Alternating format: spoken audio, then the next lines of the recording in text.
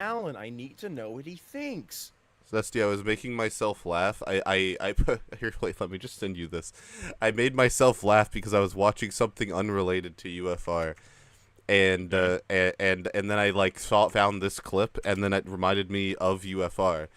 So I made this clip, and oh my gosh, I can hear myself. Literally every UFR in a nutshell. What? I'm gonna watch it. Hold on. Imagine any two UFR members are the two people. It could honestly go either way. I just think it's really funny. What is this? I love these guys. They're really funny. Oh, I wish I could. What the hell is this? I don't want to play it out loud for obvious reasons, but it's pretty accurate. No, yeah, you can play it out loud. It's fine. No, I like I don't think it's a good idea to play it in the first 30 seconds of the stream. I'm sure it's fine. Nah, YouTube's gonna be like, nuh-uh. I'm sure it's fine. Bro, we get demonetized. We have to appeal demonetization like every single time we do one of these. Yeah. I don't know why. Do you really have to? Yes, I don't know why. Well, I mean, we do swear a lot, and YouTube doesn't like it when you swear a lot. Fuck. Shit. Cock, pussy, ass, fart, and balls. Come. I mean, there are some words that YouTube does not like at all. I can say one. I think the C word. I know that. Cock.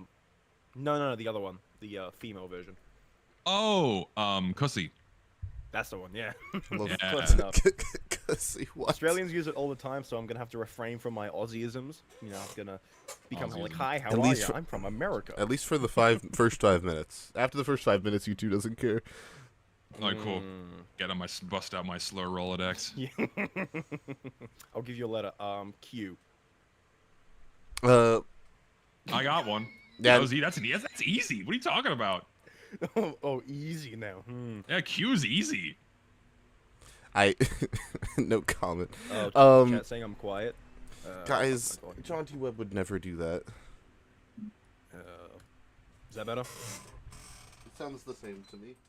I have been noticing that YouTube is getting sensitive again with certain words, like not even like swears or slurs, but like certain words it just doesn't like. And like I'm like, as I'm working on my video, I'm like, ah, shit, I can't put that word in there. I can't put that word in there, so I'm having to like remove it. Yeah, well, they really. Well, YouTube Kids has like literal fetish content on it, and it's like, yeah, that's fine.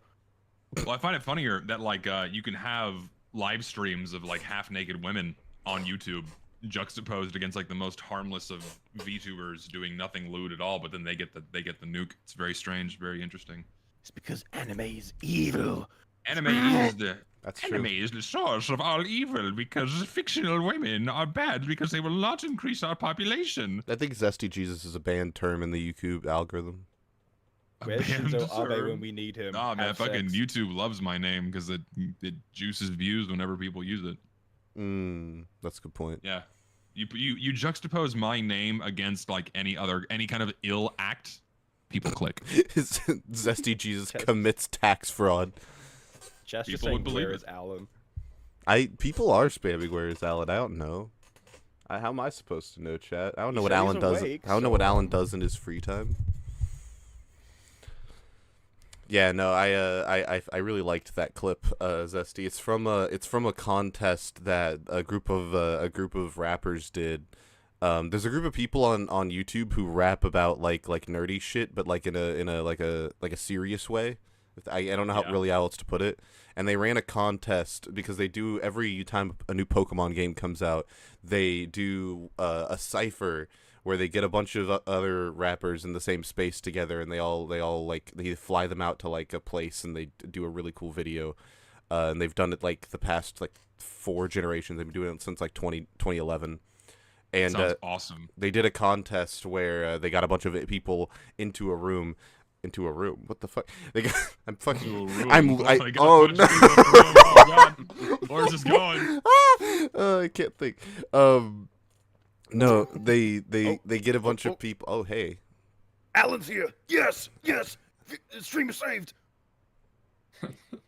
Alan. The Alan. people wanted to know where you were.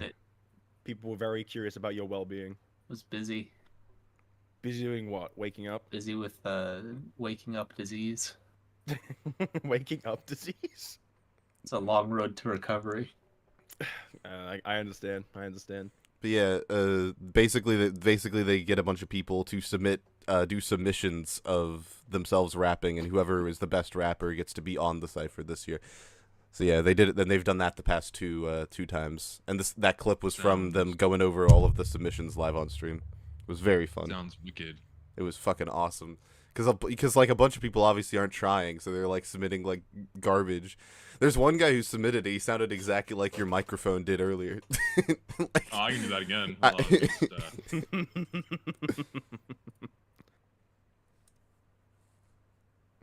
Alan, what did you think about the clip?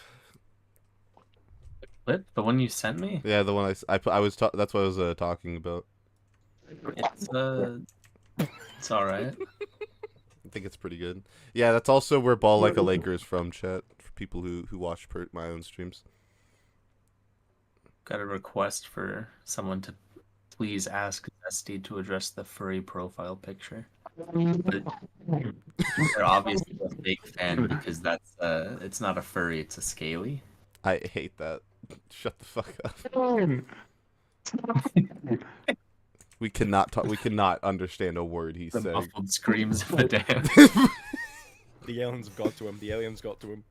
He's literally. Why is it tagged as a Pokemon stream? What? Why is UFR Because, tagged? oh, What does because it the say? game in the bottom, it says Scarlet and Violet at the Oh, bottom. let me change that. It's not supposed to be. It's supposed to be TF2. Is he eating his mic? Yes, he is. Very I'm not a tasty. furry, but You can thank me for that picture, by the way. If you're not a furry, but if you were, what animal would you want to be? I don't know. Zesty, what the fuck? Because there's like cool animals that are not furry. Like I think rattlesnakes are cool, but that doesn't count as furry. I choose a rattlesnake because snakes are cool. I would make you a scaly. That, yeah. I would choose an elephant. Lucid the elephant. Because elephants have hair. And this needs to be known. It's very important. They do. But they're like balding. You'll notice the word I've is been trying to get him to play that game for a while now. which I have such a massive backlog of shit that I know I need to play, but I just don't have time. I'm aware. Don't worry. I forgive you. I'm the Snoot fan here. So if anyone I'll asks, get to it. that's me. That's me. Look, one day Zesty will finally play the Blob. It'll be a life-changing experience. I and it'll be have like, played the Blob. I own it for the Wii. I bought you the Blob for the PC, and one day he will play it. I know. And God, I know, one I day know. he'll play it. It'll be a life-changing experience. Oh, I He know. will convert. I need to play it. He will convert to the church. Surely Convert there's to the like church. converters to the PC so that way you can use a Wii mode on it, right? Surely those exist. Yeah, there's ways to do it, I don't know but what- it's not exactly Don't know why the fuck you would do that. what's the word? It's not exactly ergonomic. Yeah, a good for lack idea. of a better word. Yeah. Someone asked me Snoot or Wani. I'm gonna have to go with Wani on this one. I think that one's probably for me the better game, both in terms of writing and I'd say characters. What are we As well doing visually. here? We're discussing doing very here? important topics. I'm just talking to someone in chat because they are curious doing about here? my opinions because I'm new Just here to and they're suffer. fucking... Jaunty, who the fuck are you? What are you doing here? What are What you am I doing doing here here? on my podcast? Well, first off, you invited me, but second of all, what do? I am the thumbnail guy. If you see Zesty's thumbnails, a lot of them are done by me. Same with Almaxo and a couple of other guys like Wheezy, Richter I've done a few stuff for, but mainly Zesty and Almaxo are the ones I work mostly for, so if you have a favorite thumbnail from them, it's probably me. Yeah, he's all right.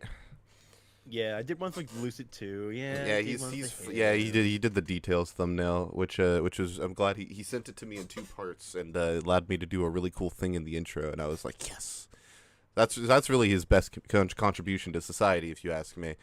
Exactly. I think the best one you've done for me is the "Here It Comes" meme, except with the soldier Yeah, and the Christmas Here It cosmetics. Comes. That one's probably like one of the best ones you've done. It's really good. Oh man, I think one of my personal favorites is probably the Demonite one with the Bleach reference one. Yeah, that one was really good. God, it's a shame that video was like just not my best, but it was a good thumbnail. The intro was good. It's a shame it got copyright strike because, you know, Warner Brothers. Fucking ugh, fuck you. Surely you Music. can re-upload the intro separately with the music as like a unlisted video, right? Yeah, I can. I don't even have a copy of the raw intro anymore. Probably not. I'd have to rip it from YouTube. No.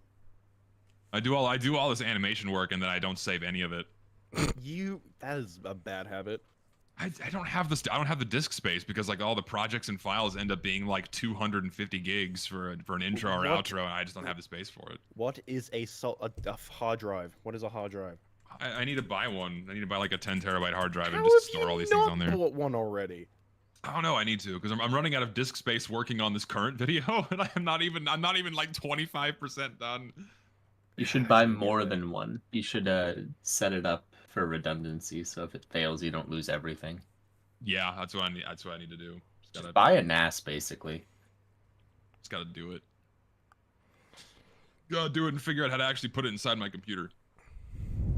You can. Do you know what a NAS is? It's like a box that you connect to your network. I can educate myself. I'm not familiar. Yeah, you just basically throw hard drives in, configure it, and then it'll do redundancy within itself. And you can access it from any computer on your network if you set it up. Oh, damn. Well, I guess I better save up a few $1,000 for that. Yeah, it depends on how high you want to go with it, but... I mean, I it sounds recommend. cool, but I think for now I'm just going to get like another either internal or external and just use that. Yeah. I'm running out of space very quickly. Yeah, I don't know fucking anything. I all of my friends who have computers have major storage issues, but I have a horrible habit that Alan hates, where I just delete things en masse and I never think about it. So I don't have storage issues, but I Lord knows how I sleep at night. If he opens an old project file, it's literally just all like red media not found images everywhere. There's nothing. I hate it. Yeah. But anyways, so that's a pretty cool thing that you know, Jauntyweb's here. I'm happy about that. I'm glad we finally got him on. He's been clamoring to get on here. It's not. Yes, I have. He's I have been clamoring been, like, to get on the show. Yeah, I was bugging Lucid and DM saying, "Can I go in this week? Can I come in this week? Can I get on this week?" Yeah, no, I'm glad we finally got to get him on. Other things. I wanted to show off a piece of UFR fan art that I thought was really cool. Before we like get into the meat and potatoes of what we're doing here. The meat and potatoes, the corn and peas, the peanut butter and jelly. This was made by J-Dog, who is in chat, and it is a parody of Action Comics #1. Oh my with God. all of me. It's me, Zesty, Richter, and Wheezy, and What is happening? it's pretty great. I do like that Wheezy is running away from you, because that is an accurate representation of his relationship with UFR. He flees. He He runs. He's out of I here. also like to imagine that he's doing like the grabby hands because free women. There's someone over there you can't. There's someone off frame you can't see. Yeah, he's like, that's the There's sound he free makes. woman right in front. Why am I throwing a truck?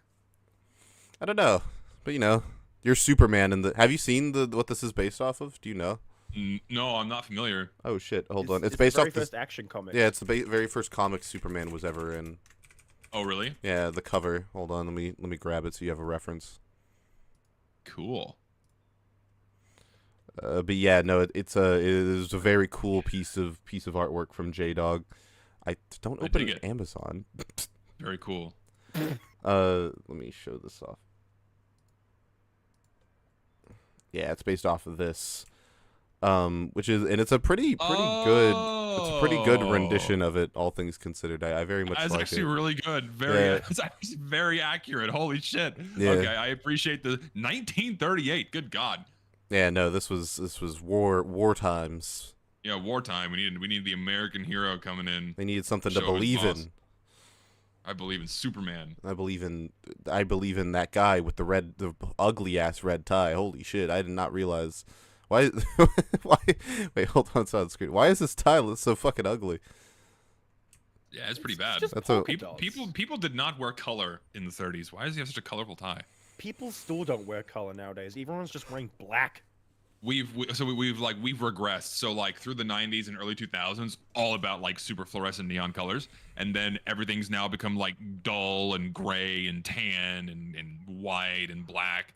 And then, like if you walk outside in America and you have like an orange or like a bright red shirt, you'll die. Like someone will walk, like someone like they'll have daggers stared into you because people are like, wow, you're like having fun with that nice bright colored shirt. Wow, you must be miserable. Die, go away. Wear a nice like bleak. You must be. Wear a tan shirt. I'm People are scared by color. I'm partial to tan myself. I'm a Millennial gray. I'm a huge I'm a huge tan beige cream kind of guy. I have a problem if you ask Alan, but you know if you ask me, it's perfectly fine. If you see me in Secretly public, I'm Lucid gonna be wears wearing neon this. socks. I used to in middle school, bro. I'd wear neon socks all the time. I used to wear colorful socks every day when I went to work, and then someone called me a tool, and then I stopped wearing them. Aww. Aw. Ironic. I still wear They like were the real checkered tool. socks, which is like I have orange and white checkered socks, and they go really well with my orange Converses. So that's pretty cool. I like to color coordinate my outfits. You know, I care about what I wear. It's it's a thing I do. You know, the artist likes to color coordinate his life. You know, that's just me. So true. So true. So true. We agree. Chat, He's say so the good for line. that. We agree. But yeah, so I think that's all the housekeeping we. Oh, actually, no, it's not. Scream Fortress came out. What do you guys think? No. Mediocre. I mean, so it's a mixed bag. A lot of the war paints are really good. I would say like 60-40 on the war paints are really nice. The maps are mostly shit. I don't care about zombie infection. I don't care about Saxon Hail. The other ones that are not zombie infection and Saxon Hail run at 20 FPS, so I'm not going to bother. The unusual effects, who cares? That's just more on the pile. We have like over 700 now, so what does it fucking matter? The clapping taunt, fine. Other taunts, that's about it. War I paints. have. Yeah, we got good skins. Hey. We actually got a few really nice skins. Yeah, Fish got in the game. I heard. Yes, they actually put him in game. His likeness is now inside of TF2. They replaced the scout with Fish. That's an improvement. I don't know why it wasn't Fact that- Sniper, but yeah. The fact that 2 YouTubers got fucking skins in before me is making me irrationally angry, but good for them though. I think You were gonna say erect. I mean, how Valve makes their picks is by no means it's by no means random. It's very deliberate, I think. Mm. Like they with intention, they pick specific people or choose items from specific time periods. So, yeah.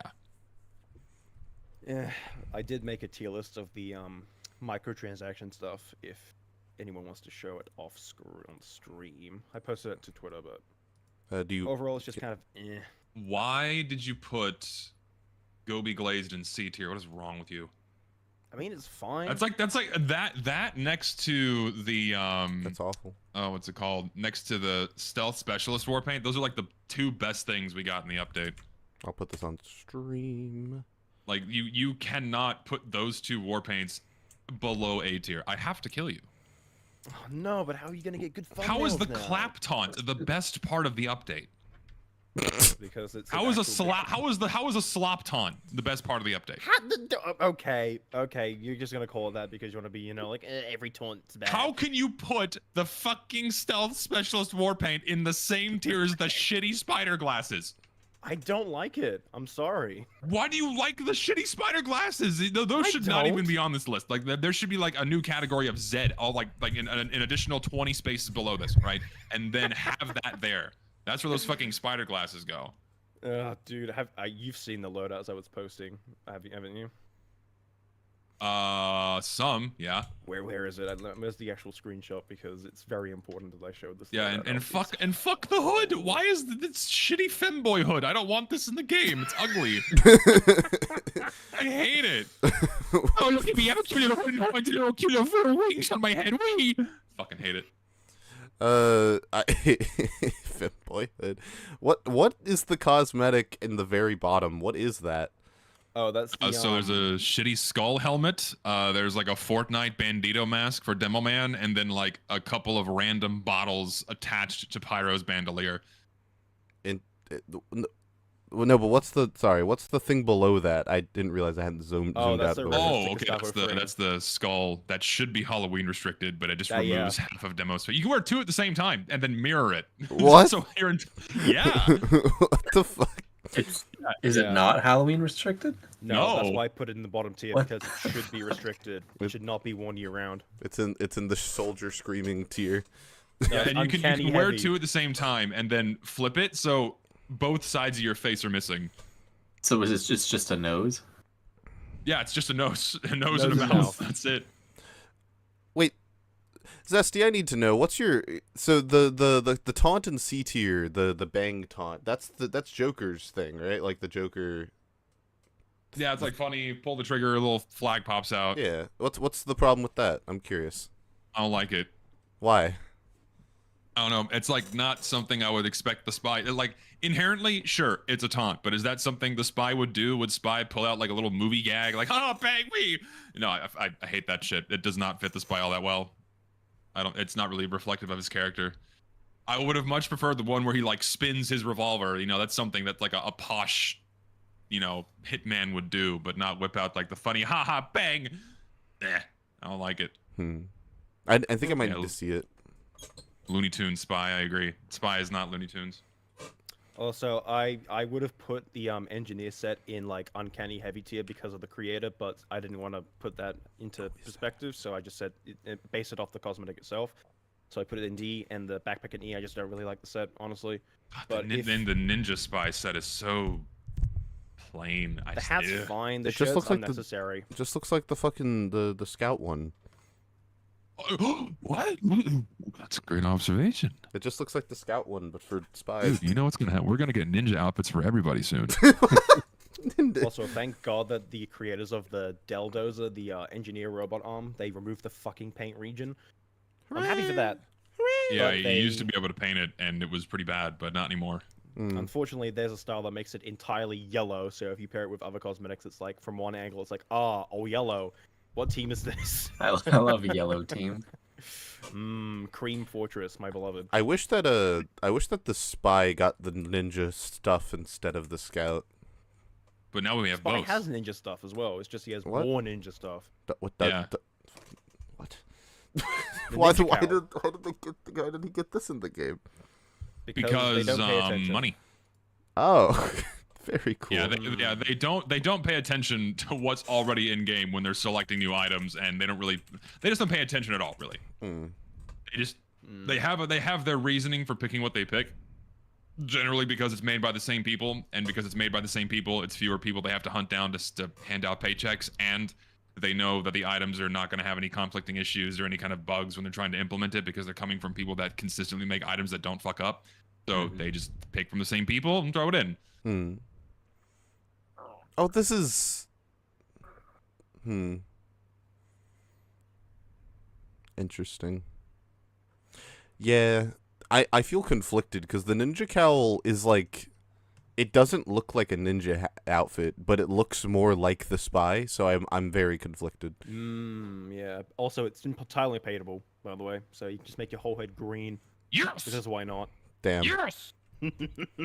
This is a promotional item from 2012, so I don't even...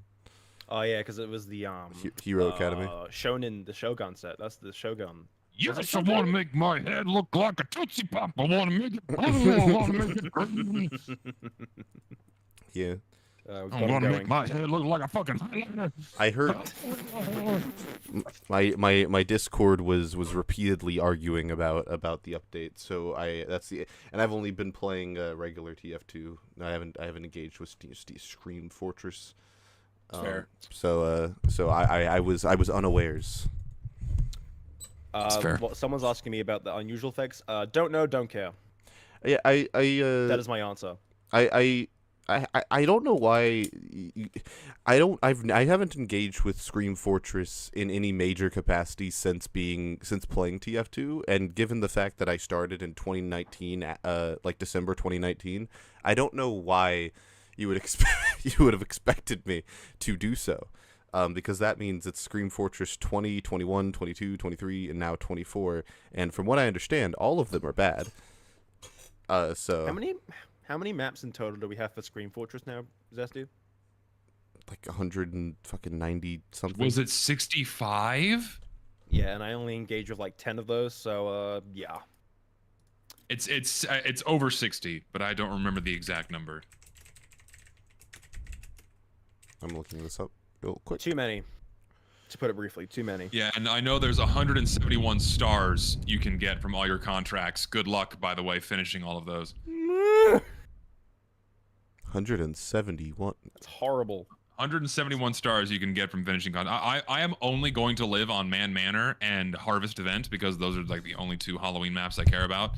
What about And Monster Bash? other than that, I'm not gonna play. I'm like Monster Bash. I enjoy for like a round or two, and then I'm reminded that spells are aids, and then I'm like, oh yeah, why am I playing this? And I just go back to like maps that don't have crazy shit. What the fuck is Tug of War?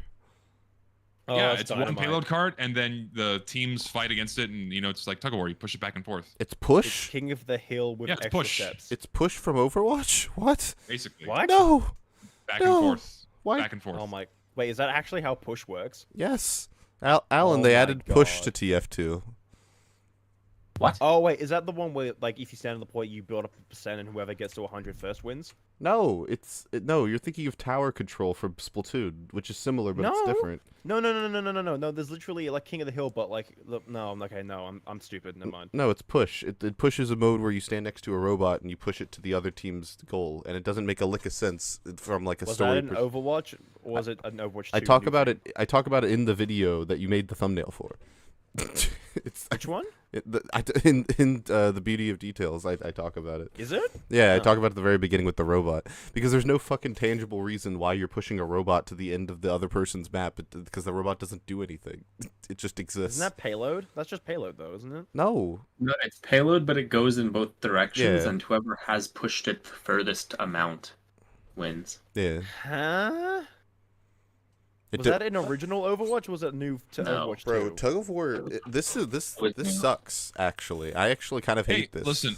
See, listen, it's Lucid. true. You hate the game. You want it to die. You But- are clearly but Zesty- racist and a bigoted Zesty- transphobe because listen, you just hate TF2. You hate the content. Zesty. You The clearly entire. you hate TF2 players. I You don't literally, get it, Lucid. I literally just going made again. a video about this, but Zesty, the point of payload is that one team is trying to blow up the other team. Why the fuck would there be one bomb that both teams are trying to blow each other up? Where did the bomb? Who put it there? How did it get Well, there? listen. You know what? Maybe Marasmus manifested it out of his magical butthole. He squirted it out like an egg, plopped it down, and said, "Go on, teams, try to fight each other and blow each other up. The Japanese mafia is coming to kill me." There you go. That's all the reasoning you need. Is that what he Marasmus has come. Yeah, no, man. I don't like that because it defeats the point of why TF2 is a mode that works. Nothing. That doesn't matter, Lucid, because TF2 can be anything. Like, It's it doesn't matter. for the record, Dig it. payload race also kind of does, but I think I could justify payload race more in like a story context that I can fucking. At least there's two bombs, Yeah, right? at least there's- each team has their own bomb they can put there, and they're trying to beat each other to the punch, right? But like with tug of war, it's like who's who? Like, how- Also, can I ask something just real quick about just TF2 in general? yeah. You know how like red team is like something destruction and then blue is Builders League United, right? Yeah. How come the blue team is pushing the payload that blows up stuff? Yeah, this is And not red. this is something that I wanted to bring up in the payload video, but like I don't know. It doesn't make any sense. I have a theory. It's probably to do with the fact that red is more aggressive and then blue is more defensive, and so having it so like the red team, the aggressive team, is constantly pushing means they might win more because of like color, like how the brain works and handles color. I watched a game theory video about how color works and how like red teams are more likely to win than blue. So maybe having the red team be the defending team and the blue team be the pushing team maybe might do. Pretty sound reasoning, honestly. It makes sense. Might have playtested it and thought maybe we should have the blue team be the aggressive team, so that way, I don't know. I feel like it has to do with the color, brain chemistry and shit like that. I understand. I think I'd still prefer for it I'd prefer for red team to be pushing the bomb. Like if I could go back and change it. Yeah. Based on the fact that they're called Builders League United and they're pushing a bomb car, it's like that doesn't make sense. But then again, payload was added after the fact and not at launch. Or if blue was the destructive team and they were called like Bomb Lads Us. Bomb Lads Us. And then that would also be preferable. In order to build, you have to destroy. You have to clear out the old and bring in the new. Well, then no, then what even? Whatever, it's fine. What's this video we're watching? It doesn't matter. We're having a great debate. We're having a great debate about who should be pushing the payload card in TF2. Where did the bonus ducks work into this? Bonus ducks. Battle pass. Sleeper cell activation code. Tiny heads. Oh man. Dude, I was playing Ghost Fort the other day. That game would not fucking end. Oh my god. Fuck that map. Ever since they added the truces, it's honestly one of the worst experiences. Why are the rounds 7 minutes per side? It's horrible. It used to be like that because Marasmus didn't spawn as frequently as he did. He would only come every now and again, but then they made him spawn more frequently. After each death. It's ridiculous. Literally on that game, I was predicting as soon as the clock hit overtime, Marasmus would spawn, and would you know it, that motherfucker spawned at the right fucking moment. I hate. Yeah, sounds about right. I'm never playing that map again. Fuck that map.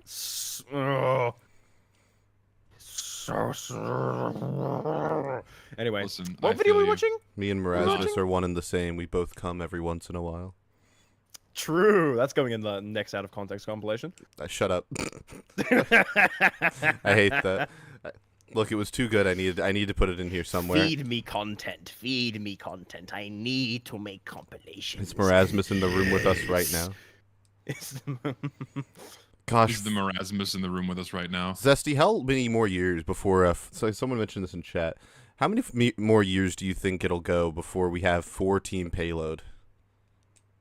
What? 4-team payload? Yeah, before because we've gotten payload, we've gotten payload race, and now we have tug of war, which is push. The logical next step is to add 2 more teams and then have 4-team payload. How is that logical? If Valve adds a whole new team, then this game is dead. It's over. Yeah, they got the fucking green and purple teams. Why are we shafting yellow like that? And yellow. Yeah, it's why are we shafting yellow? What the fuck did yellow do to you? I don't think yellow team looks good, honestly. Yellow team looks weird. Well, that's because most of the game is brown. So yellow just looks strange. Too much. Red only works because the game was designed around it, so yellow is in everything. Because there's the blue beige and then the red brown, and both of them have yellow in them. So if you put yellow in there, it just blends in with everything and it just looks kind of bleh. Oh, someone said in chat, King Cruel in chat, 4 teams sounds fun. Count your days, it's happening. Yeah, I mean, I'm making it. Inevitable. I'm making it. At that point, just make it free for all. TF2 is the gaming equivalent of monkeys on a typewriter. Simply inevitable. Everything will happen eventually. I am inevitable. Charade at the yellow team. Anyways, we have a video that we're covering, I hear. No, we don't. Do we? We have a video? We watch videos? Do you not want to watch this video?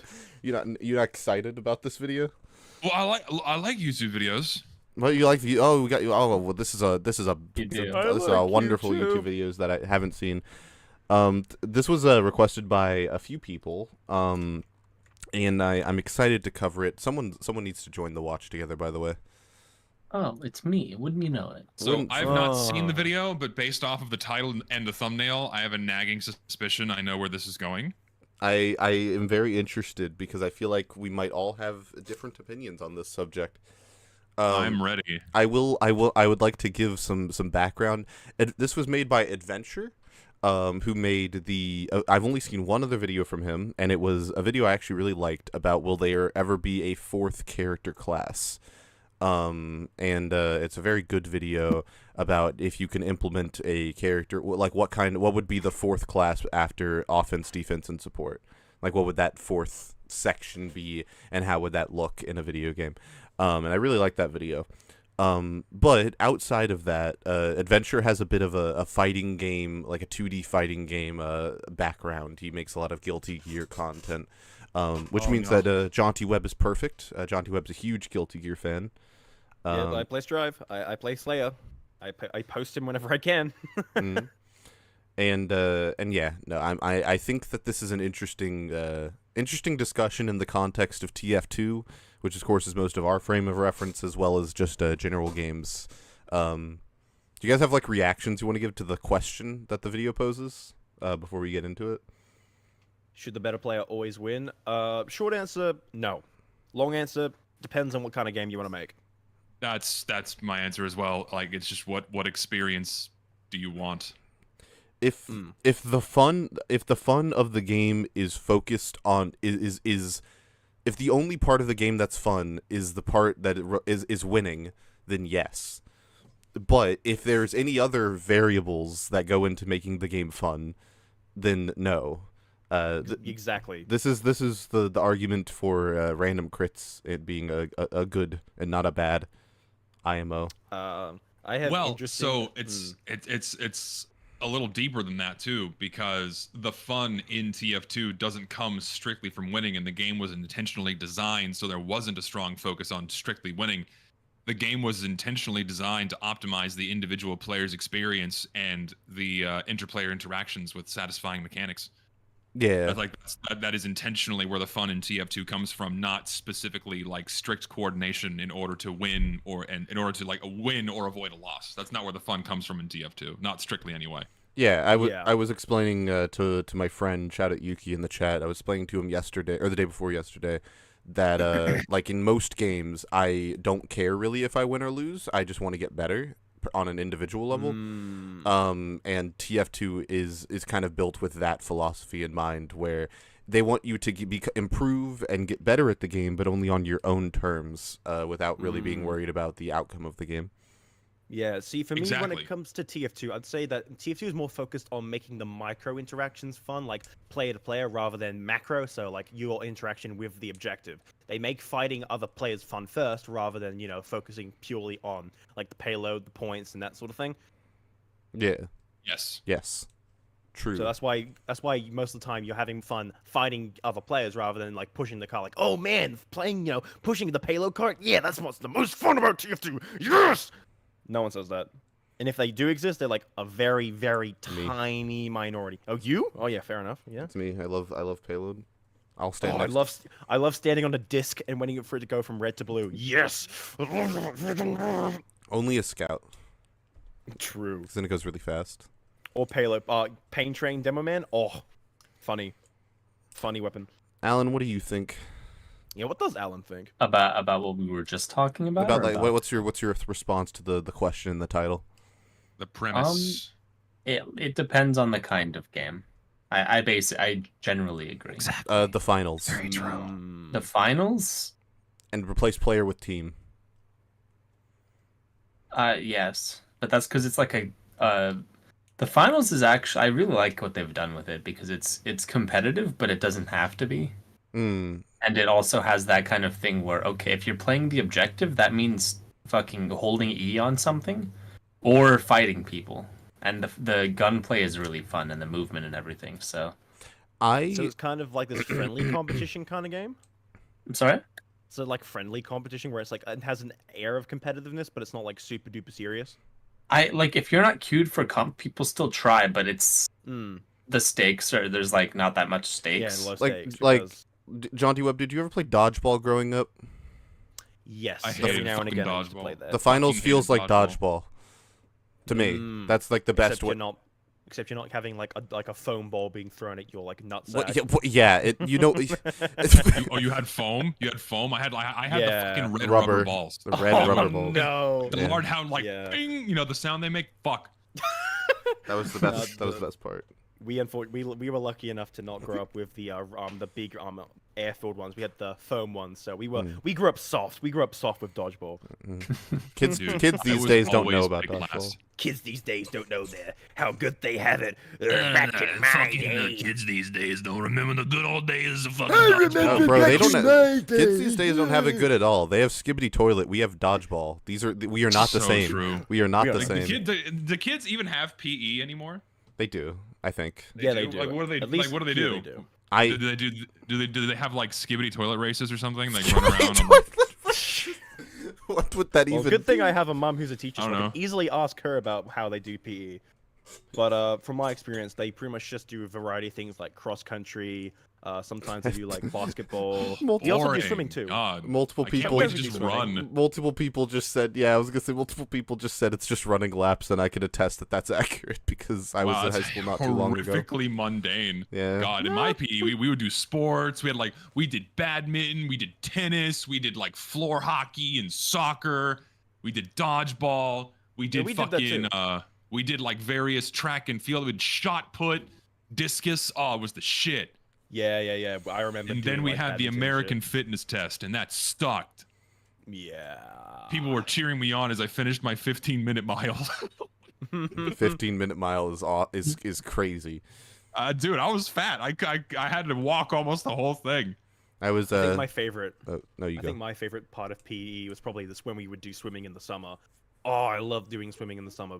It was just giving me a reason to just jump in the pool. What It was so class? fun. Yeah, in PE we had swimming because we had a pool at our school. No, you had class in the summer. Yeah, because we have a different time zone because we're in the Different southern seasons. hemisphere. Oh Yeah. shit, you're right. Fuck. Yeah, so summer's in December because Yeah, it's their all fucked their up winter by then. is their summer, so their winter is our summer and vice versa. Oh, that's. Our Christmas break is in the summer. Yeah. Oh, We have green Christmas, as they like to call it. bro, high school So depression green must. High school depression must hit different. Dude, like Yeah, their you know- Christmas time is like they get like 95 over 100 degrees Fahrenheit, which is crazy. Yeah, 40 degrees Celsius. It's pretty hot. So they sell Love it. Christmas sweaters at like the convenient, at like the big retailers. So it's like I'm wearing this big fuzzy jumper that says Merry Christmas in like 40-degree heat. Good thing I'm indoors in fucking air conditioning because if I was outside, I'd be dead. I'd be dead. Oh Christ. People in chat, yes, capture. I did capture the flag, and capture the flag was fun as fuck. Ooh. Yes, Flag I remember football. doing that in We did PE, flag yeah. football. Flag We did- football. Oh my gosh. We did touch football, which always turned into push football, which then turned into tackle football. But it was fun. I'm sure you did not like that. They picked me for volleyball because all I had to do was stand there. Zesty was bred to hate competition from an early age. No, yeah. I loved certain sports. Volleyball was fun. Badminton was the ones where I didn't have to move much. Those were fun sports for me. Never asked Zesty how he played Tekken. Fucking, we've been- I have a I was always picked last for most sports because I was fat and slow, but also especially for dodgeball because like why would you pick the biggest guy who moves the slowest for dodgeball? Meat shield. You could be a meat shield. that for Except one when you hit. get hit, you're fucking out. Yeah, for one hit. Unless I can protect one or two. I can probably protect like 3 people, but like Yeah. once I get hit, I'm out. Zesty has to learn how to catch, and then he'll be a good meat shield. Got the UFR dodgeball game. Got to organize that. We'll all meet in an undisclosed location In and the- beat the shit out of each other with rubber balls. The certified UFR pocket dimension. Certified UFR pocket dimension. All right, I'm gonna be right back. I'm gonna grab some water, but you guys go ahead. I think that the finals is really good because people do take it seriously, but like the better team doesn't always win. I actually disagree with Alan. Like Alan, we were playing a game of the finals the other day where we basically just let the other 2 teams in the game fight, and then we swept in and won, which was Levi. us playing well, right? Yeah, that makes us the better team. I don't think like not from like a technical perspective, like from a like I guess this is a hard thing I guess in team games because you can be better in different ways and like you could be better strategically but worse skill, you know? Like we played smarter but they played stronger, you know? Well, yeah, they might have better aim, but if they don't have any strategy, it doesn't matter. Well, it might matter. You can have aim Well, of so course, yeah, you can have aim at so a good that certain you point, it invalidate someone else. overpower- yeah, but- Yeah. There's some balance there, right? I would argue that we were just the better team. We were the third party. Yeah. Interesting. Okay. What are the miss? We were talking about the finals. It's not important. You don't care. I've heard it's a good game though. It's very I just don't good. play I just don't play new games because I'm very tight with money, so I stick to the games I own. It's free. It's It's free to play. You should play with It's us. free. It's free. Ooh. It's free and very I good. might have to check it out then. Yeah. Then. Anyways, you guys ready to see if the better player should always win? I'm fucking ready, dude. Let's just jump into it. Zesty, you here? You alive? Always. All right, let's go. Very good. Oh, it's hit low, and there it is. Punk gets his retribution, his revenge. He is your Street Fighter 6 Evo champion. 2017 didn't go his way, but that kid. Jauntyweb, do you know any context behind this clip? Because I'm completely at a loss. I have not caught up with Evo at all. I am not up to date on Street Fighter 6, but headphones. Fucking fucking alien help. They look- They're the PlayStation 5 headphones. It I was looks gonna like say they look like this is they're from PS5 PlayStation has 5. games. Shut the No. fuck. No, They have like things one that game. I resemble don't know games. why. I bought a PS5 with no games to buy. Also, another thing I wanted to mention, if I just rewind for a little bit, this text is pretty bad. No, I agree. Not gonna lie, it's Should like the better really player hard to always- leave. You could have you could have added some fill, but could have left a little bit of like at 50% opacity, just to have stuff show through a little bit, but have it fully empty. It's like Yeah. Yep. What they could have done was maybe have like inside of the letters, have like a 50% like black overlay, so it's darker, but you know, so that way it contrasts with the white outline. Because at the moment there's a lot of light in the screen, so it's kind of a bit noisy for me. Jauntyweb, I'm on my Zesty shit. I think you're just a nitpicker, and you just hate the YouTuber, frankly. I hate this guy. You clearly want Grifting. him to die. I'm grifting on typography. You're God damn grifting it! right now. You are grifting live. Look at that unlabeled tan. No! Listen, we're doing the notorious UFR, overly nitpicking, bullying the creator. How dare we? Yeah, that's what we do. But yeah, no, I agree. The text is bad. What's this YouTuber's name again? Adventure. Adventure. I'm coming to your house right now. I'm gonna slap you upside the head with a dead carp. Use better font next time. I will come bully you with dead fish. Holy mackerel.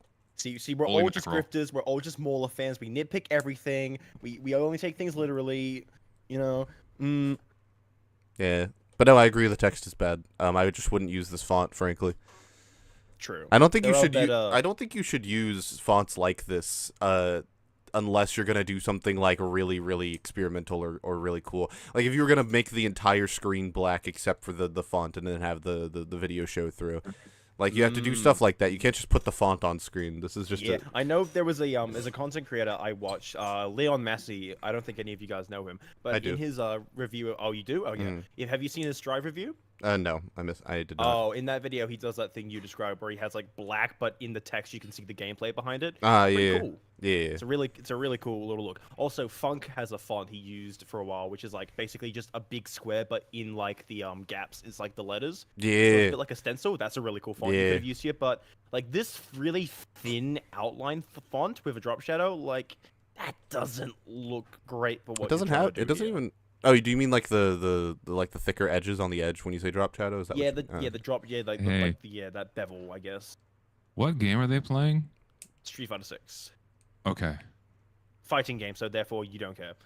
Okay, because I see he has a shoebox on his lap with buttons and a knob, so It's a fight stick. They have those at arcades. I like the cabinets with the buttons. It's Zesty, a portable cabinet. Zesty, it's just a keyboard with less buttons. Okay. Okay, Yeah. I get it. Champion. Why is it so 2017 big? didn't go his way, but that kid from Philly is on the stage, and he earned this Evo win. That's fun. That's fun. What an incredible. In theory, we all like competitive integrity. Overwatch, but in Overwatch, reality, Overwatch. No, no. Should the better player always win? No. No, all right. I know that sounds bad. As people, we like to know that our efforts are going to be rewarded. If we can be certain that the more effort we put in, the more success we'll get out of an activity, the more motivated we will be to improve and chase after victory. So, But success is relative, though. Or success is different for each person. Of course, yeah, and success isn't necessarily dictated by winning, right? Yeah, no, that's what I was kind of getting at. Is like success for people can be different things. Yeah, getting better or just having fun or Getting- what have you. It doesn't necessarily happen just to be winning. Getting 100 kills by booping people off of the stage as Lucia. Success for people can be different things. Also, there's a question. Hold on. motivated we What will is the be to question? improve and chase after victory. So that raises the question: are there reasons? I get it. Holy shit. And I get the joke. Impact font spotted. for developers to break this rule and allow weaker players to win? Well, the principle of loss aversion That was a good states that edit. That was a good edit, I agree. losing can feel twice as bad as winning feels good. This presents an interesting challenge for developers of competitive multiplayer games. If we know that Wait, hold on. I want to go back. I want to see what the win, well, loss aversion is a cognitive bias that explains why individuals feel the pain of life twice as intensively as equivalent to the pleasure of gain. As a result of this, individuals tend to try to avoid losses and whatever. Well, like, people don't like losing.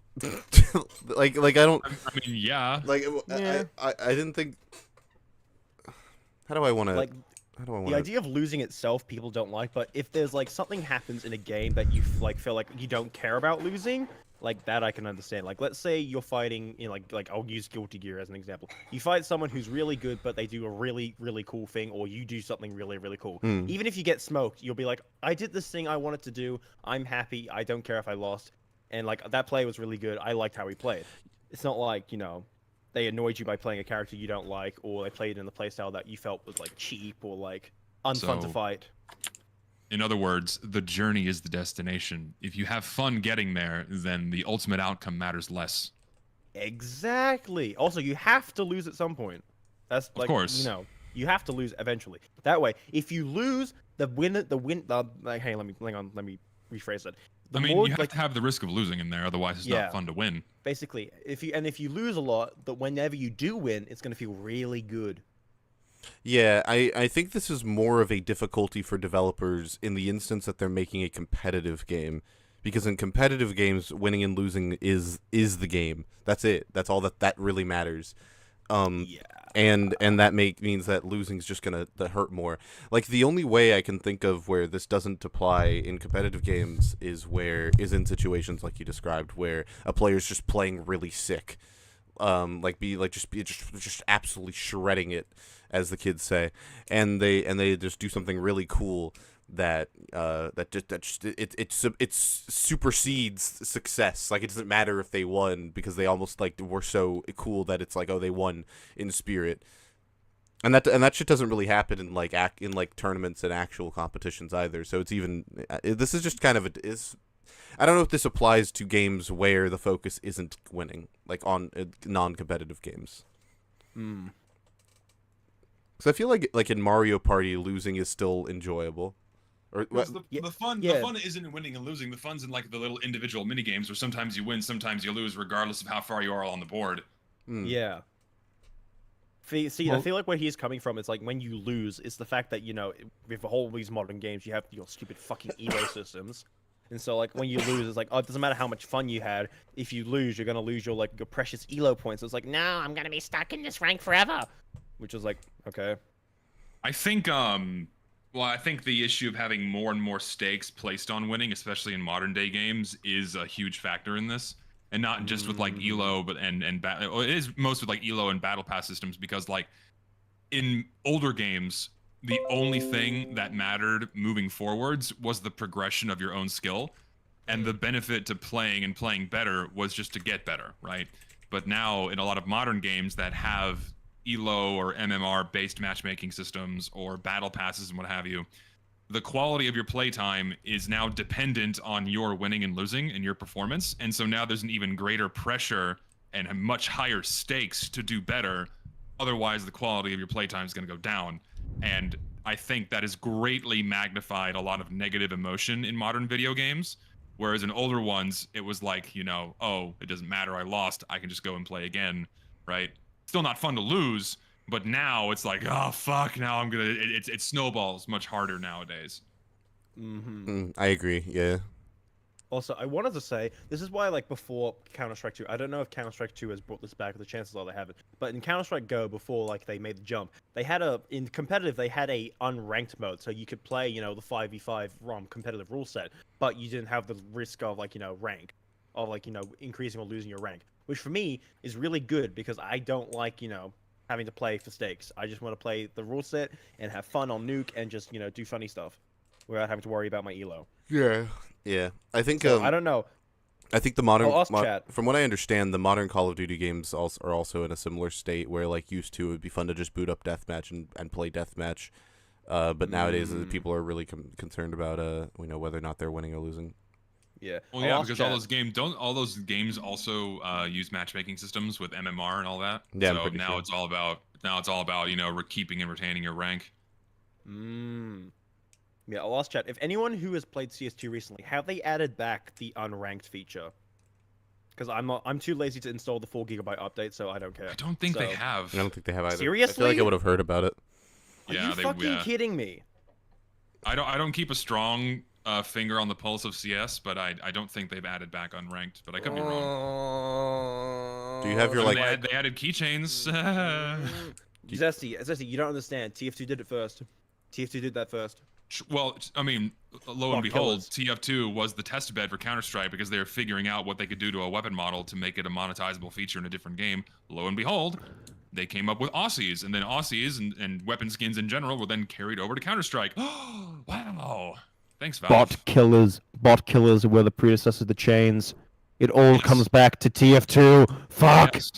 But they made them. But they had to make them significantly smaller so they weren't like big, giant, dangly ball sacks.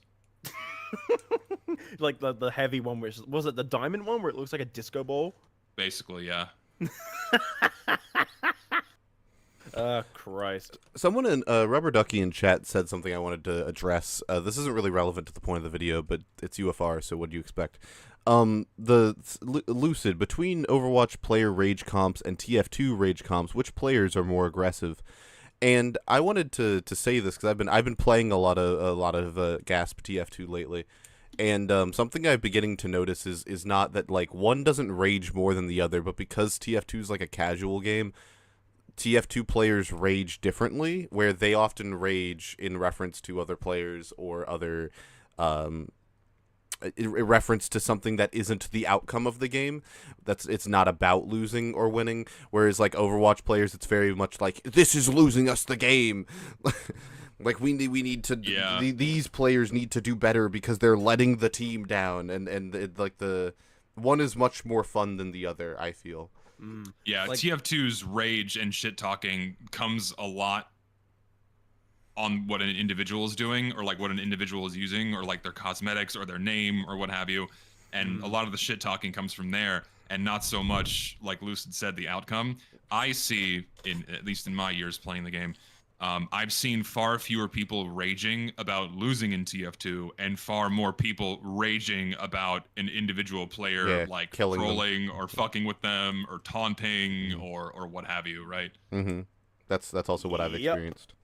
Yep, me dealing with literally any comp player or Demonite with more than 4 heads, I just do not want to deal with them, and I get killed with them, and then I'm immediately angry because, fuck. It's more like you're losing to that player rather than you're losing the Yeah. game. Yes, like I should be beating you, or I should be beating you, or you're doing something that's cheap and annoying, and I shouldn't be losing. That's, you know. Yeah. Like, I shouldn't be losing against a fucking Demonite when I'm playing fucking Soldier, but, you know, the shield, extra health, extra movement speed. Natasha. Swap to Pyro. I don't want, but what if Natasha they know Heavy the is buff? like the biggest middle finger to Demonites, and it makes them, it's so good to farm salt when Demonites get hit with a Natasha. Oh.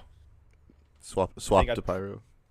I'd probably just play Scout. Like, I'd whip out the babyface blaster, or just outrun that. Anyway. The Adventure principle of loss aversion states that losing can feel twice as bad as winning feels good. This presents an interesting challenge for developers of competitive multiplayer games. If we know that players are going to be demoralized and demotivated by a 50-50 win-loss ratio, but that they also wouldn't appreciate insincere ego-boosting freebies that inflate the statistics of worse players up with their stronger competitors... Is this real? Is this real? What game is this? This is Valorant. Hey there, champ. Alan, We noticed you've been on a serious loss streak recently. Sorry to see that. We're certain it's your teammates' fault, so we decided to help you out a little bit. Take 100 free re on us. Your new rank is Silver 2. Good luck from the Valorant team. Hold on, That's not real. Nah, this can't be real. It cannot be It real. has to be a goof. It has to be. No, I don't think it's real. Someone said it. Someone in chat said it's not real. Okay, We're it's a certain goof. it's your teammates' fault is something that they would never say. There's Yeah. no way. Yeah, no, Like, you're I right. mean, knowing that like, the few Valorant players I've seen, they would not tolerate this. Yeah, no, it would Because be they take very. they take their ranks very seriously in Valorant. They would not tolerate this. I mean, this brings up a really good question about how matchmaking systems work. Because, you know, how they work, most of them are based on chess, which is a one-on-one game. So in fighting games, that system works decently well. But in team-based games like, you know, Counter-Strike, it doesn't fucking work. It does not fucking work when you have to factor in all the other players that aren't just one opponent. Yeah. You have to deal with teammates, and you have to deal with their teammates. So you have to deal with 8 other players with the system, and it just throws everything out the window. It doesn't the fucking work. outcome of your game. Yeah. Exactly. It doesn't fucking work. Well, no. So this goes back to a problem I know I've mentioned before. It's trying to over-tailor. It's trying to under-tailor an over-determined system, where they try to twist too many knobs for something where if you try to twist too many knobs, then it's gonna fuck up and not give you a desired outcome of a balanced game. And typically it's better when you have simpler solutions to keep things even. And I'll use TF2 as an example. We had team scrambles that works pretty well. Not all the time, but pretty well compared to the matchmaking system we have now. And when you try to overtune the system, then it's not going to work. And especially as the system gets more complicated. Limo Not the Boy in chat said, if I got a message like that after a game session, I would shoulder check an 18-wheeler on the I-45. So true. And I just need to... No, and then everyone to know. and then I thought of something else as well. And then as games get more complicated, then you have these models and systems that are trying to predict gameplay variables based off of previous game experiences. And then as they get more complex, that's more variables to take into account and more factors they have to model. And then that just makes the models more complicated, which if anyone has taken any basic modeling theory course, the more complex a model gets, the more useless its outputs become. So it just snowballs the more you try to overtune a system. Yeah. Mm-hmm. Someone in chat just said I would do a backflip off the Grand Canyon if I saw that. I wanted to say, I think that this right here could work in a game. It's just that you would have to design the game. Like, imagine a game where the premise is that you're doing like every match is a simulation being run by like a GLaDOS type entity, and like the GLaDOS entity says shit like this to you and gives you like little bonuses because you suck and makes fun of you for it. That could be really, really funny if the writing was good enough for that kind of character. In a different kind of game, not Valorant, and not like in a competitive game, but in a casual game, I think it'd be a really funny concept. Anyway, How can we retain player engagement and statistical fairness in the multiplayer landscape? If you really stop to think about it, a lot of online discourse surrounding the multiplayer genre has its roots stemmed into this issue. Long has the discussion on skill-based matchmaking permeated the breadths of angry Twitter posts. And on the other side, you often wait, I will go back. Hold on. Sorry. on skill-based matchmaking permeated Skill-based matchmaking is horrible for any game, especially 2K. Going up against the exact same meta lineup every game and being forced to play with good players just to win creates massive burnout. SHMM should only be in ranked modes such as Pro-Am and Proving Grounds. We agree. I mean, it is interesting to see a lot of kickback against matchmaking systems in more recent months, really. Gee, it's almost as if people want to just play games after work and not have to stress about their ranks, and they just want to have fun. Interesting. How quaint. It's troubling because this wasn't an issue, I would say 6 or 7 years ago, because there were matchmaking systems, but their ability to match based up on skill level was not very good, or they didn't bother with matching skill level at all. And that ended up in keeping the games more of a free-for-all and more for fun, where it wasn't like a complete blowout if you weren't using a specific metagame or like the best strategies, what have you, in order to win. But now, and there were only a handful of games that were like very strictly like, you know, better player wins always. But now that the market has been so overly saturated, where you have skill-based matchmaking systems in everything, people are really feeling the burnout, because there's like fewer and fewer online multiplayer games to go to where you're not at the mercy of these systems that cause that burnout. Yeah, and also, especially if you're injecting skill-based matchmaking into games like 2K, which didn't start with it, it's kind of gross, because 2K is not like a competitive game. 2K is just a basketball game. It can be played competitively. I'm not saying it can't be, but it's generally speaking, it's not like a hyper competitive esport. It's a basketball game, and it was supposed to be. It's always been a basketball game that was like fun first and foremost, until recent years, where it's become a little bit more competitivized. Yeah, well, the thing is, it is based off of an inherently competitive sport, which is literally, you know, professional basketball. So, of course, you're going to have people coming into the game treating it like it's actual basketball and, you know, being a bit competitive. But, you know, it's okay to have a competitive, you know, mindset playing these games. It's just that not everybody is going to have that mindset, and forcing everyone to play that way with that mindset when they don't have it is just it's just asinine. Yeah. I don't think that's fair. Yeah, competitive games aren't bad inherently. It's more the issue that like the competitiveness is being forced onto the players, where everywhere, which is bad. The players, in my opinion, should always have a choice whether or not to be competitive, and the choice should be more than just, this is the casual mode, this is the competitive mode. What's the difference? Shrug shoulders. One has a rank, the other doesn't. Go nuts. Yeah, TF2, someone asked in chat, Rubber Ducky asks, TF2's comp mode. Yes, it does utilize a Glyco skill-based matchmaking. It doesn't work very well. And well, then again, no one touches the competitive mode because it sucks, and it's basically unplayable for most people. Doesn't teamwork.tf like keep track of that? It does, yeah. So it's been 0 for years. No one plays it. That's pretty hilarious. No, I mean, when it comes to, like if you're gonna have a competitive mode, obviously have skill-based matchmaking. Like, that's a no-brainer, because you're going to that mode to be competitive, and that's fine, right? But keep that separate from the rest of the game, where that's not supposed to matter, you know? So like, I think, and like what this one tweet says, you know, have the matchmaking only in the game modes that are for the competitive angle, and then keep it out of the ones that are more for casual, laid-back fun. And don't just have it permeate every corner of your game. Yeah. Just and BZ Chutter says, I believe in comp segregation. I completely agree. Just if you want to go play these games in a hyper competitive environment, if you want to go sweat your balls off and where winning becomes the primary focus, go for it. Just don't force that on everybody else. For fun and for glory. Yep, I agree. And Smash Ultimate kind of got rid of that function. Yeah, it's sad. They kind of did, because they introduced the preferred rule sets, which you should usually pair people with similar rule sets with each other. But occasionally you'll get paired into, like, you know, free players, non-stage legal sets. And if I get paired into those, I'm like, hell yeah, this is gonna be fun. But like, that's not what I asked for. But I don't mind it. Yeah. Some people be like, why am I put in this casual rule set? And they just give too much of a shit. It's like, dude, chill out. Party game. Yeah. So then someone asked in chat. Casual TF2 also uses a Glyco system to try to match teams of roughly equal skill.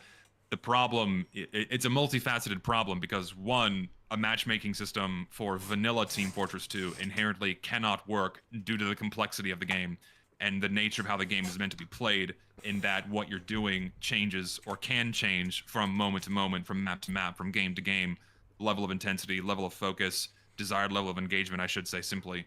But then on top of that, the Glyco system was originally, or not, I should say the matchmaking system, because it wasn't always Glyco.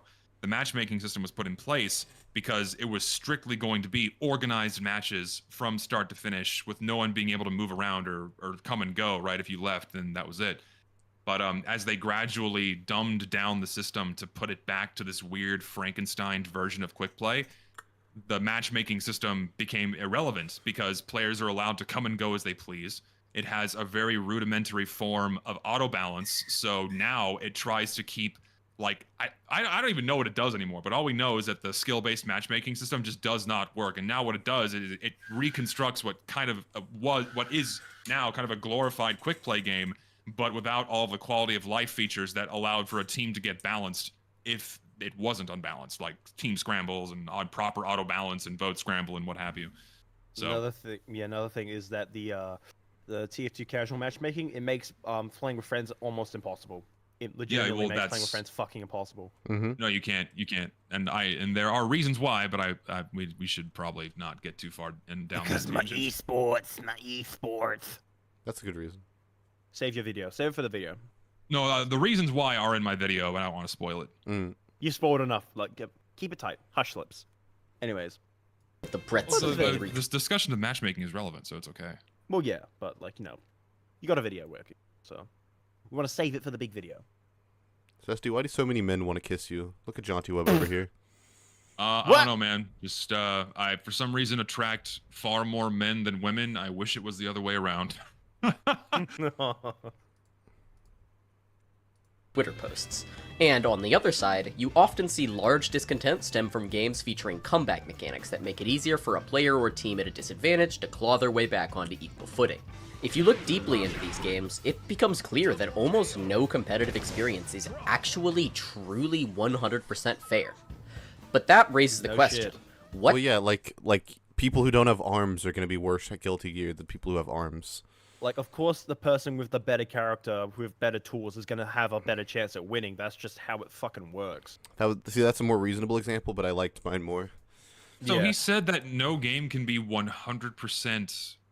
What? What was 100% fair. He said there's no game that is actually 100% fair. I don't know if I agree with that, because you can, if he means like a game on its own, I would loosely agree with it. But you can certainly find a game or make a game fair for both parties, where, like, if you just have like the raw mechanics and no RNG or comeback things in there, then Yeah, but then that would be fair, would it not? well, no, because he made a joke about like how the person he was fighting, like, the sun was in his eyes. So I think he's also taking into account like natural characteristics, like or a game environment. Yeah, or... like I think a game can be fun in a forest, dare I say it, but if you were giving it to like real people, there are always going to be variables that make one person better at it than others. Same with like a traditional sport. Then wouldn't that just be skill? And I- therefore, wouldn't it be fair? Do you think someone not having arms is a skill issue? Well, okay, that's a completely different thing. But if we have two experienced people playing the same game with all of their limbs, you know, playing in like an organized room and stage, but without the sun in their eyes, and just like the same controllers on the same machines on a LAN connection, so there's no advantage over the other for in any way, shape, and form. If it's just the raw input PvP, then would that not be fair? No, it would be fair. It's just like the human element of it is difficult to gauge. Like how fair is it that one person has more natural dexterity than the other? Like it's not. I think that what he's saying. Well, then we can. I mean, I that think he's same what he's logic can be applied to like all sports. Then how is it fair if someone has like a genetic advantage over me because there's some like genetic anomaly that makes them really good, have like really good aerobic ability or anaerobic ability? Most people wouldn't say a sport like basketball is fair to everyone. I don't. Yeah, like, what if you're 5'6"? You know, Yeah. then that's not the sport for you. Yeah, I don't think I don't think things being fair in the sense that everyone has an equal shot at doing well in it is a good thing. I think the thing is, right, I feel like if you want a game to be fair, it needs to have there needs to be like a minimum requirement of fairness. Like, you're never going to have a game that's completely 100% fair and balanced. That's just, I feel like that's just statistically impossible. Yeah. But I feel like if you can get it to a point where it feels fair enough where players don't really pick up on it, then I feel like you've made a good game. Because Yeah, like Pong. TF2, yeah, Pong. Like, even TF2, I feel like that game has a lot of, like, imbalances and a bit of unfairity, but to me, it's still a really, really, really good game, and I honestly don't really pick up on it. Like, sure, the big examples, like random crits, like, but really, I'm not fussed about random crits, but that's just me. Because everyone can get random crits unless you pick a weapon that doesn't have it, in which case that's your choice. Yeah, I think that TF2, I think the key is not a game being fair, but that the game, when the game isn't fair, it isn't so punishing that it makes the player unhappy. See, if TF2 was an unfair game, you would make it so that like there was items that you had to buy in order to give you a bigger advantage. Like if the drop system didn't exist, then that would cause issues with fairness in TF2. Like if you had to buy the gunboats. See, the things in TF2 that I would constitute as being a mark of unfairness are things like the vaccinator, where like they put you in situations where there is literally nothing you can do, and then you just die. And you don't learn anything because when you go back and you think, like, what could I have done differently, your options are very limited. And TF2 usually doesn't have things like that, but sometimes there are weapons that make situations like that happen more times than others. Like this is circuit. Well, like even like, and this, I don't think this is really a flaw with the weapon, but the direct hits, fast projectile time, and high damage at close range means that if you turn a corner, you might just die. Like, you might just get instantly deleted off the face of the planet, and then you're like, what did I do? Oh, I walked the wrong way. Like, and that can feel really punishing. It just doesn't happen very often. However, because it's not the core Lucid, function of the weapon. Yeah, also Lucid, you also have to consider, like, sure, you may get, like, insta-dead as, like, a scout, but at the same time, if that soldier is also at a low enough health, he can just kill himself as well because of the blast damage. Yeah, it's that things like that variables like that prevent it from happening so often that it becomes more than just a funny meme about the direct hit having a massive melee damage, you know? Yeah, that's the best melee weapon in the game, haha. But I'd say the short circuit, is a very unfair weapon because it literally turns off a class from being able to play. That to me is an unfair weapon, and I feel like, basically removing the ability for the opponent to fight back is inherently bad game design, and I feel like that should be changed. Yeah, no counterplay. I'd outright, yeah, that exactly, the lack of counterplay. Like a fair opponent, a fair character will have enough like flaws and weaknesses to the point where there is actual counterplay to that character. But then you have a character that has so little counterplay because you have a lot of characters that do not have the right tools, or you have to do it in a cheesy way, a la Meta Knight in Brawl. Like pretty much very few characters could contest with him. It's like, yeah, I agree. Hooray! Separates experiences that feel 100% fair from and that mechanics that make it easier for a player or team at a disadvantage to claw their way back onto equal footing. If you look deeply into these games, it becomes clear that almost no competitive experience is actually truly 100% fair. But that raises the question, what separates experiences that feel 100% fair from experiences that feel like they heavily reward the lesser skilled players? To find that out, let's look at some instances where game balance leans in either direction and determine whether these games... Where was fairness for Overwatch on the fairness Find index? that out, let's look at... I don't know, because I don't play the game, so...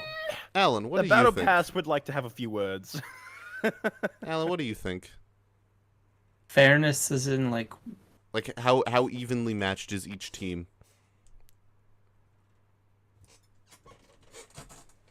Well, pretty evenly, because you can pick this. What do you mean? I would say it's relatively fair. It's not that unfair of a game. As far as what tools are available to each team. I don't... I'm on the fence, because on one hand, like obviously you can pick each character, right? But Overwatch is kind of weird because certain characters invalidate other characters.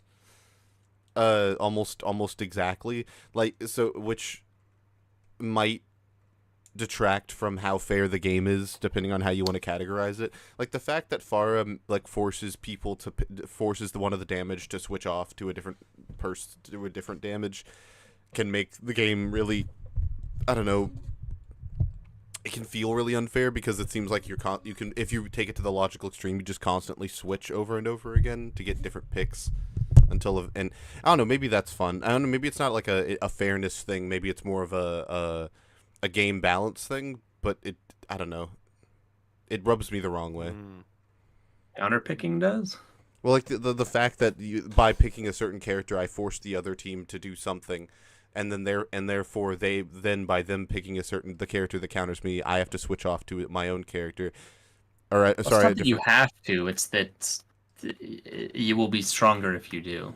yeah, but to like a very large degree. It's not like negligible. It's like very, very significant. I agree. Yeah, Are you I've- are you locked into your character of choice? in No. Overwatch? No. You're allowed to But change you're whenever you locked want. into the class. Like if you're if you pick damage characters, you can only swap to damage characters. Yeah. That's Unlike how it was bullshit. back in Overwatch. Yeah, exactly. Yeah. Why I don't play it anymore. Yeah. There's no Let penalty me to play whatever switching. the fuck I want. Correct. Something competitive. Something esports. Yada yada. I don't know. It's probably not a fairness complaint. What I'm identifying, it's more of a game design thing that doesn't really have anything to do with fairness, I suppose. Yeah, I don't really have a problem with the counter picking and switching to not get counter picked. Countered rather. Okay. But Some I might instances just be where used to it. game balance leans in either direction and determine whether these How is rock paper scissors not fair? If you don't have a Random. hand, Wasn't it? If you don't have a hand, It's random. That's why. It's based off of like pure random chance, No, it's- right? What? Like I'm sure there's like I'll probably get shit for this, but in my opinion, there is no skill that goes into rock paper scissors. It's all like pure statistics based. Like, oh, what's the likelihood they're gonna draw this next thing, right? But there's no like mechanical skill to it. There's just like, okay, what's the chances of them drawing rock first, scissors first, paper first? Yeah, you but know? but I didn't think that was what. everyone has on the same playing field. It's like flipping a coin. Yeah, But then again, I guess you could say oppositely, it is the most fair because it is just pure chance. Yeah, right? that's what I Like was. flipping a coin. Yeah. Flipping a coin is purely fair because it's just raw. It's raw numbers. Yeah, because Unless that coin is weighted on one more side. my argument for Two-Face from Batman. my argument for the Overwatch thing was everyone has the same amount of options. They can all pick the same characters to some extent. So that, but like, why would that not also apply here? If you think of every character or every sign in rock paper scissors as a character, it's just the Overwatch just takes this and makes it more complicated. Pokemon also does the same thing. Like I think that calling rock paper scissors unfair is bad. I think it's very fair.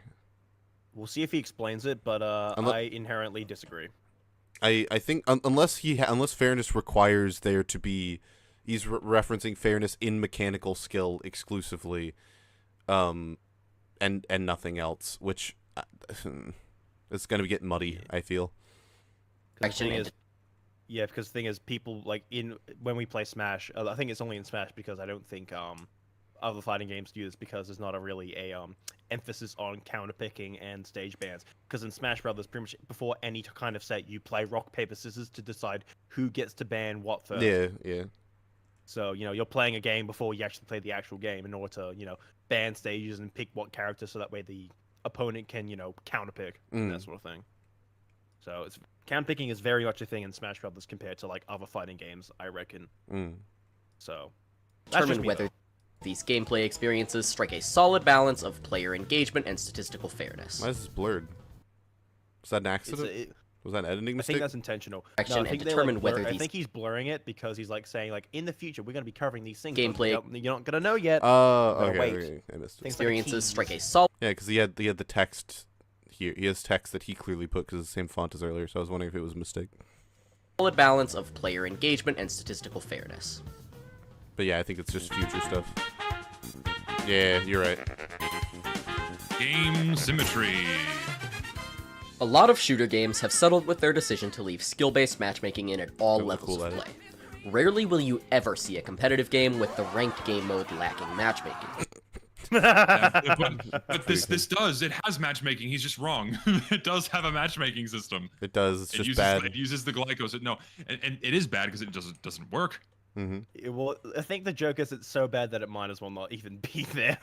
True. Yeah. Where's that one Uncle Dane clip?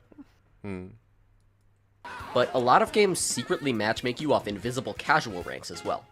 This may seem a little strange, as these modes are advertised to the player with the allure of not being ranked.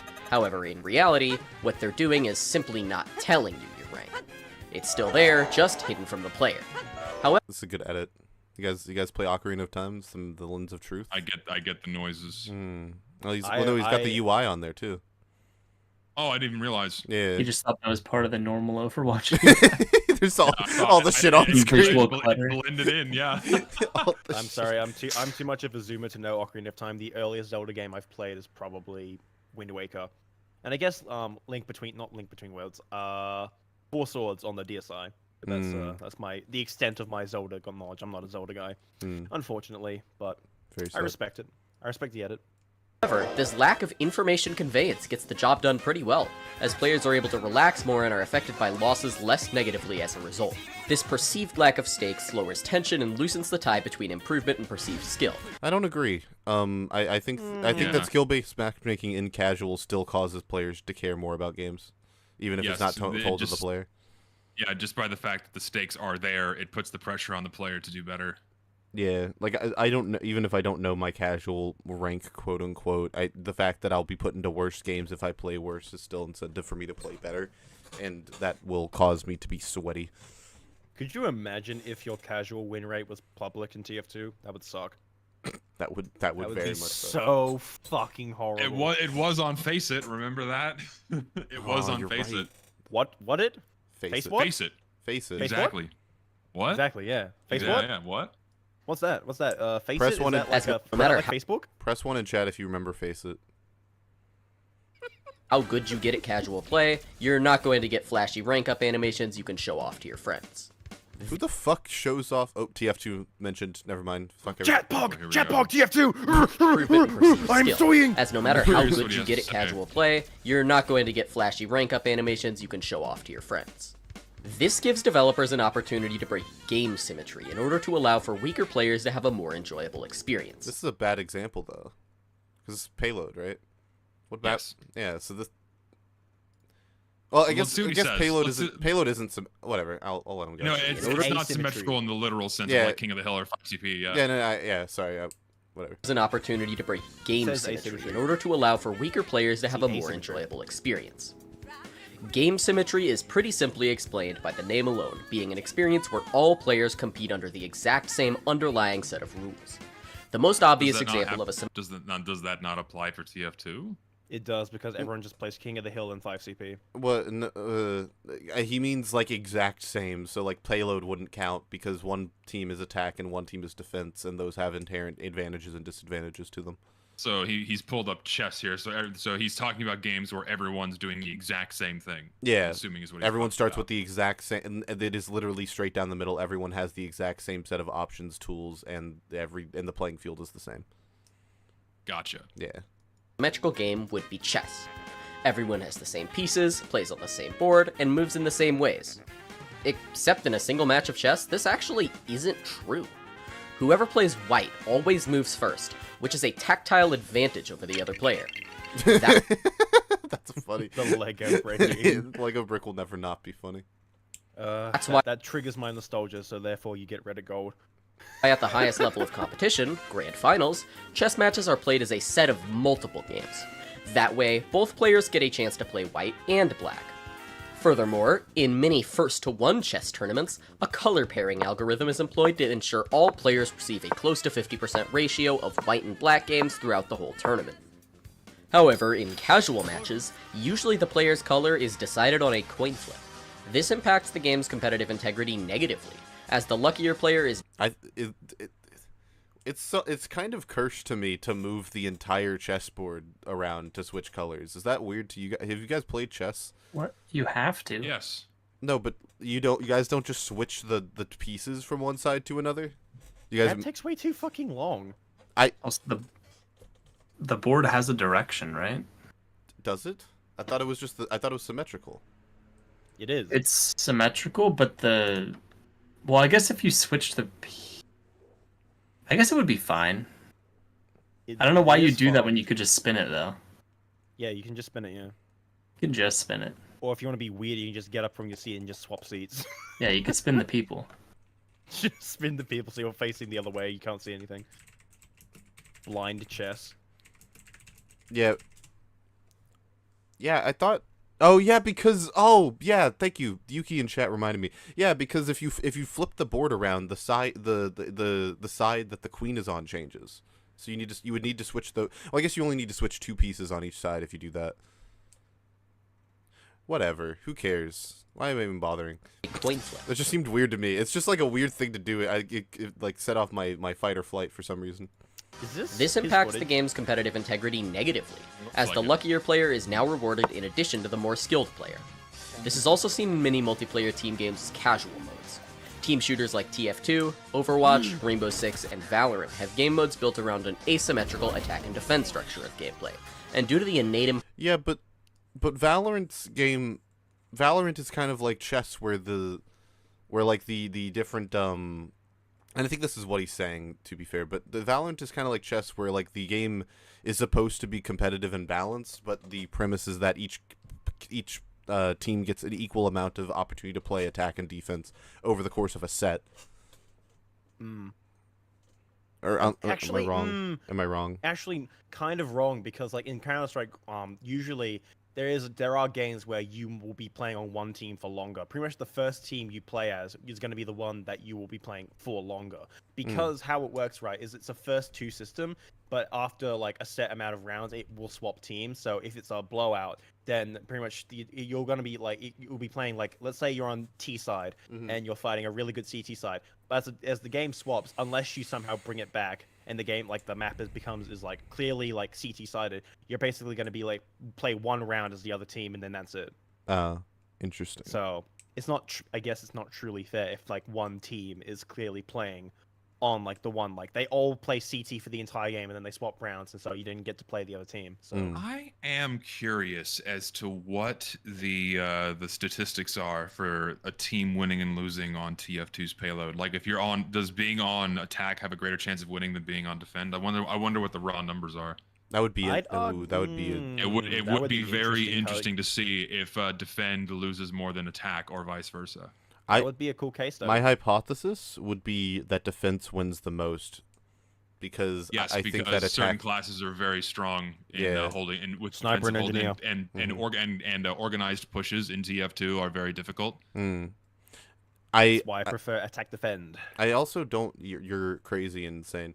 I don't know. I don't know. I don't know how you would test this though, unless because you can't. I don't think you can get win-loss numbers from player data, or I might be wrong.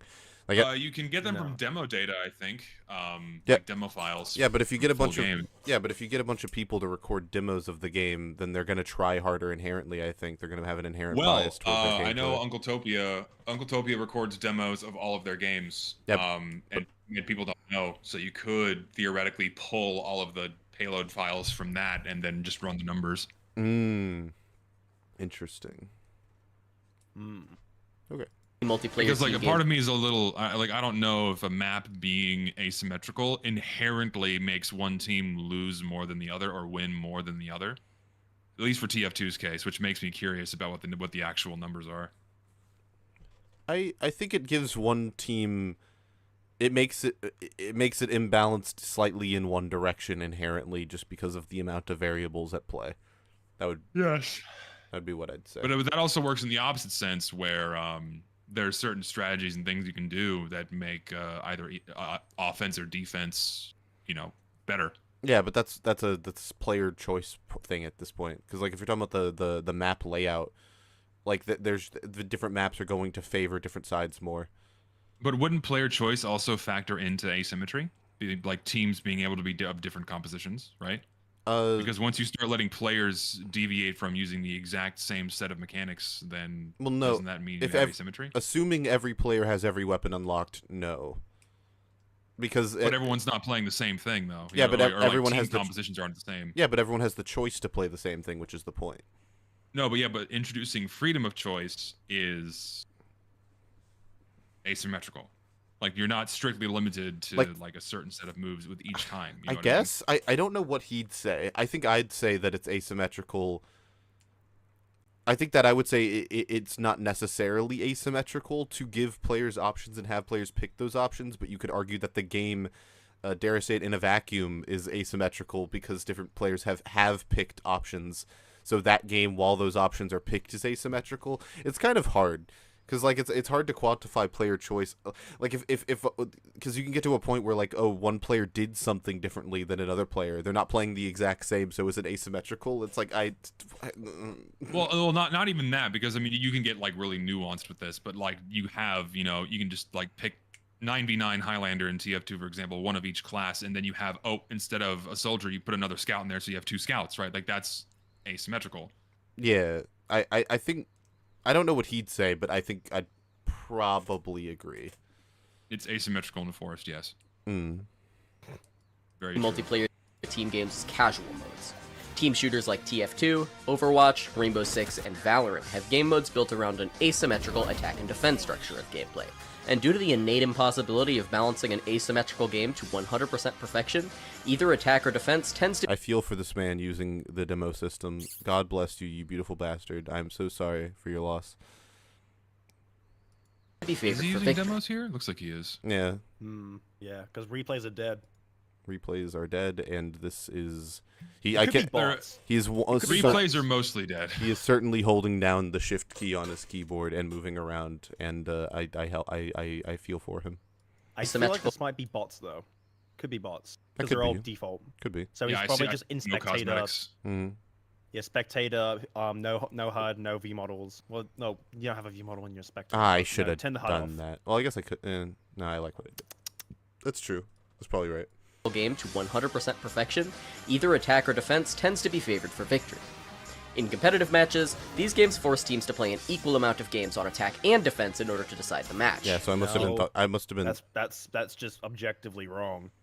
Is it? Is that true? Yes, because like I said, because in Counter-Strike, if a team basically completely demolishes a team on one side, you'll swap by halftime. Because basically, how Counter-Strike's point system works is a I know they've changed it recently, but back in the day it was I think it was first to 16, at least before they shortened the matches by default. But basically, usually it was if you get 16 points, after 15 rounds it swaps teams. Mm. So if you have 15 games where you basically lose all 15 and then they win again on the other team, you basically got to lose on CTs for 15 rounds straight and then got to play T side once. Interesting. It's an extreme case scenario, And it but works that- usually you're going to be playing one side more than the other. And it works that way in competitive as well. Yes, That's very interesting. it works in casual. In casual, it's basically you're on the same team the entire time. In competitive, you swap at the 15 round mark, but it's probably I think they shorten it to like it's first to 13 now. I don't know because I haven't played in a long time. I just know that they've shortened the rounds to the length of the game by like a few rounds, so it's much shorter. Mm. But 13, thank you. But yeah, you are inherently going to be playing unless the game is like an even score. You're going to be playing one side more than the other. So no, that's just objectively false. Apparently, Valorant is different from CS, so he is correct. Well, I haven't played Valorant. I guess if he's talking about Valorant, then I have no idea. But Valorant's on Counter-Strike stream. 2. He hasn't mentioned Counter-Strike, yeah. so he might double back. I don't know. But yeah, Counter-Strike 2, that is objectively false. That is objectively false. In contrast, Overwatch and TF2's casual matches are first to one, meaning one team is randomly assigned to attack and one to defense. That's not No. true. That's not true. That is incorrect. That's not true. There's like in TF2, I forget how many games it is because it feels random every time. But there's different. So it's one full round. So for attack, defend, and payload, it's one full round, and then for King of the Hill 5 CP, it's best 2 of 3. I thought for payload, no, but I thought for payload it was multiple rounds. No, it's one full round. So each team gets to play attack and defense once. Oh, okay. So, yeah. No, So one full round means you play attack and defense yeah. once. That's so, what I mean. But yeah, so he's wrong because That's not a round, that's Because a game. in Overwatch, it is just best of one. One team gets to attack, one team gets defense. Tough luck. Oh no, yeah, he's wrong. Yeah, so that's what he. yeah. That's what he means. Yeah, he's wrong. Yeah, no, he's you just get. That's wrong. not how it works. You have to. Yeah, that's not how it works. Yeah. If he's talking about purely asymmetrical games, then he's wrong because basically payload and attack defend is basically both teams get to play attack defend, then they swap. So it's technically 2 Yeah. rounds for the full game. Well, no, but not in Overwatch, because he said TF2 and Overwatch and they work differently. Overwatch is you one team gets attack, one team gets defense, and that's it. In TF2, one team gets attack and one team gets defense, and then they swap. So they play two rounds of payload. Yes. Yeah. So they he's work wrong. differently, and he's just wrong. Yeah. Yeah. Hooray! Randomly assigned to attack and 1 to defense. This adds an aspect of luck that is mostly unnoticeable unless you're really paying attention to it, but does subtly skew match results potentially in the favor of a weaker player. It's hard to get mad at this kind of. Why? He's talking about casual, right? Yeah, he's talking about. Yes. He was talking about casual TF2 and Overwatch, and then he said that. Well, casual Overwatch, you only get put on one side. That's what we just said. Okay, that's what he's saying. No, he isn't. Because he said that about TF2 and Overwatch, and for TF2 that's not true. I see. And I was saying, why is it true that system skews things towards a potentially skews things towards a weaker player? I don't get it. Any map that isn't completely symmetrical is inherently going to have some bias in it, right? Is that what he means? I would assume so. 'Cause I'm I genuinely. think that's what he's saying. Yeah, I'm genuinely confused. Let me roll him back. Maybe I missed something. Defense. This adds an aspect of luck that is mostly unnoticeable unless you're really paying attention to it, but does subtly skew match results potentially in the favor of a weaker player. Yeah, he's saying this attack is biased towards sure. the player, this map. Yeah. The fact that one player could be on defense and one player could be on attack, and they're stuck with that because that's what he thinks TF2's like when it's not. Why would In the games that do this, I guess that makes sense because like if you're a bad player and either offense or defense facilitates bad players more, then that's true. Yeah, I don't know if that's true in Overwatch. I don't play the game, but I think in Overwatch it's generally easier to defend than to attack. okay, so then I think it's what he means then in this instance. Actually, I don't. Whatever. Yeah, no, I don't. I don't know. I don't know if I agree, and I'm not sure exactly what he's saying. I loosely agree because if one player is it also greatly depends on what you're playing, right? Because in my opinion, for TF2, it's easier to attack because it's very simple. Or at least on payload, it's easier because you hump the cart, right? That's it. Yeah. And if you just do that, it will facilitate your chances of winning more. But then in defense, you have to do a lot more to prevent the cart from moving forwards, right? You have to kill the players, put your body on the cart, and a lot of other extra stuff, right? Yeah. So in that instance, being on offense would be better for a less experienced player. So so what he's getting at does have some grains of truth to it. Yeah. In other words. I think it.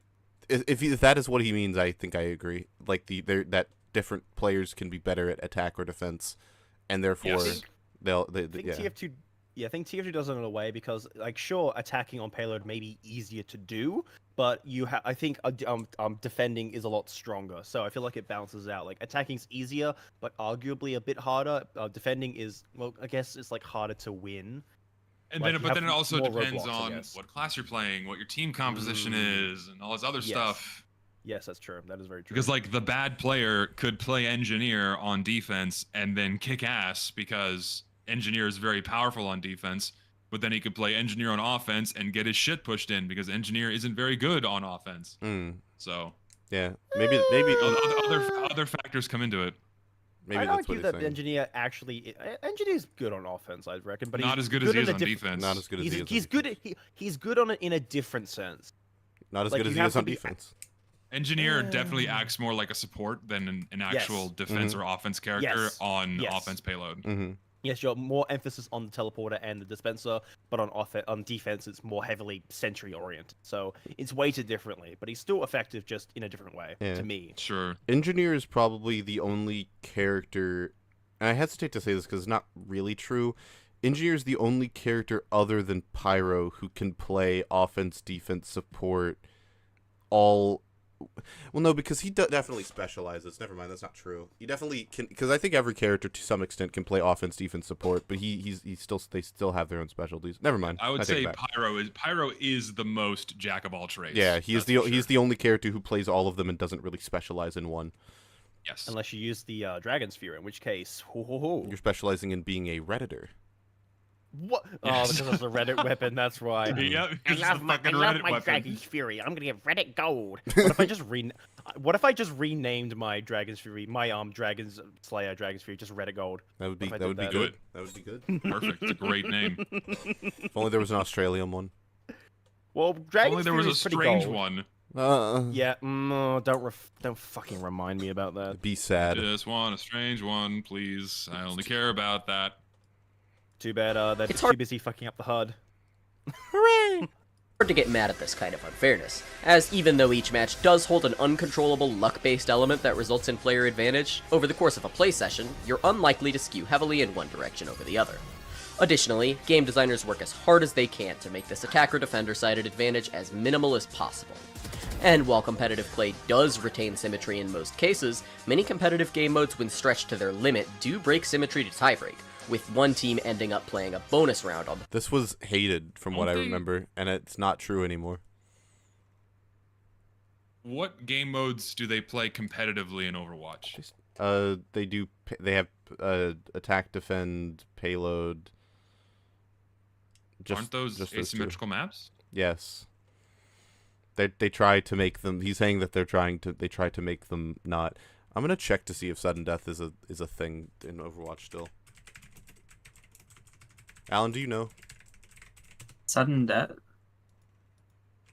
Is sudden death I still have no still idea. I haven't played competitive in so long. the subject of this article has been removed from Overwatch. Yeah, this doesn't exist anymore. I was correct. I That's know rip. TF2 does a thing called stopwatch. I think that's how they determine a winner. If I'm not, I don't know competitive very Yeah, well, but I know TF2 there's does a thing called- stopwatch. So how does stopwatch work? So stopwatch, correct me if I'm wrong, but for payload, what it does is if one team caps the first point in a certain amount of time, then the other team has to beat that time, otherwise they lose. Okay, that makes sense. And then if they manage to capture 2 points, then they have to capture the second point in less time to win. Yeah, interesting tiebreaker. I don't like the coin flip. That's for sure. I think that shouldn't be in the game. Yeah, I know that in terms of fighting games, how they break ties, like say if it's like the exact same rounds, basically it just determines on whoever took the most damage loses. Yeah. It's like in Smash, if you're both on one stock, whoever has the higher percent loses that set if it goes to time. And if you're like exactly tied, it's determined by the port. Is it port based? I'm pretty sure it's port based. I've never seen that before. It doesn't. Well, yeah, it doesn't happen because. It's cosmically rare. Cosmically rare. Yeah. potentially more favorable side, and the other team drawing the short end of the stick. It's interesting to note that while this certainly does serve to Why is level there out a a player's giant experience peppermint with candy floating around? I. What the fuck is this game? Valorant, This is the esports we asked for, Zesty. This is what we want. yeah, the point of the peppermint candy is that it allows you can hide in it, and it completely restricts people from seeing you inside of it. It's a smoke. It's a smoke grenade. It's a smoke. It's a smoke, but Okay. they made it like that to blend in with the art style, I think. Can you you can go in it Yeah. Yeah. Yeah. and then see people in there and kill them? Yeah. If they're close enough, then sure, I think. Yeah. Cool. Or can actually Then- no. I don't know if you can see people inside the smoke unless you're like right in their meat. Yeah, But you I have know to in- you have to be Like right. I know this in guy just CS2 walked you in can. it. Purple. Is it a Candy. toxic one? Candy, yeah. Yeah, it might be Grape- toxic. grape I don't flavor. know. I don't play Valorant. Someone in chat will know. small instances of luck, many of Wait, what? Wait, hold on. I want to see that clip one more time. Was that a cut or? that while this certainly does serve to level out a player's experience with small instances of luck, many Yeah. Yeah, I Walk guess you can just stuff. walk in. Yeah. Then what's the It's not fucking even point? clouded. Well, no, because you can't see through it, so you don't know what's happening on Yeah, the but other you can side. still see inside of it, so you can't hide in it. Yeah, you can. Like in Counter-Strike. Well, no, because you can hide from people peeking. Because like there's times where people can't walk up to you. You No, could because also I'm- just not be in there and fool people. Yeah, that's That's a- that's what the I'm kind. saying is, That's like- a cool strategy. Yeah, In that's Counter-Strike, if you're standing in the smoke, if two people are in the smoke, you can't see each other. it's not. just like I think it's a wall. I don't think it's a smoke. I don't think it's like a sphere. I guess it's just- different from how what the guy, what's his name? He has like you can put Oh. like 3 smoke grenades. Yuki, Why does this guy holding a price checker? Yuki in chat is Yuki in chat. This price checker. He says that the smoke is translucent. I assume translucent, depending on who threw it. So like the team who threw that can maybe see it. I don't know if that's correct, actually. I think it depends on the Oh, character. no, he's just saying no. It's not based on. Yeah, no. Some smokes are transparent inside and cloudy, and some aren't. It's just the way the I game think I'm is. thinking of Brimstone. I think I'm thinking of how his smokes work. Maybe I don't know. Don't play Valorant enough. I don't. Or ever. Ugh. Many of these instances of asymmetry are to prevent stalemates or reduce match time.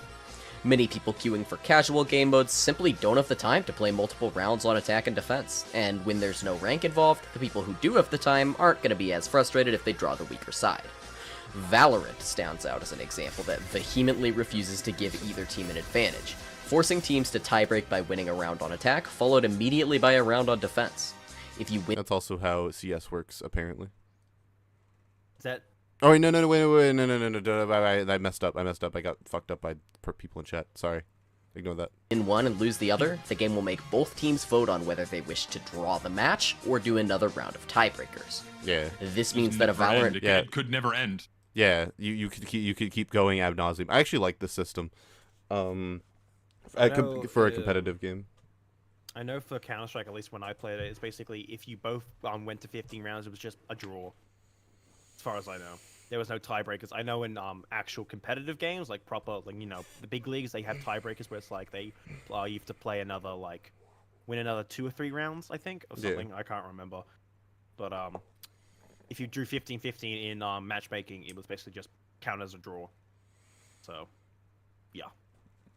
But again, this is Valorant. I don't play Valorant. I'm just basing off CS:GO, which is similar but not the same. Yeah, the scoring works differently in Valorant from what people are saying in chat. I don't play it though, so I'm hesitating on commenting.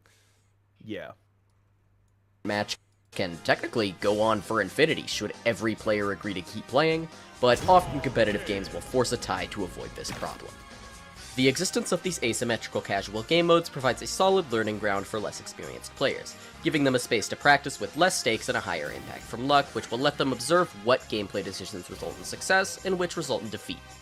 These game modes do result in the better player losing on unbalanced maps some of the time, but the separation between symmetrical and asymmetrical game modes provides spaces both for players who play simply for fun and aren't concerned with the competitive integrity of their match, and for players who want to compete, improve, and rise up the ranks. I generally agree that that's what those two modes are for. Sure. Yeah. Yeah.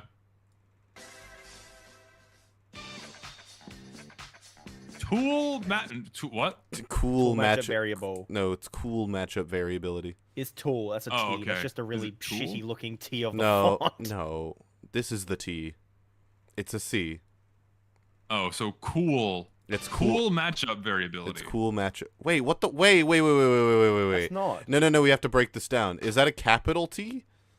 Because this is the lowercase T. Because this is the lowercase T. Or is Oh, that it the could capital be. C? This is fucked. This is fucked up. What the fuck is this font? No, because He'll tell us. He'll tell us. yeah.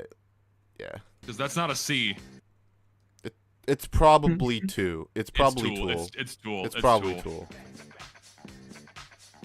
Character. Tool character. Character Symmetry selection and is the a T. Yes. Separation of it is a common design principle in competitive Slayer, games, Slayer. and nowhere else is that more clear than in fighting games.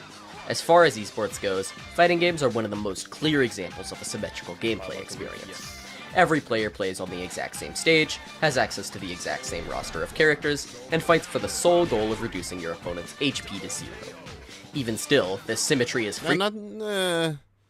You could have other goals, like we discussed earlier, just Yeah. being cool. But I understand what he means. The game doesn't give you that Yeah. goal, so I get it. Also, with modern fighting games, not everyone's going to have the same character because of DLC. Yeah, and And in the terms of Smash Ultimate, you have to unlock characters. So Yeah. not off the gate, you're not going to have everyone unless you either pay money or invest the time to unlocking them. So that's not Cringe. true all the time. So yeah. Cringe. If it was an old fighting game, then that would be true. But with how fighting games are and their monetization schemes and DLC, it's like no, it's not true. Unfortunately, I don't play broken. fighting games, so I have no comment. Yeah. I've been trying to get him into them, but he's very, very stagnant. No, I in look trying. at I look at people play fighting games and they're always frowning. So it's like, probably not gonna play. Chronically depressed. Just every time I see someone like talking about fighting games, playing a fighting game, it always feels like they're on the verge of having an aneurysm and then collapsing from like sheer rage. But then when they're done, they're like, "Oh yeah, that's great. That was the best. That was a really fun game." It's like, I don't know if I want to play it. I agree. I have one exception though. There was a guy I knew in high school named Jaquez. Shout out Jaquez. He was the homie for sure. He was a huge fighting game fan, and he would intentionally his goal was not to win. His goal was to make his opponent angry. So he would just do dumb shit, and everyone else was mad playing whatever game he was playing because he played like every fighting game under the sun. And everyone hated playing against him, but he was having a great time. So he's the only happy fighting game player. There's one people in chat- exception. One exception. People are just saying in chat for Zesty to play Baiken. Baiken sucks at the moment, so I don't think he'd like that. Maybe that's why. I don't know. Yeah, it's the only reason why I don't like fighting games is I can't play the character I like. You can Unless play... I just want to lose. Yeah. Well, relatively, she still works, but she's just the worst out of everyone in the game at the moment because of recent balance patches. But she's still good. You can still play her and get, do stuff. Just not as, I guess, easy as some of the top tiers in the game. But Yeah, I'll play Club Penguin. It's gone now though. No! Club Penguin rewritten. It's out there. You can play it. Oh yeah. Just True. go play Smash and just play DDD. You'll have fun. When I did play Smash Bros when I was younger, I'd play Day to Day. He was fun. I'd play Day to Day, I would play Bowser, and I would play Samus. Which Samus? Samus or Zero Suit? Just normal Samus. Nah, normal Samus, fair enough. In order to provide a more varied gameplay experience. While it is true that every player has access to the same selection of characters barring DLC and whatnot, Hey, he mentioned it. in 99% of instances, an actual match between two fighting game players will not be 100% fair. Yes. This discrepancy is a result of matchups. In symmetrical games, oftentimes Wait, how is rock paper scissors fair now, but Overwatch isn't? Sorry, the other way around. How is rock paper scissors not fair, but Overwatch is? If we're taking into account the fact that people can pick different things. I don't know. Maybe he'll explain himself. players are given the option to choose a limited number of tools from a larger set to bring to a match, and each Yeah, so this is what you were saying, Zesty, with the payload Yes. thing. Yeah. these tools function differently than the rest of the pack. Imagine if in chess, you could arrange the pieces of your board in any order, just so long as you use That would 8 be quant. fun. That would be that sounds kind of hype, actually. That would be fun. Oh shit! So we gotta do that shit for chess, man. we gotta pick. That'd be But awesome. But then Zesty, then people will find the best organization, and then they'll only run that though. That, while true, in the time before that happens, it would be fun. Yeah, I but feel then that comes down to the thing, like, you know, the whole, like, oh, people optimize the fun out of the game. Which is stupid. Also, I think that chess is Yeah. well designed enough to where if you had the quote unquote meta, there would be a counter meta to it, and it would go on forever. Someone would figure it out. Yeah, I don't think that you could optimize the fun out of chess. I think then that's they'll like be like, why you the can- game exists. But then you'll have a coin flip. It's like, who's gonna run this loadout? Who's gonna run this loadout? Well, you could both run the same thing, I imagine. Yeah, but like, what if one person has to like put down their pieces first, and the other one counterpicks them with their own layout? Okay. Oh well, no, because you mean like, oh, I understand, I get it. I guess you just have to play. Yeah, Just pull up your overalls and be a man. Yeah, honestly, counterpicking's for nerds. Just play the character you know, and then just go ham. Yeah. Skill will always beat counterpicking, in my opinion. Except when it doesn't, and you're playing rock paper scissors. Yeah. In very extreme cases, it doesn't because the character is just fucking broken. But Except when I usually- pick duck and you pick asteroid in infinite rock paper scissors. Oh yeah, we gotta take that into account. We're getting more complex here. I remember that. That's a deep cut. Chess, you could arrange the pieces of your board in any order, just so long as you use 8 pawns, a queen, a king, and 2 of everything else. Certain setups would be innately disadvantaged against other setups, and while there certainly would be setups that provide... I love the acting of both of these people. I love it being I wonder like, which one's Ed. it's like, no! No! the most safety and the least likelihood for a bad matchup, it's inevitable that someone bordering on the line of creativity and insanity would develop a setup with the sole purpose of beating yours. It didn't even really hurt that. So Ed is the one with the short hair. Yeah, Ed is the green shirt. Yeah, This analogy is a good way to look at the roles selectable characters have in designing multiplayer games. No two characters are built the same. Also, I'd like to give credit. Most of the things we mention, the guy says, which is good, which is a sign that the video is good, because Thorough. he So yeah far. he thought he went through and thought of all the. He the says caveats. what we said, therefore it's good. Yes. That's not what I. Well, Do you agree with that's- him? Yes. That's Good video. No, no. And some may have advantages unique to them that exploit disadvantages unique to others. This has a major impact on character viability, and nowhere is You could put a dog in this matchup and he would beat this godforsaken character. That's such a funny fucking tier. Which character is this in reference I to? don't know, but I'm just picturing someone throwing a photorealistic dog into Guilty Gear Strive, and that's just humorous to me. that more prevalent than in fighting games. These character-to-character matchups are so important that many players create charts to demonstrate what characters they think their main wins or loses against.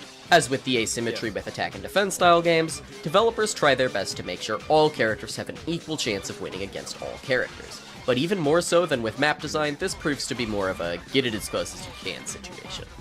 If you design characters with defined strengths and weaknesses, it's only a matter of time before a clear poor matchup Evil rears its scary head. ball. Evil counters Jim Billis. Jim Billis sucks up the lights. Oh I shit, mean, that that's is great. true. I mean, there are characters that are like bad everywhere else, but they counter this one specific top Yep. tier. And that's why the people use them. This would also be a good time to mention TF2, because like this philosophy is what kind of defines TF2 more so than anything else. Yeah, and I think in it's terms less of its about characters. I think it's a mix between classes and loadouts. More importantly, Yeah. Yeah. like if you're dealing with a sentry, you'd probably swap to soldier and use the directed, or maybe go like demo man, use the lock and load and some sticky bombs. Or go spy, or any other means of being able to attack it at range without having to confront it directly. Yeah. Yeah, TF2 is very much. But what's really nice about TF2 is like while there are stronger counters for certain things, there's a lot of different ways to approach the same problem. So you're not forced to always use the one strict hard counter, which is great. Yeah. Yeah, I agree. If you're good mean- enough, you can beat most of the hard counters in TF2 with their weaker side of the coin. Yes. Yeah. And then you have like 3v3 fighting games like Marvel games. There's also Dragon Ball Fighters, where like if you're fighting a character, you can probably swap to another person on your team that might be able to deal with them better. Because that's a cool thing about like Marvel Free as an example. It's a 3v3 game, so you can have like 3 different characters. And let's say you're fighting a Zona, you'd probably swap to someone on your team who can deal with projectile spam and like get in. Cool. Yeah, I agree. Yeah. So it's pretty cool. Yeah. All smiles over here. Take a character like everyone's favorite sickle-slinging Brit, Axel. Axel. His strengths include his extremely long range, his ability to keep his opponents safely at arm's reach, and his solid damage off securing hits when the opponent gets too greedy.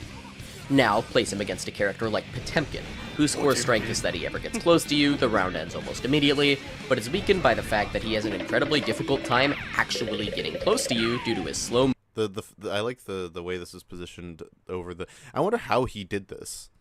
Is there? What he likely Probably did a was he screen map you used can use, right?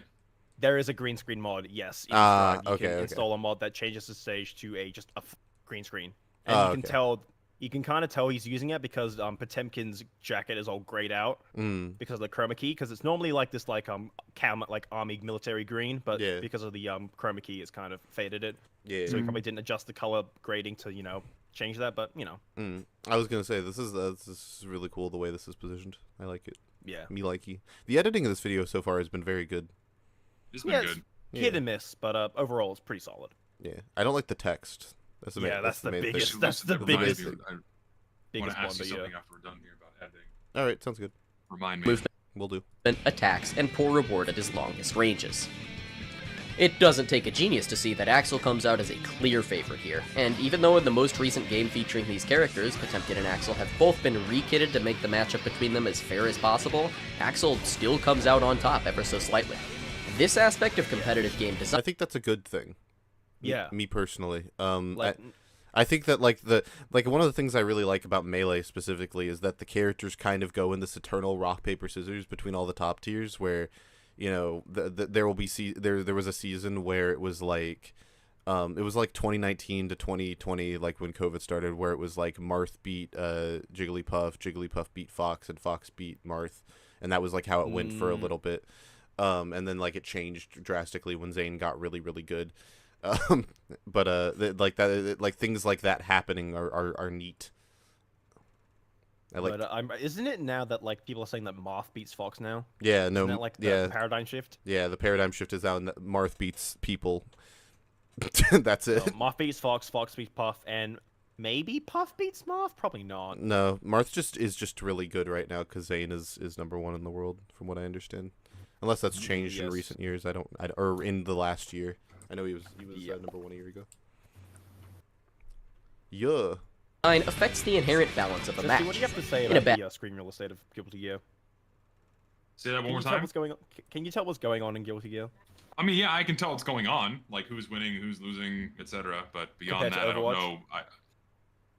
But this is a much more readable experience than the clusterfuck that is Overwatch. Yeah. Okay. It has there's a much of greater understanding of the art style in Guilty Gear than Overwatch.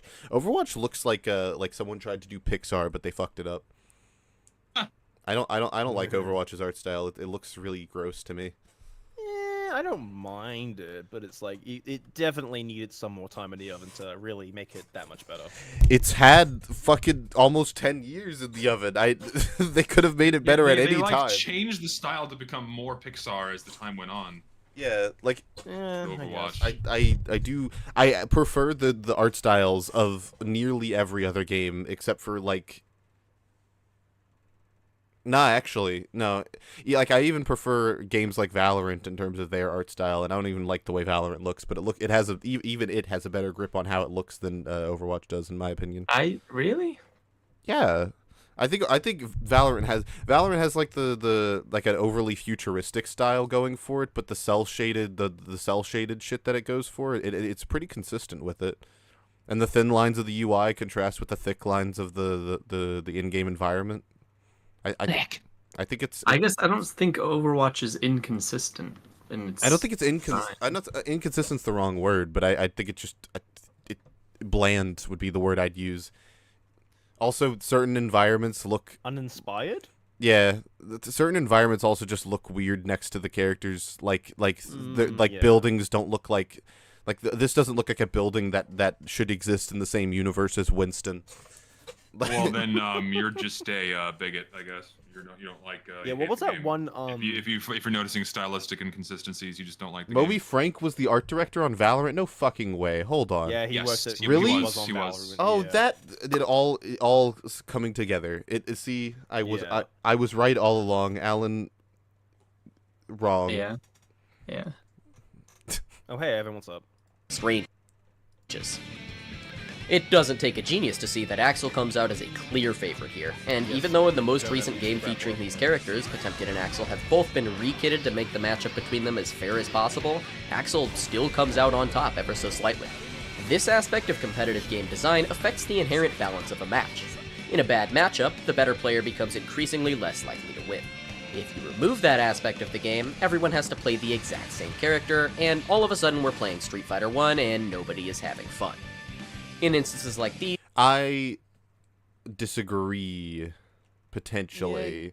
I think that The you- problem with Street Fighter 1 is not that you're playing the same character, it's the fact that the game fucking sucks to control. I wasn't. That's not the part I disagree with. Yeah, but you were correct. I have played Street Fighter 1 very briefly, and that sounds about right. But no, I think that you could have a game where everyone has to play. Rats Instagib. There you go. Rats Instagib is a game where Yes. everyone plays the same character, but there's enough variance in the Rats Instagib's so good. It's like one of the best games ever made, and no one played it, and barely anyone played it at launch, and no one touches it. It's just such a good, fun game. So good. See, the reason why Rats Instigate does it so well is because you have so much leeway with what you can do in that game, and there's so much there's so much room for player expression, so it doesn't matter. But everyone has the same tools. Everyone plays it so differently, can approach it in such different ways. That way, it kind of the fun comes from player expression. Meanwhile, in Street Fighter 1, you are so limited in your tools. It's like it just feels like shit to play, and no one wants to play it. Yes. I fucking love Rats Instagib. If only people played it where I live. I don't want to deal with 200 ping. Jaunty, games. we can play Rats Instagib. True. Yeah, y'all two can play for sure. Me, ping from here you, to Alan. Japan I shouldn't can be. play too. Yeah, the ping from here to Japan shouldn't be too bad. I'd be down. Alan, Rats Instagib now.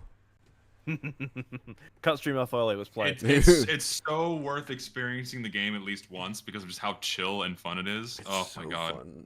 Playing on the And fucking the music. Oh, the music. and The they music. have workshop support. Music. Oh, There's so many good maps in Rats Instagib. Oh my god. I could live on WennyROM for my entire life. When you boot up Rats Play on WennyROM, you'll know what I'm talking about. Zesty, when you inevitably quit making TFT videos, will you go swap to being a Rats Instagib channel? I'll be the one guy. Hell Rats yeah. Instagib. Hell yeah. I gotta organize a stream or something at some point, get a bunch of people playing it because it really is. bro, fun. get me on there, bro. I need Me it. too. 6 hours of Rats. Hell yeah. I will play out Rats for Yes, 6. sir. We will do it for charity. Sure, I'm in. We will do the Swag. UFR Rats Instagib charity stream. The rat charity. The rat charity. We donate to rats. We donate to Rat Reaper. Oh, that's awesome. It's inarguable that the better player will sometimes lose, but we agree it's a necessary evil to keep the game expressive and enjoyable. This does raise the question, though. Where is the cutoff at which point we begin to refute a game's systems as being competitively unfair, even if they add more enjoyment to the game overall? Is it, I don't know, fucking intentionally clip. kneecapping certain frustrating playstyles so that better players playing them don't Oh, that's Mario Kart. That's Mario Kart, dude. Oh shit. I wouldn't even be mad. You'd have to be so cosmically unlucky. I would cackle if that happened to me. I be would so fucking take my funny. console and throw it like a fucking frisbee out of my window. I would be done with the game. I would be done. Oh my god, that is such a good finish. It never gets old. DK Mountain is like one of the most fun tracks too. Yeah, right. I fucking love DK Mountain. Oh Christ. Someone Never changed Mario Kart. Lemonot in chat said the chair ratty. Chair rat. I see it. I see what you Came did up with there. the really. Oh, never mind. Okay. I was gonna say I came up with a really stupid joke earlier where the charity is for lab rats who are recovering from their experimentation. That sounds like a really From, good like, Saturday yeah, morning donate- cartoon. Donation animal testing.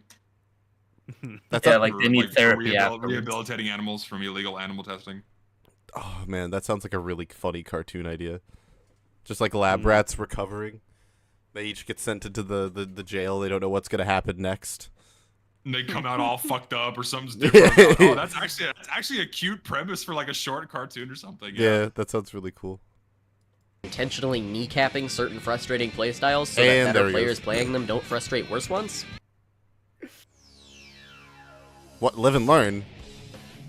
Holy shit! Intentionally Really kneecapping makes certain sense. frustrating playstyle. Yeah, that's what he just. That's The editing pretty in this funny. video is really good, actually. Yeah. Like the in a visual word, guides. in a word, balancing is what this paragraph is. Just balancing your game. Yeah. I feel like you might be a bait and switch and be like, you'll swap. Mm. Let's see. Player perception of skill and strength. Okay.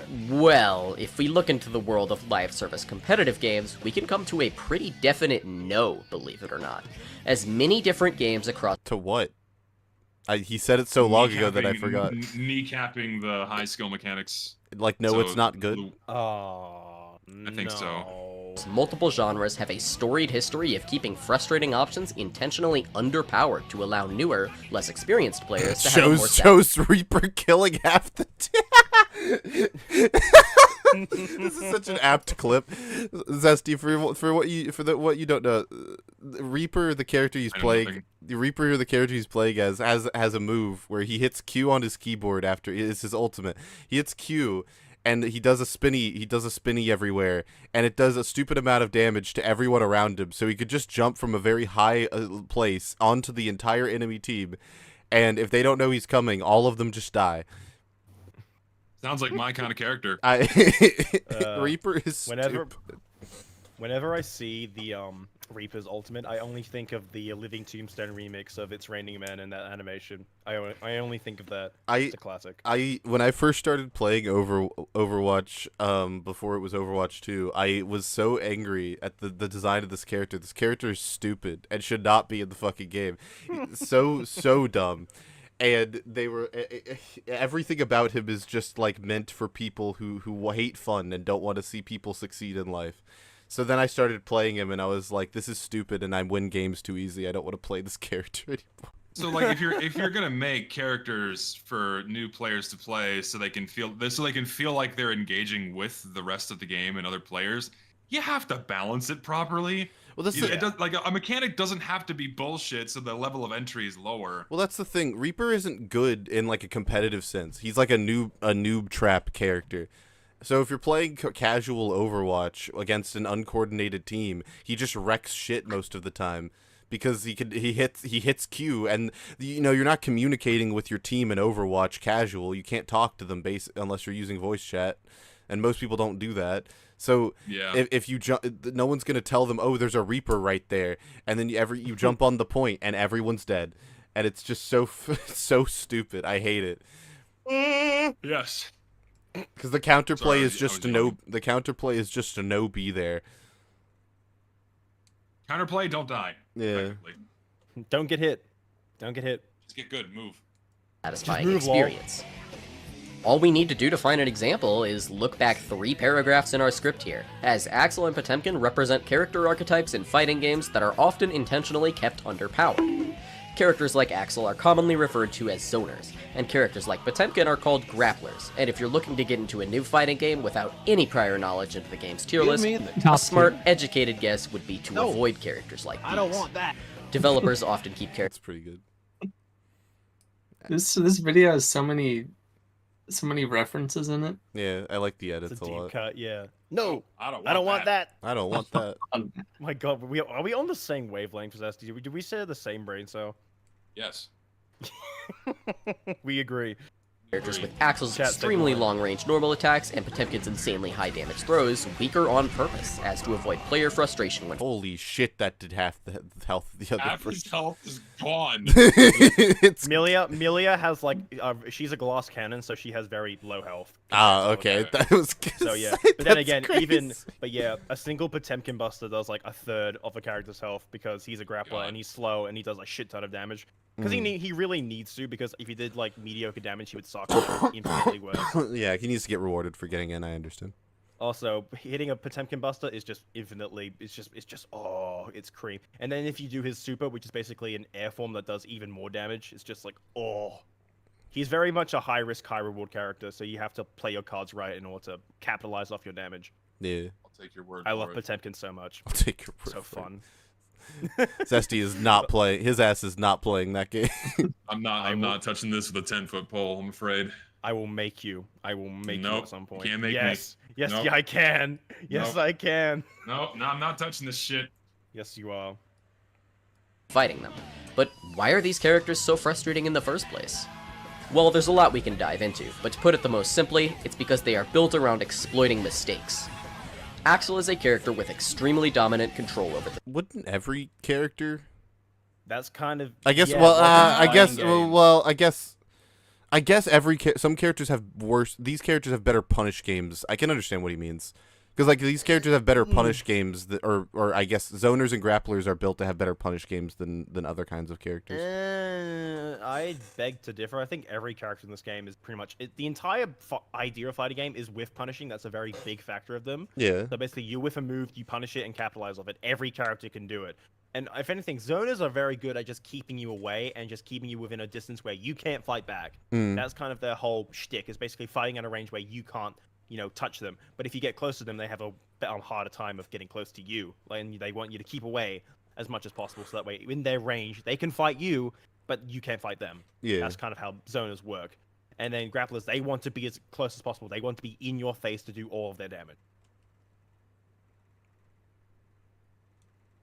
Screen and can convert his hits into a combo from farther than anyone else, meaning if you're a beginner who isn't quite comfortable with utilizing your character's approach options yet, you're going to lose the entire match one tiny hit at a time before you're even able to get a single attack in. This creates a lot of frustration, as the work the opponent has to do to approach Axel is much harder than the work Axel has to do to keep them out, and if you don't have a good grasp on the risk-reward balance of the game and its characters, which most beginners don't, fighting Axel can feel innately unfair.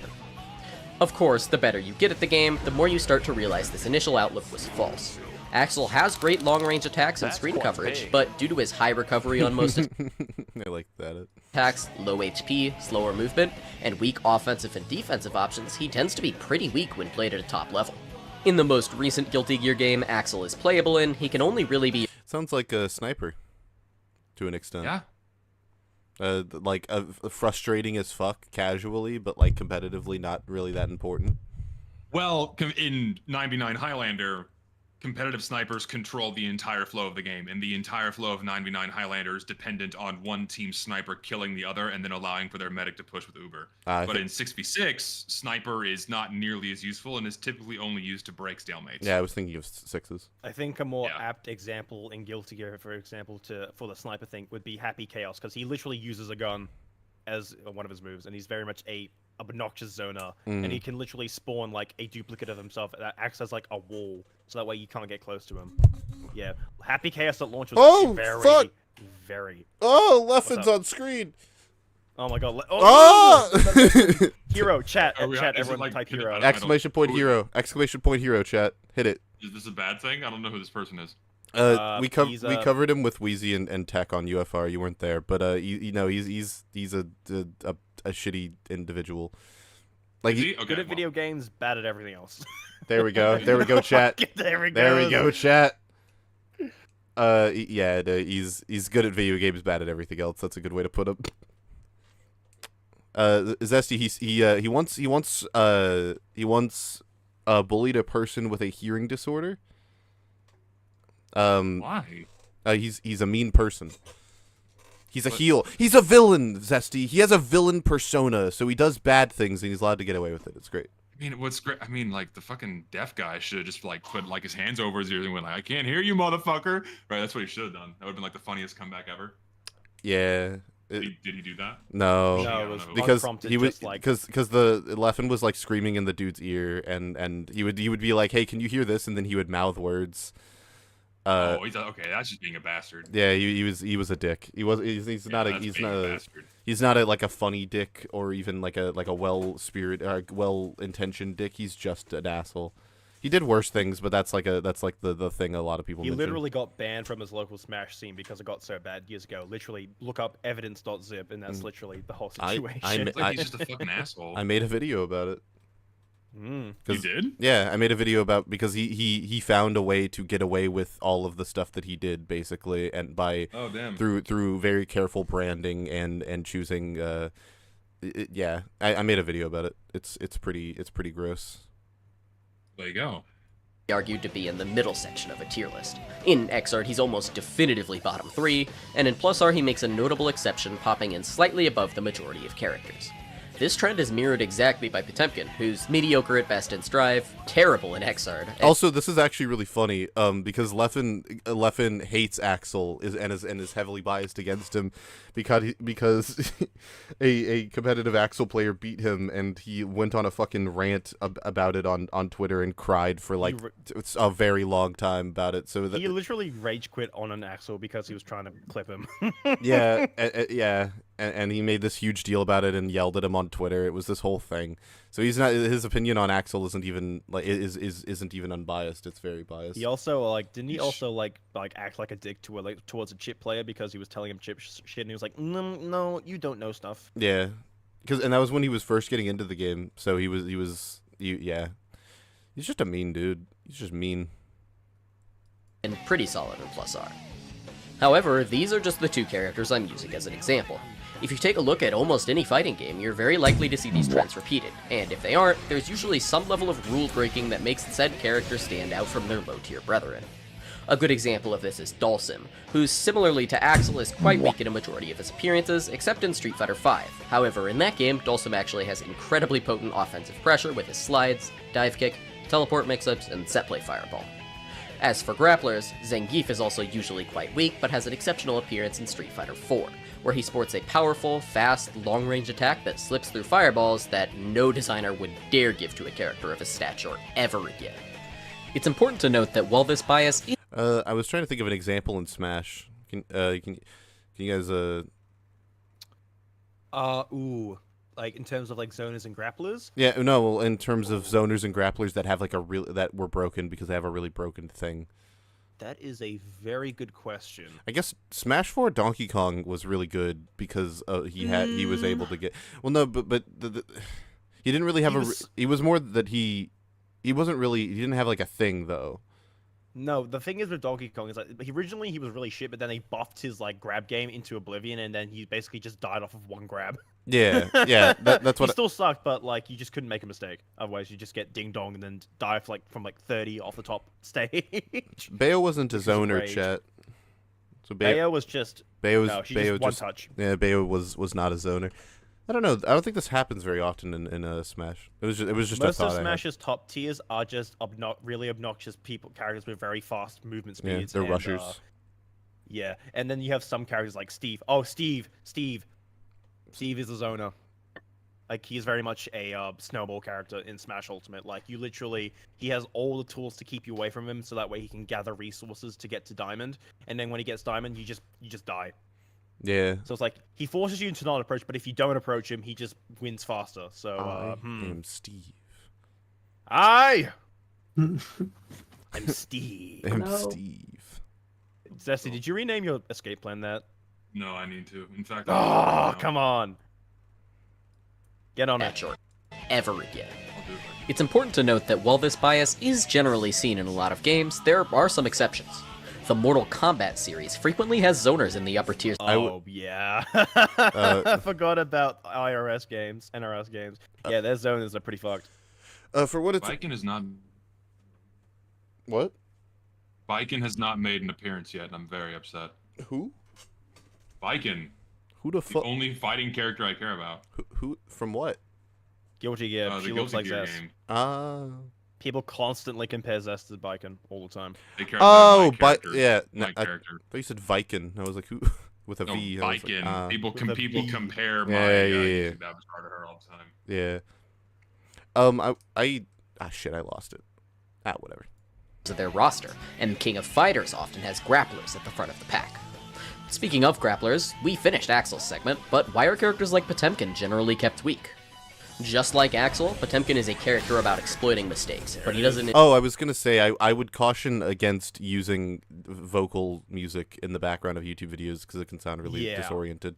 And it's not like, oh, I couldn't find an instrumental. There's an instrumental. Yeah. There is an instrumental of the song. That's not an excuse. Yeah, no, there's an official instrumental of this song that's not even fan-made. It just exists. Just like Potemkin. Also having subtitles on the screen that don't match up with what you're saying. Generally kept weak. Just like Axel, Potemkin is a character about exploiting mistakes, but he does it in his own unique way that the developers also felt the need to keep intentionally underpowered. Potemkin is a character about his crushing offense, only needing 1 to 2 openings to win a round, with the real challenge being actually forcing his way in and winning said round. However, if 2 weaker players are playing, neither one of them is going to be apt at the neutral state of the game. And while Potemkin's high... just straight up, just like, these players are garbage, lol. These are like floor 2 or 3, like rank 2 free players just playing the game. Yeah. Just like Which is good. You gotta start somewhere. Yeah, I just think it's funny. He was just like, if 2 players who suck play the game, they just chose 2 random people. I thought it was funny. However, if 2 weaker players are playing, neither one of them is going to be apt at the neutral state of the game. And while Potemkin's high HP keeps him alive for longer as he gets tickled for mistake after mistake... Zesty Acme in chat said that there's a mod in Guilty Gear Strive that turns Spike into your character. Are you aware of this? Oh, I've seen that. I saw that. The guy who either the guy who made it sent it to me, or someone else did send it to me before. It is really cool. Mm. Hang on, Very I cool. have something very important to show the stream chat. Hang on, 1 second. You gonna post the link? Yeah, it's not a link; it's just an image. Oh, So okay. let me grab it, because it is very relevant to what we're talking about right now. So Zesty will know about what I've done because it's relevant to his character. But I drew, I drew Zess, his character in the style of Guilty Gear. Oh shit! Hold on. Fucking cool. If I was actually a competent modeler, I would actually make this a proper like model, and like put. That all, like, fancy would shaders. be sick. Like if I was competent, I feel like someone else could absolutely make a model like that. People have, but I'm not the guy to do that. I'm merely an 3D modeling illustrator. is brutal. Yeah, it's hard, but you know, it's something I want to get better at because it's fun. Bald ass head. And yeah, because Guilty Gear Strive's characters have a lot of these like weird details on them, like on their clothes. They have like phrases on their clothes, and that's why I put like the cutoff prevention text there. Mm. No, I know. Yeah, I like the It's a cute Monaco as well. detail. That's cool. I was very tempted to also add like one that said no thanks, not interested. Somewhere on there. Oh god. Yeah, but yeah, it was fun. I know fucking- you're never. It's sick design. I love it. Yeah, it's really you're cool. never gonna play it voluntarily. You're never gonna play the game voluntarily. No. No, gotta be forced. As You'll soon have as to the hold enemy me at player. gunpoint. I just realized this YouTube channel is called Guilty Gear Strive Low Level Gameplay. Yeah, these are. That's what it's all about. That's what it's all about. These are replay vultures. That's what people like to call them. Replay Interesting. vultures? What does Yeah, that they mean? basically they go into the game and look at replays online because you can post your replays and match replays on the game, and so they probably just download them from the game and like put them on YouTube. That's how they work. Ah, that's lame. It's a little Some lame. of them actually some of them just re-upload them with no commentary, but there's this one called broad gameplay where they analyze like high level ranked players who are losing to like other players because they like abuse the matchmaking system in Guilty Gear Strive, because there kind of isn't one. There is no actual matchmaking. It's basically just you pick people who you want to fight on the floor. That's how you fight to get your rank. It's a really, really bad system. So hopefully they actually put in an actual proper ranked matchmaking system, because how it works now, it's not very good. It's not very good. Player makes a mistake, it becomes possible for Potemkin to force them into a guess for game situation with his extremely powerful throw, which again can feel unfair to less skilled opponents. If you're familiar with fighting games, you'll have heard that these two archetypes prey on two major emotions that their kits are designed to force you to feel. It's a really good edit. Axel, that emotion is frustration. From the start of every round, Axel is at an advantage. Is it gonna show the Leffen clip? Rounds that Axel wins last much longer than rounds his opponent wins, and he excels at making the opponent feel foolish for each decision they make. For Potemkin, that emotion is fear. The knowledge that at any moment Potemkin may throw out an attack that could rob you of your entire life bar causes you to make mistakes. Following these mistakes, his ability to put you in a guess-for-game situation where one wrong call could lead to a defeat means victories with Potemkin leave some players feeling cheated out of a win they felt they deserved. These emotions of fear and frustration are put first and foremost in matches against our two friends here, and if you're inexperienced with dealing with them, it can lead to serious discontent with the character or even the game itself. New players will find themselves getting frustrated easily. 2,700. Damn. God. Also, I agree with everything he's been saying so far. How many animals do I have in Guilty Gear is my question. I only have 170 in that game. So I am not a avid, like, frequent player, but I do like the game. You're rushing into Axel's attacks, which will cause them to make rash, aggressive decisions, and wouldn't luck have it, that's exactly what Axel is waiting for, and he'll promptly blow them up as a result. Potemkin will leave these players feeling terrified of even standing anywhere close to him, constantly wasting opportunity. Oh, Jigglypuff's back air is an example of a grappler character who has a thing that makes them way better than they probably should be. Puff's not really a grappler, though. Are you in the traditional sense? Yeah, she is. Come on, let's be real. Yeah, she does. No. Her literal entire game is based off of getting in and getting a grab. That is the definition of a grappler. Jigglypuff's absolutely a grappler. She just doesn't. She's just not big and fat. You're just talking about up for rest. No, because she does. It's not just up throw rest. It's down throw tech chase rest or forward throw tech chase rest. It's like yeah, but that's more rest rather than the grab. The grab is more the setup for the her actual X factor being. She is at least a grappler. Like grabbing the opponent is like the main thing that she does, and the kills that she gets are often because people are scared of getting grabbed by her. But that logic isn't like Fox and Marth also grapplers because they have a strong grab game. Same with Sheik. No, but they. I would say. What? I would probably say Sheik is closer to a grappler because of how it. Like it's not. I don't think Fox and Marth's grab games are as integral to their game. Like Marth's grab is funny, but it's not literally everything he does. Marth is much closer to a spacer, and Marth has a chain grab. What do you mean? I don't know. I see Jigglypuff as more of a grappler because I feel like grabbing is more integral to her game. I agree to disagree, but yeah, you're entitled to your opinion, but I just have to disagree. That's fine.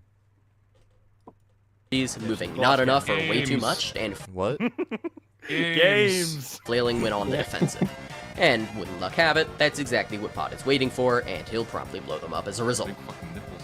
The exploitation of mistakes a beginner player would be more likely to make leaves characters like Potemkin and Axel in an awkward spot where they see disproportionate success at lower levels compared to higher levels, and developers have known this for a long time.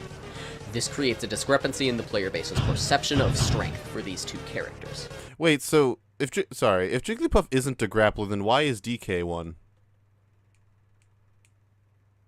Because Donkey Kong, that's pretty much his one thing. He is like most of his combos start off of a grab. Yeah, but Jigglypuff not though. always. He can start combos off dash attack, up tilt, down tilt if he gets a trip. Well, I guess down tilt would be if he gets a grab off of the trip. DK's whole plan is fishing for grabs. Yeah, thank you. Jigglypuff is mostly about staying in the air and being a pesky fly and like attacking you from like hitting you running away, and then trying going in for like a kill confirm, whether that be like up tilt, falling up tilt into rest as an example. That's more ultimate rather than melee. But yeah.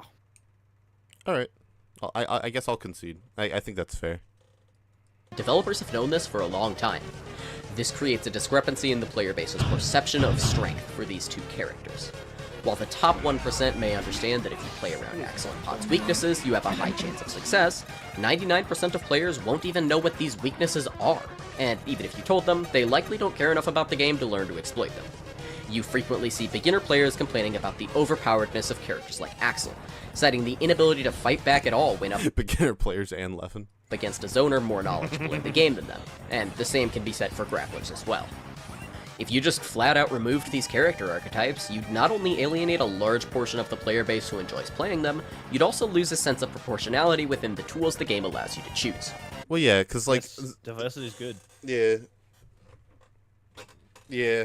This is kind of generally what I think about why sniper shouldn't be removed from the game in TF2 is because I think that it is necessary to an extent to have representations. Not a funny good word. We do not need sniper I representation. that's not what I meant. I meant like I think having a long range character is good. We have several. What? We have several. I thought your point was that no one can compete with sniper at long range. Yeah, but the way that their long range abilities are balanced make it so that it's on a much more equal playing ground, and not in the one class that has infinite range snapfire that can dome 5 out of 9 classes in one tap. Yeah, but are you just talking about like pyro flare gun? What? No, there's a lot of long range options for multiple classes. Lock and load. All rocket launchers, grenade launchers, charge stickies, all hit scan. Calling the all rocket the launcher a things. long range option is weird to me. Yes. The developers intentionally called it a long range option to deal with sentry guns and sentry nests. That was part of it. Yeah, because they're stationary and they can't fight back. You can. But also, A rock is a long range option at someone in a wheelchair. It's just I don't. Well, like long range spam is long range rockets are a very good way to shut down potential pathways for people.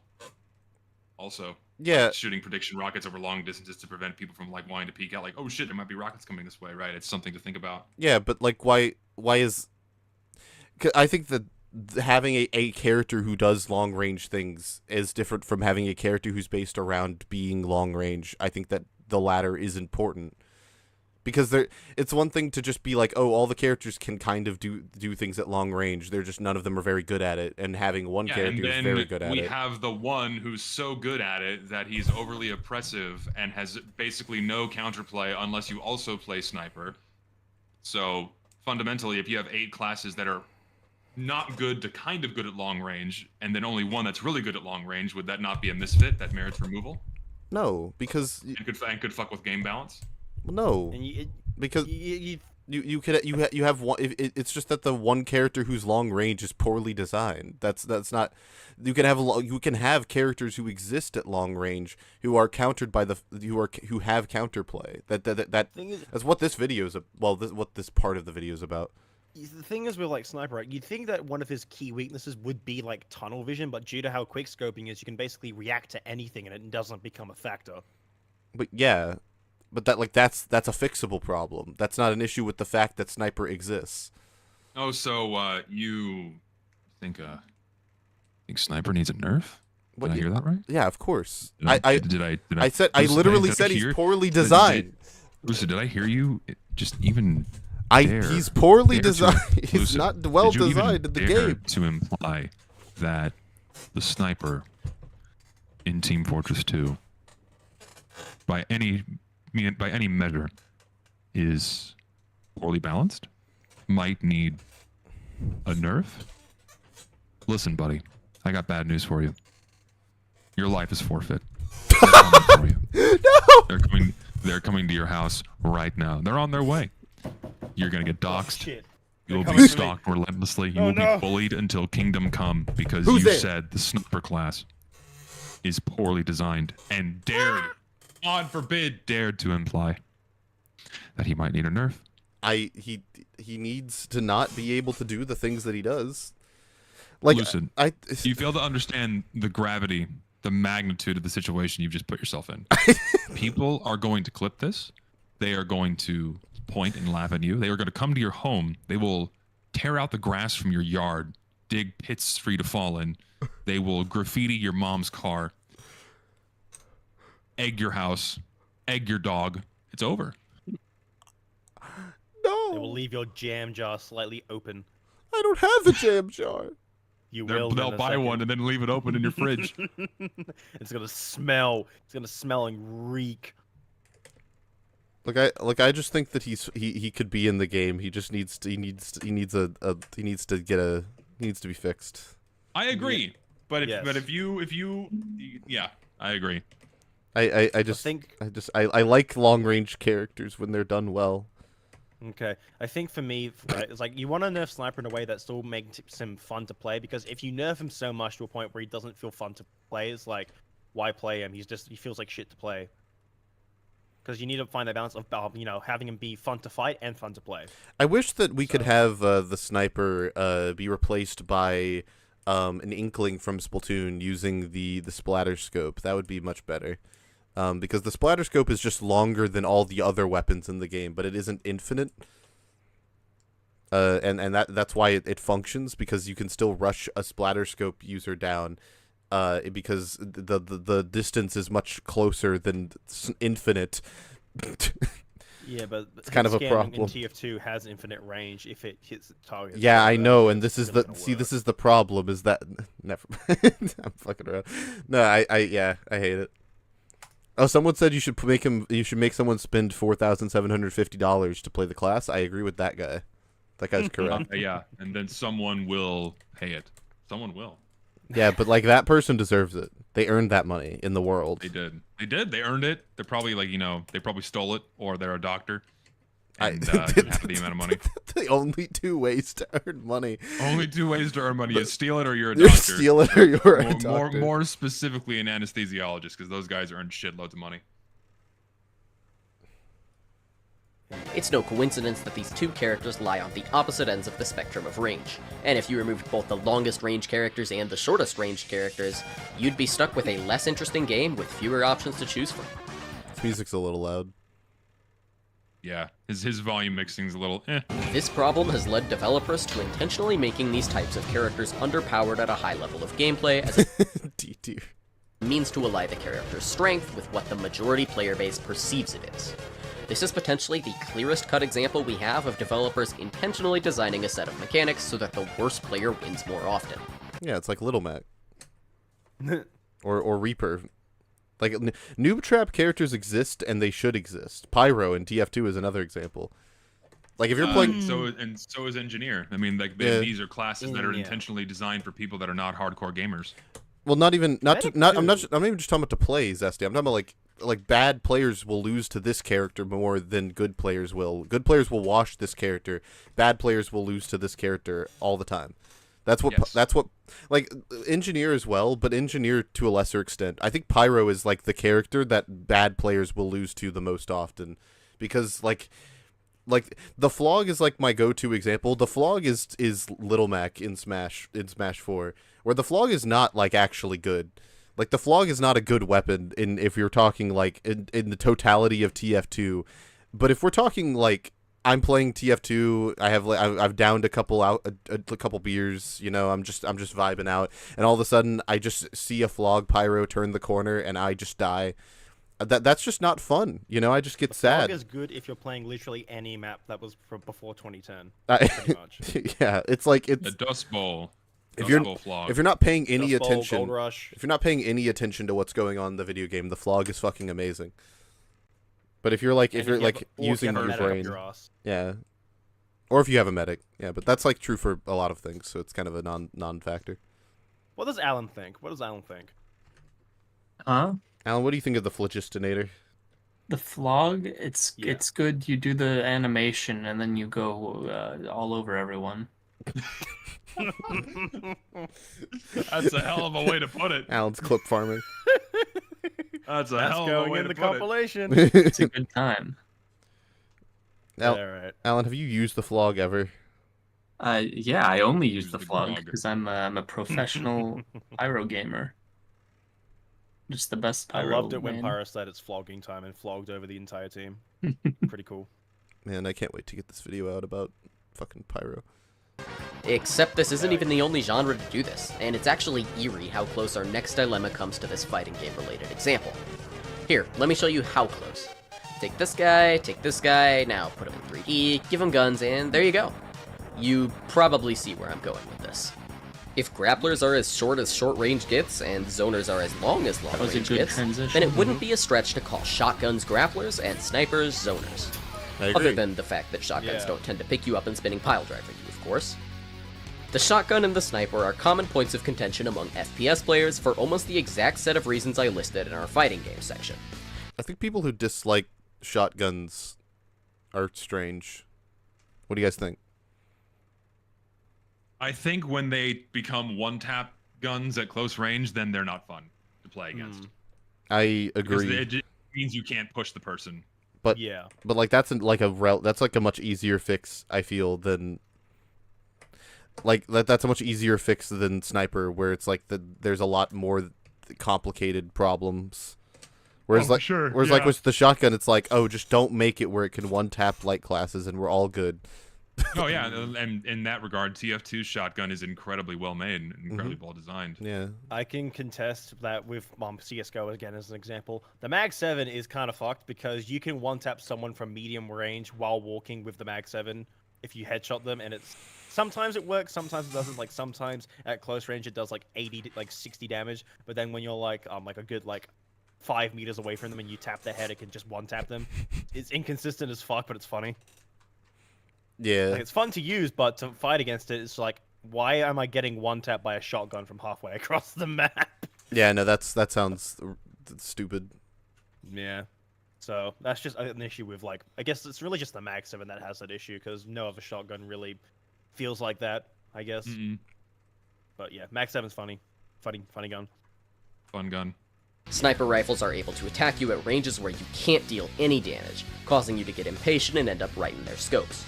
Its counterpart, the shotgun, mirrors grapplers by lurking around tight corners and forcing you to take gunfights so close that the that's reduced bullshit. field of view Like, from a That's how is that fun? that's just, What the? that was the How is stupid. that That was fun? one of the stupidest things I've ever seen. What? How is that fun? What the fuck? Time to kill God. 0 seconds. Just instantly. Like, I know that CS:GO is a very like low time to kill game, but what the fuck? Chat says I'm making them yawn. What did I do? You gotta do something funny. Oh, hold I on. don't know. I'll do something funny real quick.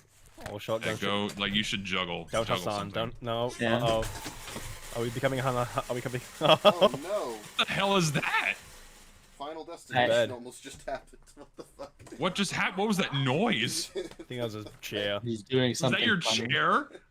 I'm okay. Don't get on camera. Oh, good Your night, chat. your chair sounded like a fucking blender. Hello? His chair sounded like a blender. You did, yeah. It's like you just dropped a handful of washers into a fucking Blendtec blender and put that thing on pulverize, and that's what it sounded like. The Crazy. the person in chat was just meaning because I yawned, I was making them yawn. I didn't even have to fall out of my chair and break and All almost. right, everyone on the count of 3, yawn together. Oh! Oh man, yeah, no, I fucking, I fell backwards in my chair and broke the fan behind me and almost like sliced myself. Oh no. So How'd you break yeah. a fan? I fell on it. Fell on it. How else are you supposed to do Yeah, it? I believe it. Smooth. Its counterpart, baby. the shotgun, mirrors grapplers by lurking around tight corners and forcing you to take gunfights so Someone in chat said they should have just shot back. And like for the first Actually, for the first this is a skill issue. for the first guy, I agree. For the next two, they had no chance. Well, Like the third no, guy no, was no, no, like no, the no. third guy became aware that there was someone killing his team, and then he started shooting back, but it was already too late. Like Like I was gonna say, if the first guy dies, the other two should have a clear indication that there's a fucking enemy there, and they look at the kill feed. Oh, it's a shotgun. I think they were looking behind themselves though. Yeah, It's they shouldn't counterpart, all yeah. be peeking at once. They shouldn't be peeking a corner that tight. You know, Yep. that's a skill issue. But the fact that they died instantly isn't though. That Let's watch the clip. Let's watch. shotgun mirrors grapplers. This He- guy he should was- this he- guy is bad. This is a this skill guy issue. should have killed them. See, he The went other in- two should have known that something was happening up there. by lurking around He got tight shot corners once, and forcing caught off Look, guard. yeah, because Okay, he's that was looking bullshit. he's looking behind and he Why didn't is turn he the looking corner. behind him? There must be something happening over there. Why is he peeking a corner, not looking people- around the corner? forcing you to take gunfights. And that That's a person massive skill issue. yeah. I don't think think they the went shotgun with is that, good. they I went- don't think the shotgun should do this, but that was pretty funny. It might be a think little these guys are actually overtuned, just but kinda that's bad. what it's meant for. Why I is there a bird on his gun? where? Chicken. It's a Look, bird head. That's Oh, it is too. Look, See? chicken. yeah. Mm-hmm. What do you think about the charm on the side? That's just So, ramen. is that ramen? Oh, is that what Ramen, that cup is? of I like it. Fuck buys this shit. Yeah, a little Me- ramen charm. Me in the finals so because bad. it's good Me- post performance. Like a weapon skin is one thing, but like a little dangly doodly dob on the side of your fucking gun, why would you do that? Doodly $40. $40. Thank Is you. it Probably actually was 40 $40? bucks. Thank you for your taxes. What the? It probably was $40. You want me to look it up? Christ. Yeah, look it up. I'm curious. How much does the ramen dangly doodly dob cost inside of Valorant? Ramen gun arm. It's probably like $6. No, my guess is at least 20. I need a drink. Hold on. Ew, why are they called gun buddies? I Why? It's a little friendly wendy for your gun. Ooh, looks so cute. Like a little cute little nugget on my side. Oh, love you. Yes. Why are they called gun buddies? All right, I'm back. Oh, they are called gun I'm buddies. What the fuck? Why? Because it sounds cute. Oh, look. Yeah, someone in chat sounds like corporate whitewashing for, yeah, all the suits in the room's like, what? Oh, what do these kids fucking play these days? Oh, I know. We can like call it a gun buddy. Now, look at little gun buddies for your gun. Look, it's a little cute little character. What I say to your gun? We. I have no fucking clue how to find this. I control F to ramen. What? There are so many of these things. Why did Moby Frank let Throw this out some happen? prices. Do we have some price? Do we have some price points? I don't know. I think this is like battle pass shit. Oh, is it? Okay. How much is the battle pass? Me and my gun buddy, they tell have me no bad clue. things in my sleep. I'm pretty sure it's like $10. Damn, $10 for a fucking nugget of ramen? Hell yeah. Me, my Well, that's girlfriend, like and everything else in the battle pass too. So me, my girlfriend. and I her actually gun don't buddy. have a huge problem with battle passes when they're done right. Yeah, And that's something I've- VRG. Yeah, and that's one thing I've Free. really liked about Finals. the finals recently. Mhm. Actually, is that it gives you more credits than you put in. Mm-hmm. So if you complete the battle pass, you can afford the next battle pass and then some. Yeah, so you only actually have to buy one, and you don't even really have to buy that one if you wait long enough. But what? The more I think about it, sorry, go ahead. Yeah, so like if you can get the premium battle pass repeatedly over and over again every season if you just wait long enough and save up enough normal money, without having to actually spend $1, which is a good way to do it in my opinion. What were you saying? Like the more I think about the name Gun Buddy, it's like more sinister. It's like, oh, this microtransaction is your friend. It's your little buddy. You want to spend money to get a gun buddy because you It's have on no a friends. Look, weapon. you have a little friend on your gun. I put a buddy on my gun. You Like, want a friend, don't you? Fallout Ghoul. Close that the reduced field of view from a scope becomes a deadly. What do you think about that one, Alan? About what? What do you think about that clip? So close that the reduced field of view from a Which- Well, he should not have. He should have. From He should have that seen. range? That's a skill issue. That's not a pretty skill. That's gnarly. not Holy a shit. skill issue. Was that even Look, was this that even a shotgun might headshot? be a little Gnarly. overtuned. He had This no. is what chance. shotguns are for. You This should- guy is playing it right. Look at how close he is to the corner. Like, holy shit. What is the What- counterplay? The What- counterplay is fucking throw a grenade. Every Throw a time you flash. peek, what? No, Does but it- like I assume that you know where the places to hold on the map are, right? So like you know, oh, an enemy could be there. Assuming it's anything like CS. Well, another thing is we don't know how much health he had beforehand because it's not even a headshot. But if he was at Doesn't full matter. health, What if he has one health? It might matter. Like, No, it doesn't. if the shotgun does any damage at all? what if he had like No. half health? What if he had like half health though? That'd be fine. But I think I am of the opinion he probably had full. Oh If no, he the did, that would police be fucked. helicopters are out. They're coming for us. I hear Oh, them. no. Oh no. They're trying to silence you for your opinions on global It's warming. the Chungus police. It's the Chungus they, police. they don't know. scope becomes a deadly weakness, pumping you with high damage shells that can kill in one shot should you find yourself in the wrong See, those Okay, are that was deserved. just- That was deserved. I agree. That was place at poor the wrong awareness. You went checking As a result, corners. we often see these weapons either intentionally undertuned or exceptionally hard to acquire to reduce player frustration. However, while the shotgun tends to find itself nerfed to mediocrity just like its grappler brethren, we actually see the sniper stay a pretty strong and consistent. You just used the same clip twice, and don't act like I didn't see that shit. I watched it. You didn't want to play Valorant. If you're gonna use the In same your heart clip of hearts, you twice- did not want to play Valorant for this video. You were like, I can only play like 2 games of this shit. I respect it. I respect it. I'm not even mad. Okay. Just he doesn't even play CS:GO like at all. However, respect it. while the shotgun tends to find itself nerfed to mediocrity just like its grappler brethren, we actually see the sniper stay a pretty strong and consistent option in a lot of shooter games. And I think I know why. You see, it all comes down to player You like that, Zesty? You like that? You liked what just happened? What was that? De blob ink splot. and I think I know why. I have to hold my tongue. Zesty, Wait, what does do that in actually game? happen in game? Yes. That's in game. Wait, I thought that Yes. was like a transition effect. Me That- too. No, this is real. This happens in the game? What is that? this happens. This is like the Fucking- Mario Kart. Seriously? This is a mechanic? What? How is this fun? Where you can just selectively blind your target like this from a distance? What the fuck? People. How is this okay? How do People- people tolerate this? People are trying to say "cum blast." It's There's no way this is actually a mechanic in Valorant. Yes, it is. Yuki says it's the gecko ability. I trust him. So, okay, any Valorant players in here, is this fun? Like when this happens to you, what do you do?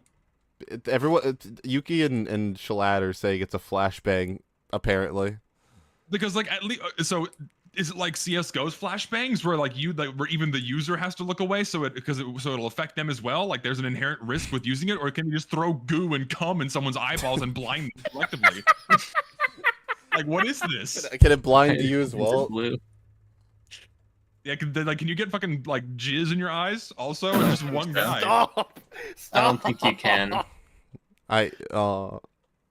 Let's change the subject. This is I want to fucking like bukkake my enemies with purple florp. It doesn't sound fun at all. This is awful. Sounds like a good time to me. For the record, Shut up, Alan.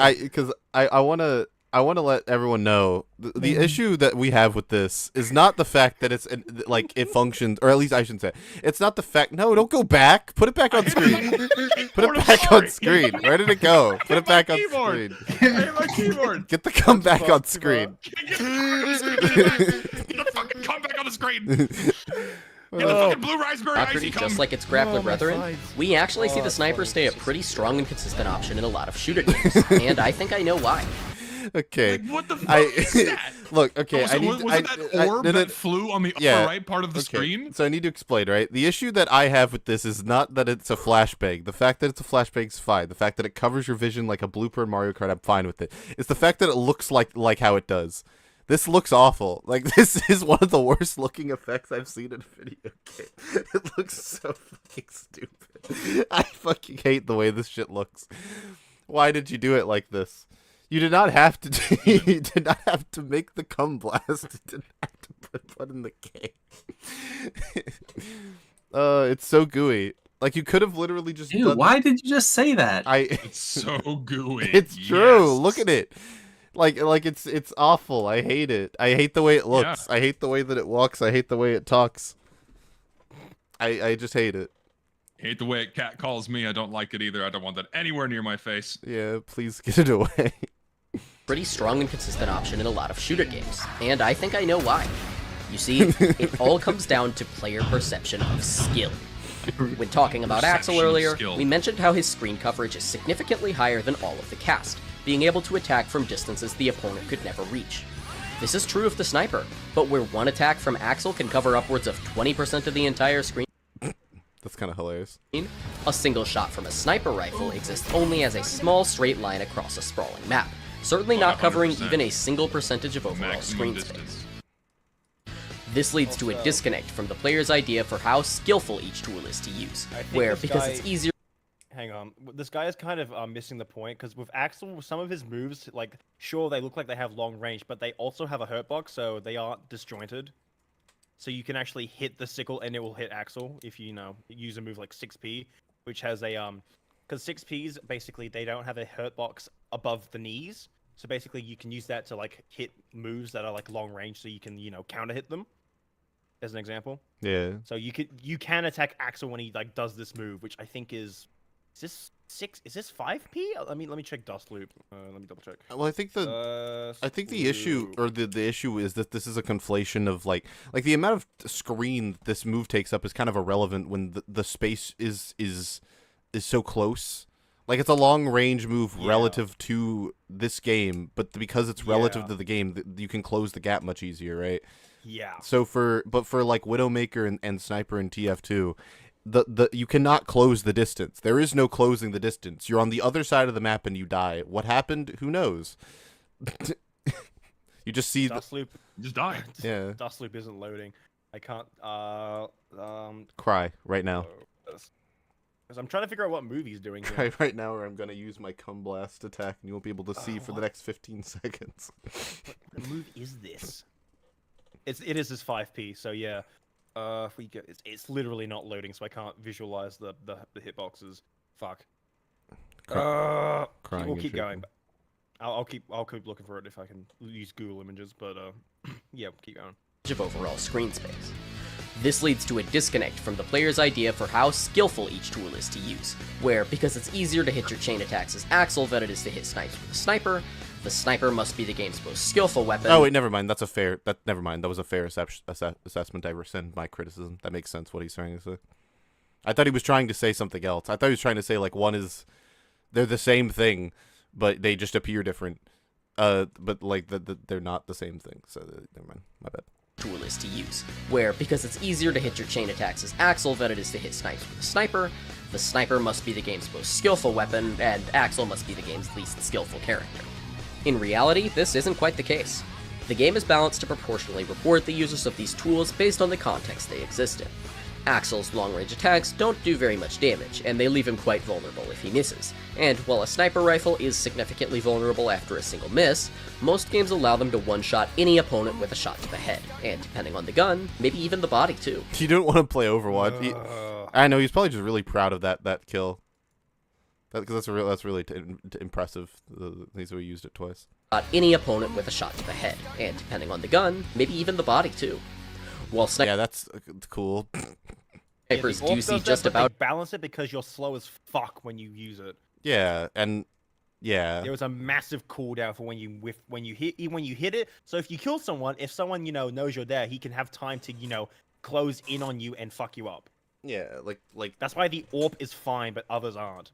Yep. In comparison. Because it takes fucking forever to use the op, whereas like TF2 sniper, it's just like boom headshot, boom headshot. Yeah, and then they nerfed it, so now it's only 5. So basically, unless you kill everyone in one shot, you'll have to reload if you whiff shots, and that time you're better off either just swapping to a different weapon or like finding somewhere to hide and hope you don't get killed off by someone when you're reloading your AWP, and that takes fucking forever.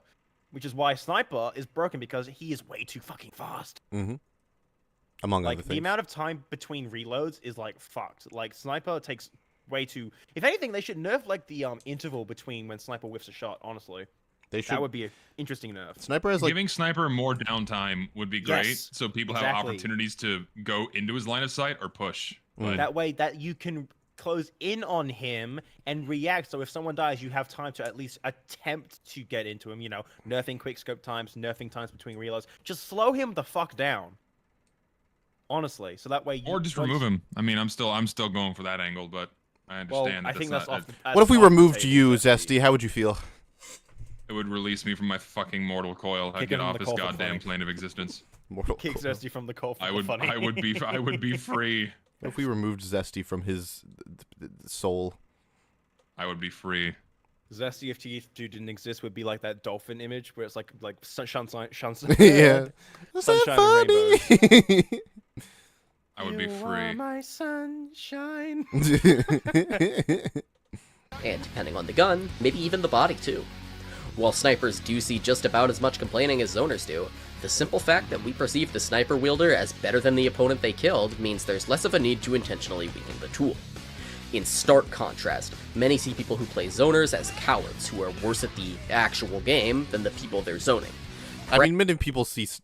well, never mind. Never mind. Pressuring developers to weaken those characters to make the match results more resemble these players' perceived notion of skill. I love that clip.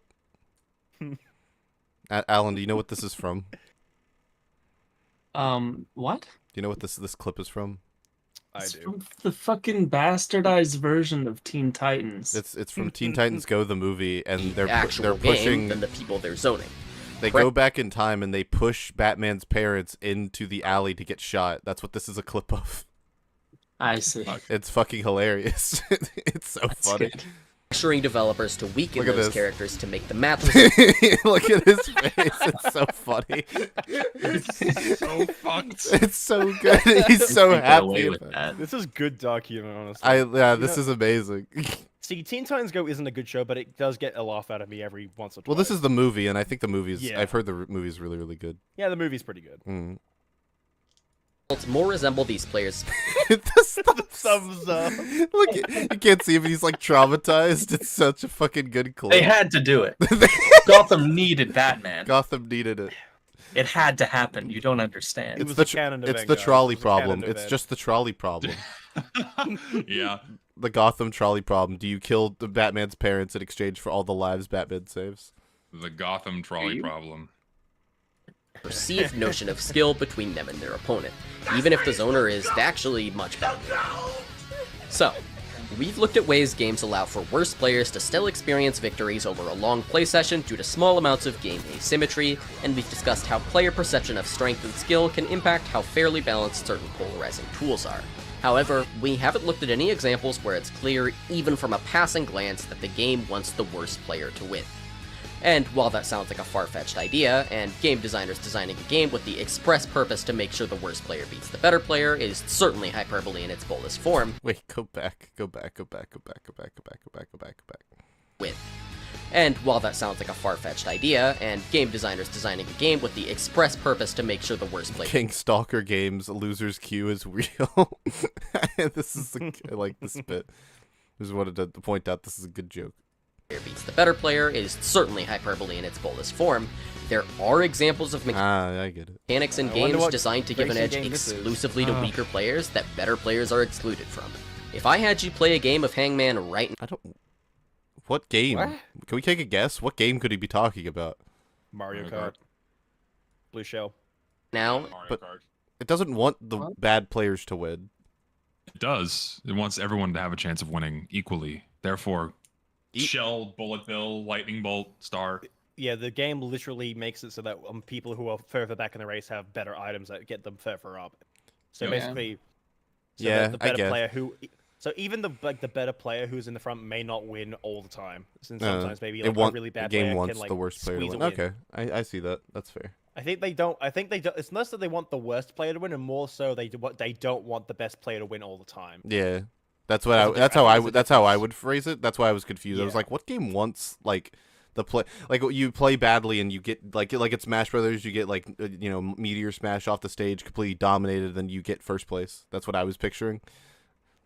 Like I was just like, how what game is like you lose but you win? Like I don't. I think it's the idea of the comeback mechanic. So like, but even then, the comeback mechanics really only make the better players win more because like, oh, you got some damage on me, I'm just gonna fuck you up with my fucking rage art, like in Tekken. Yeah. Tekken 7 is a really good example because the rage art is like really fucking overtuned. So like, you could both be on red health and you could literally lose a set and get knocked out of a bracket because they used a rage art. Mm. Like it can stop you from getting out of pools, and even then, like even if you're both equally scored, one person pressed the rage art button, and it's like, oh, guess I'll die now. There goes my money. Yeah. I think comeback mechanics are universally good for making games fun, assuming they're well tuned. Yeah, it depends on the mechanic. Like I know in Strive, literally the only quote unquote comeback mechanic is locked behind meter, and that's Kai's Dragon install, where you need to be on yellow health and have is it 50% tension or 100% tension? I can't remember. I'm sure Zesty would know. Dragon What? Kai. I don't think so. I think he wouldn't, but I think it's like half tension, where basically you become a really, really buffed character, like Kai, for example. He basically becomes top 1 with Dragon installed, but it's Yeah. locked behind meter and low health. Yeah, like Lucario Aura. So it is it's a bit like Lucario Aura, Mm. in a sense, but it's a bit even fucked up. Similar character, I guess, is like Frieza in Dragon Ball Z, but it's not locked behind health, but it is an install super, so it's only there for a limited amount of time. Kai's only basically, it has no timer. Mm. So basically until the end of the round, but with how Strive is structured, the rounds are very short. Mhm. So you're probably not going to have it for that long unless they're like walling you out with like projectiles and not letting you get in and stalling the game. Yeah. But even then, it's like the round time for a game of Strive, like rounds is like 90 seconds maximum, and they usually only go for about 30 seconds per round. And it's usually I think it's 3 rounds, best of 3, and then the sets are best of 5. Yeah. So they're relatively short. Strive is very much a very, very quick game Mm. compared to others. So yeah. Word salad, I know, but hopefully that was No, people could understand what I I'm got it. saying. I understood. And I I don't bet play the game. Zesty doesn't. I know for a fact Zesty has no idea what I'm talking about. Got nothing. and put up these Zesty is Hangman balanced. Yes, I like Wheel of Fortune. What? Oh, I guess that is Hangman. I've never thought about it till now. Zesty, Yeah, you've it's opened my Hangman third with eye. What the money. fuck? What It's the Hangman fuck? with money. Holy shit! I've never once thought.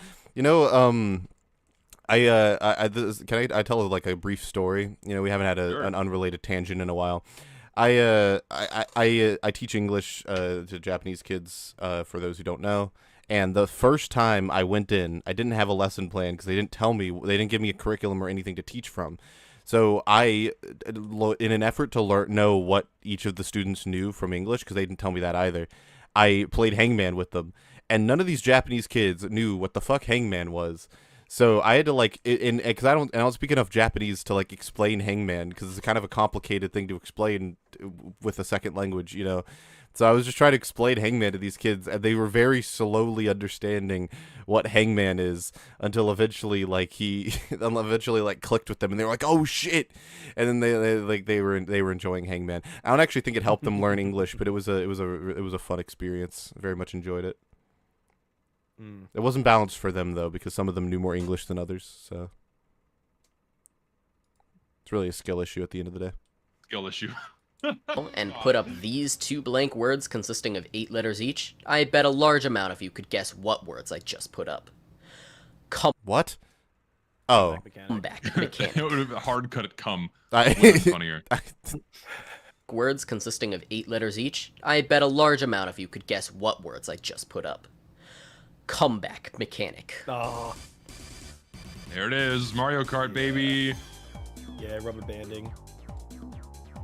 If you're a gamer, you probably know what a comeback mechanic You know rubber band in online, right? I I don't think you do. That would be bad. Not sure. Pretty I sure don't you play don't. online. Pretty sure you don't. is. And if you're a competitive gamer, you probably already attach a pretty negative stigma to it. Chess has no comeback mechanics. If you're losing in chess, you have to claw your way back to victory the hard way, or resign early and learn from your defeat. Now, imagine if when you were the first player to be placed in check, you could bring any one of your pieces back from the dead. That would be a comeback mechanic. Comeback mechanics are implemented in games to help the losing... Well, sometimes games have comeback mechanics naturally that aren't they're not mechanics per se, but they're like an opportunity rather than an inherent mechanic. Yeah, right. Like as you play chess, the board. I don't want to say chess because I don't know enough about chess to use an example. Fucking. Ah, man, I know I have an example. Because I was talking about this with Alan multiple weeks ago, and I had an example for Overwatch, but I lost it. But there are times where there are comeback things, or there are parts of games that facilitate a comeback, but they're not intentional. They're they're specific. The game offers by playing the game naturally, the losing team will get more opportunities to win because the winning team is winning, or something like that. In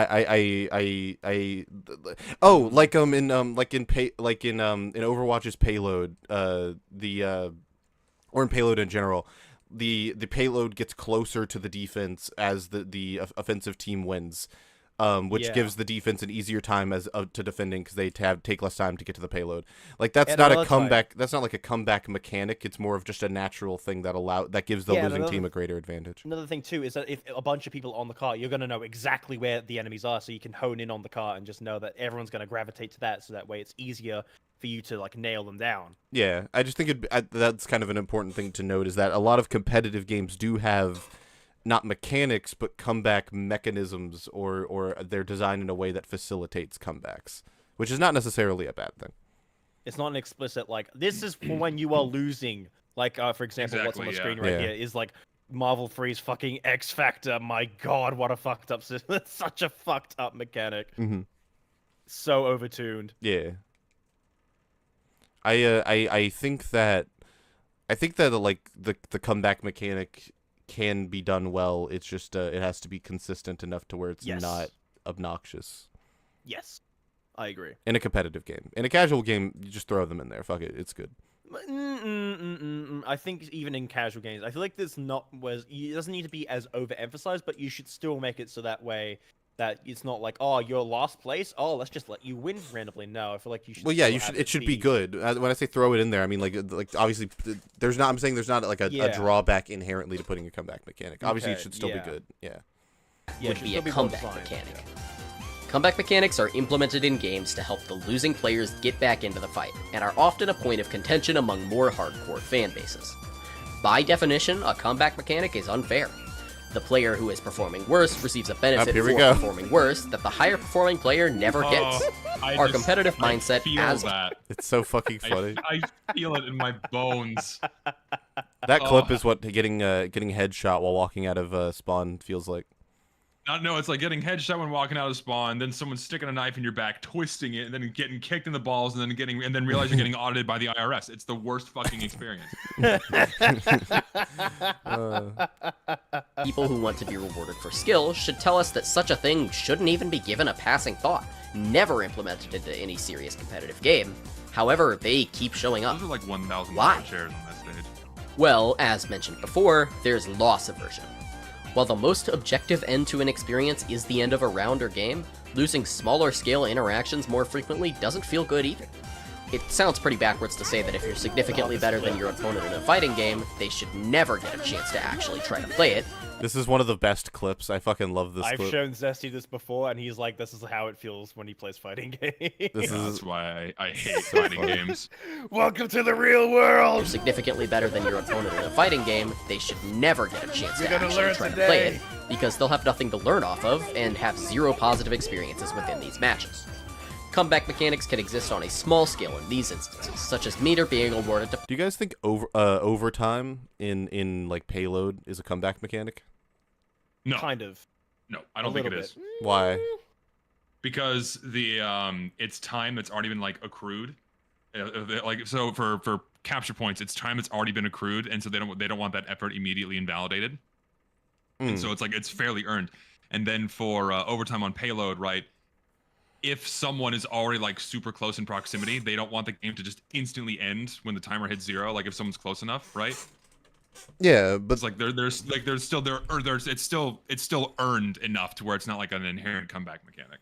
yeah, but it's giving the losing team an opportunity to win that they wouldn't have had otherwise, right? But ultimately, it's just adding 5 additional seconds on the clock. So I don't know.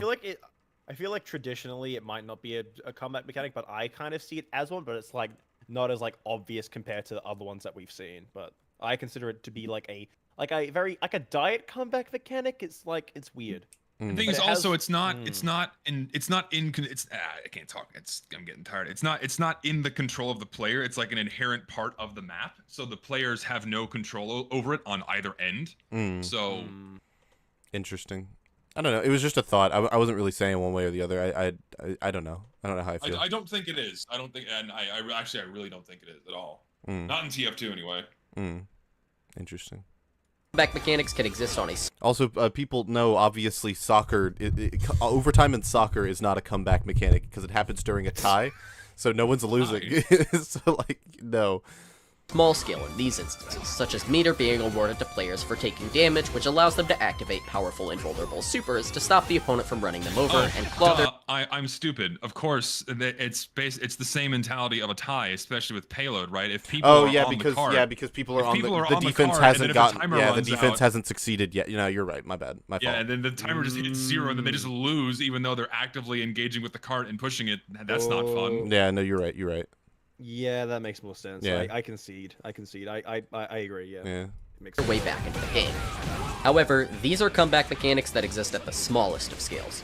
Oftentimes, while you are rewarded meter for losing in fighting games, you're awarded even more of it for winning interactions. So it's more there to level out the playing field as opposed to directly hoist the weaker player out of a disadvantage. Yeah. You can find small-scale comeback mechanics like this in shooter games as well. In many game modes, the winning team needs to put in more effort to score a match-winning point than the Alan, would you call Overwatch a shooter? Yeah, I'm not fucking with you. I'm being genuine.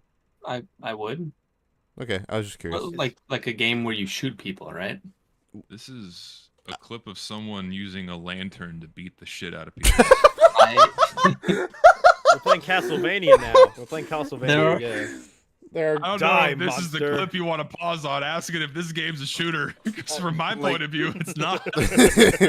Like Alan, I'm genuinely like I don't know like if you call like if you know it's the whole if you give Mario a gun in Mario, is it a shooter? Like It would be a shooter, yes. Give Mario Yeah. a fucking gun. what the gameplay is the same. Mario just has it's like is Metroid a shooter? No. Mega Man. That's what Mega What- Man is. I don't Like Do you shoot guns as the main Metroid. part of the gameplay? Metroid, Metroid, yes. yeah. Metroid and Mega Man. Metroid, then it's a shooter. What? This is It's a platform shooter, yeah. It's a platform shooter. okay. All right. Overwatch is a shooter because most Yeah. of the gameplay is based around people shooting guns. Like melee characters are the exception. Okay. Yeah, but then you have Brigida is basically just playing. You're playing Castlevania, and you're just like, die, monster! You don't belong in this Yeah. world. I love the voice acting in Castlevania. It was As- not by my hand. As the resident Metroid fan, I would agree that labeling Metroid as a shooter game, even loosely, is a fair label to ascribe. I think, Really? especially for the 3D games where like the primary Yeah. thing is to shoot. I was Right. talking about like I was talking about like the Metroid NES.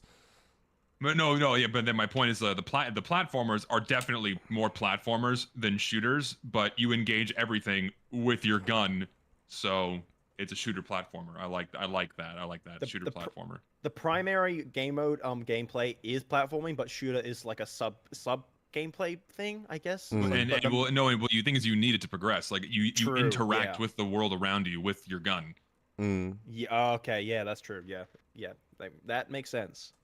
I'm not saying it's How you open wrong. doors. It's just I'm not saying it's wrong. It's just like interesting to me because it like I rarely think of Overwatch when I think of shooter because most of the characters at this point don't shoot. Huh? They don't. They either they throw What things. do you mean by most? The majority? The if majority I- of the characters Live in. fact check. Hold on. Okay, hold. Live fact check right now. Let me go through. Let me open. Live fact check. How many have guns? Overwatch class list. class Or list? fuck, heroes. Fuck you. Diva, Doomfist. Diva shoots. Yeah, no, I'm Fist shoots. Doom. Fine. Doomfist also He shoots. does. 3, So does 4, Junker, and 5. so does Orisa. Ramatra 6. I'm gonna count the ones that don't shoot. I feel like Yeah, that's that'd be easier. Sigma throws things. 7, 8, 9. Beam? I don't know. Yeah, no, you're probably right. It's just that they don't shoot bullets, so my brain doesn't process it as shooting. They shoot projectiles, right? Yeah, they shoot other things that aren't bullets, and like Yeah. shooter in my brain is just like Call of Duty. So it's just So does that mean laser guns technically aren't shoots because it's not a bullet? Yeah, I mean, like Metroid. I wasn't like making an Samus- argument. It was just a thought. I'm fucking with you, dude. I'm fucking with you. It's just weird. Like I don't They're on trial. I just don't think of Overwatch as a shooter because it seems so not like one. Oh, that's a good question. Does Winston shoot? He has well, a electric yes. zappy gun. Yeah, he has electric zappy gun. Also, But can you really shoot lightning? Because it's not really shooting. It's more like you're Well- Zappy. blasting, zapping. Oh, Yeah. Zesty, That was like a more of an mini-me. argument before. They gave him an alt fire that shoots a zappy ball. So Well, it's like the So, like- Quake railgun, I'll be right so back. I I have would to go to the consider bathroom. I would consider that shooting. Zarya is more like even Zarya. She's just more like constant, like massive Kamehameha blast just from a gun. Yeah. Not all at once, guys. Come on.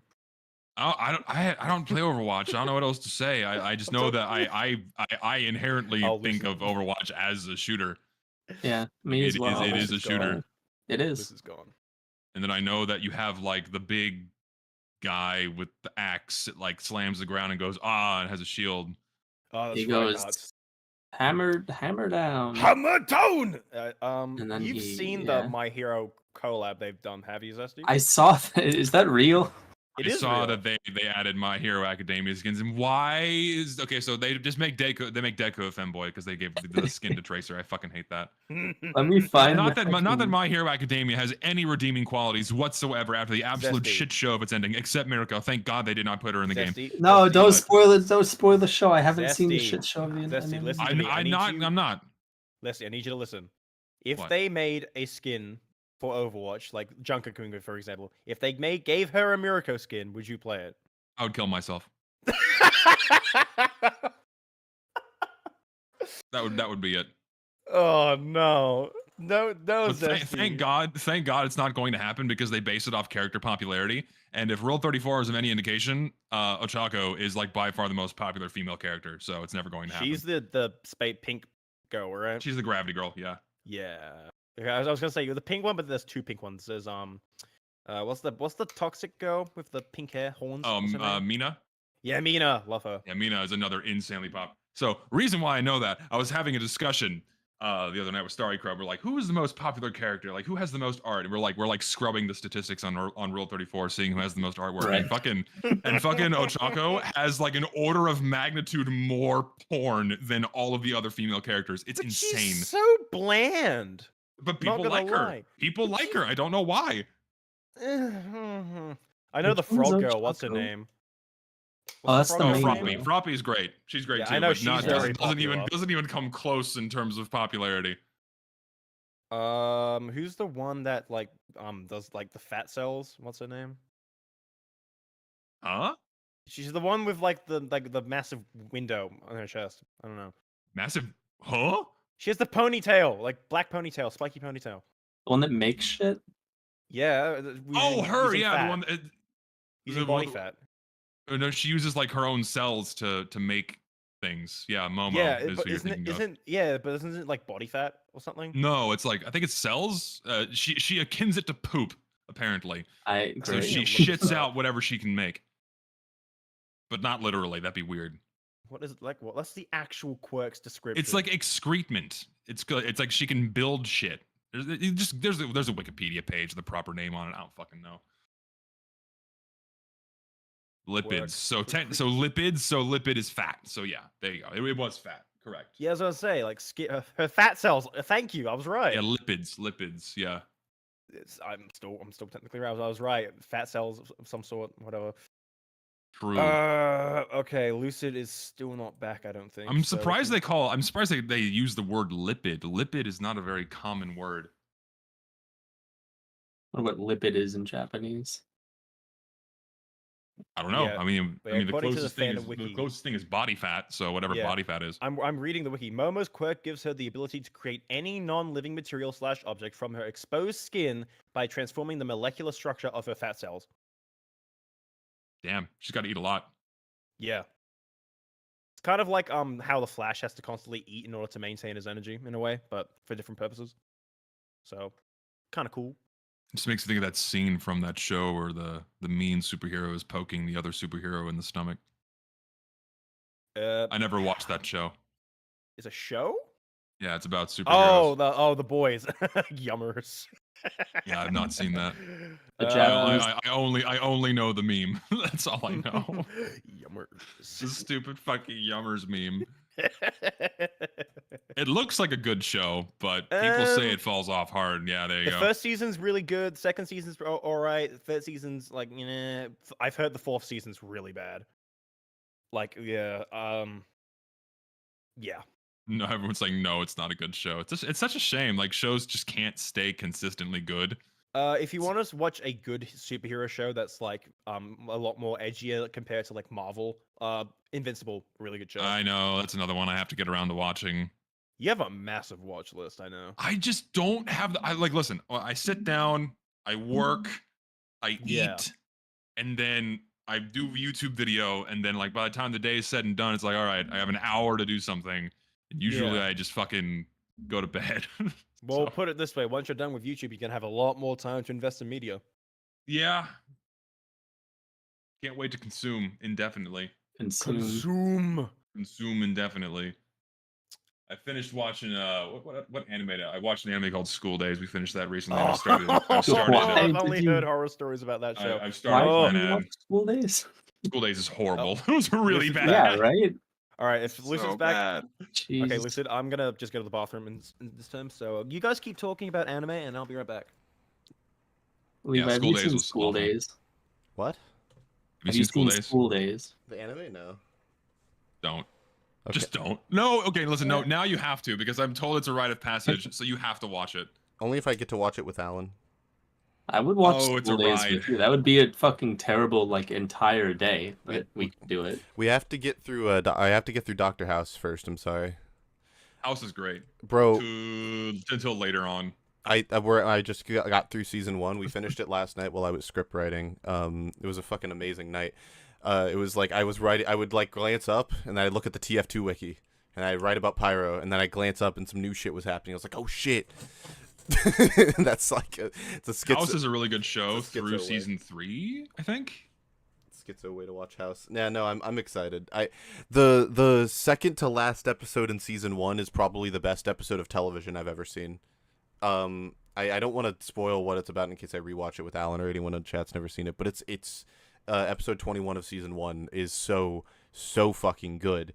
Holy shit! It was like it had my jaw on the floor how good the writing was. It was it was Yeah, sexy. House was like one of the best shows for quite a while there. It was really good. Yeah, What a miss. we were talking about Dr. House.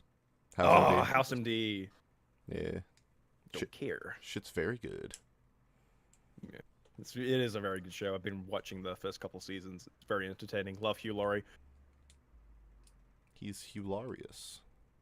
Thing is, what's nice about House is that each episode is fairly compartmentalized. So you, at least in the earlier seasons, so you don't have to watch the whole show. You can just kind of drop it Yeah, So it's episodic. after the good seasons, and then don't watch the bad ones. So yeah. I will probably watch all of it though, Zesty. I hope you're aware. You can't save me. you go for it. They diagnose you with having a hernia. No, I've not read. Smart. I've read some of the Vigilante spin-off of My Hero Academia, and it is so much better. You guys ready to keep going with this this video? I was born Video ready. games! It. You can find small-scale comeback mechanics like this in shooter games as well. In many game modes, the winning team needs to put in more effort to score a match-winning point than the losing team does to gain points of their own. This is very clearly seen in a lot of Overwatch's game modes, where the closer one team gets to a victory, the closer the losing team's spawn points are to the objective, and the farther the winning team spawns Oh are. wait, so that is a comeback mechanic. I would not call that a comeback mechanic. Spawn positions. Yeah. I would, but it's kind of arbitrary where you draw the line. Yeah, if we're counting this, then we count a lot of things. I think because this is more of a comeback. Like this is almost situational. I think this is just by nature of how the game functions. Looking at this map, I feel like you'd need a Symmetra in order to fucking push up reliably. Symmetry is really good on this map. Well, yeah, because look how that fucking spawn time, like Jesus. Symmetry and like, Farah kill on this map. They're both really good. Oh, engineer and soldier. This small-scale comeback mechanic is actually not that intrusive to competitive integrity, as while the losing player is being rewarded, they'll inevitably have to climb that same hurdle if they want to end up winning. This type of mechanic only really adds the perception of a back-and-forth game flow. The real type of comeback mechanic What the perception? What does that mean? Do people think it's bullshit or not? Or do people walk away and say, "Oh, we would have won if that wasn't in the game"? It adds but it is a back and forth game. It isn't like a perception. It just is. I'm confused. Maybe I didn't hear the. Wait, hold on. Let me roll him back because I'm confused as well. if they want Let me hear the whole thing he said. is being rewarded, they'll inevitably have to climb that same objective, and the farther the winning team spawns are. This small-scale comeback mechanic is actually not that intrusive to competitive integrity, as while the losing player is being rewarded, they'll inevitably have to climb that same hurdle if they want to end up winning. This type of mechanic only really adds the perception of a back-and-forth game flow. What? It is though. It is the back. That's a Like if you're playing 5 CP and you're pushed back to last, of course you're gonna have to walk a bit to get to the point, so that way the defending team has a chance to, maintain it. Because if they had to walk all the way to defending, then they're not gonna have a chance to win, and they will just snowball, like heavily. That would suck. Yeah, I wouldn't call that a comeback mechanic at all. I Yeah. would say it's more of a balancing thing. Yeah, Yeah, it exactly. facilitates comebacks, which is why I wouldn't call it a comeback. It's not deliberate. It doesn't It seem to wasn't be. deliberately designed to intentionally make the losing team come back. It was mostly to make sure they don't get steamwork rolled. Yeah, I don't think Yeah. that's Means what. they're coming back, right? Well, I mean, they're literally coming back to the point. If that's No, what you mean. like I would call it a comeback mechanic because if you're on defense and you don't let them push it very far, then Not What's that that? you're far from your spawn, but they're close to theirs. So if you're winning as a defender, that means that the attackers are getting a little bit of a boost. But if you're losing as a defender, that means the card's closer to your spawn, so you're getting a little bit of a boost. Yeah, It helps the team that is not doing as well have a little bit of an edge. yeah, but I think Well, that's mechanic. I think that only happens as by proxy though. I think the main benefit it gives is just a balancing thing, where it makes it where if hypothetically the spawn point moved to like right outside where the push was happening every time it got to a checkpoint or got to a significant point in the map, then like it would be this constant push where it would facilitate steamrolling more. I think it's done this way to prevent steamrolling from happening as often. And allow the team that is on the back foot to come back. Yeah, but I don't get why there's. I don't know. I feel I don't know. I can't pick why. It just seems like that's not what it's for. It's just that happens to do also.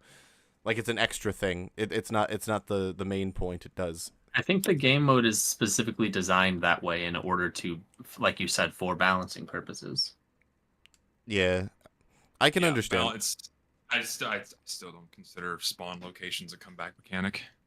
Lucid, this is unrelated to the topic, but how did you get your Discord to look like that? Like, how do you get it to be like the circles and not like these big squares? There's like a website that we use that. So you have to use a third-party site. Yeah. No, it's not third party. It's called Discord Stream Kit. Yeah. All right. Okay. Yeah, it's not built into Discord. And it basically just spits out an HTML CSS file. Mm-hmm. Well, not a file, a link. And then you can go there and you can do you can put custom CSS in OBS, so you can kind of make it look how you want it. I just kind of have it like this, so it's up to date. I just have like I'm using the what's it called? Firefox's pop-out views, where you can take the video out of the window and have it anywhere on your desktop. It's pretty cool, but I don't know, it looks clunky. Yeah, no, we used to be fucking chroma keying the screen, so this is definitely an improvement. Yeah, no, this is much better. Yeah, it's a lot better. Yeah, I agree. Oh yeah. Anyway, side tangent. The real type of comeback mechanic we look down upon isn't one of those that rewards consistency. If we want to look at a comeback mechanic that actively benefits weaker players and breaks away from the consistency of stronger ones, we'll have to get a little more wild. The most obvious example of this type of mechanic would be Mario Kart's item system. In Mario Kart, the items a player gets from the item box are determined based on how far away they are from first place. You know what's weird? Like, this is now the exception when it used to be the rule. Like back in the day, right? Like I say back in the day, like GameCube or Wii and before, right? Like this kind of design was, I feel like, what games used almost universally. Like games weren't designing their item systems to be balanced around making the game competitively viable. It used to be like, oh, no, we're trying to make it where every player has a chance to have a good time. And that's like that was the design philosophy. Maybe it's a Nintendo bias thing, but I feel like this is also true in a lot of other kinds of games. I can't give you any examples other than Smash and Mario Kart right now, but my brain is. I feel like this was more common, you know. Like there were a lot of like side co-op games that were, or co-op modes in single player games that were based around like the idea of, oh, every player has an equal amount of opportunity to do a good job, you know. This is how the item systems were kind of made to work. Mario Kart's just the one that stood the test of time. Yeah.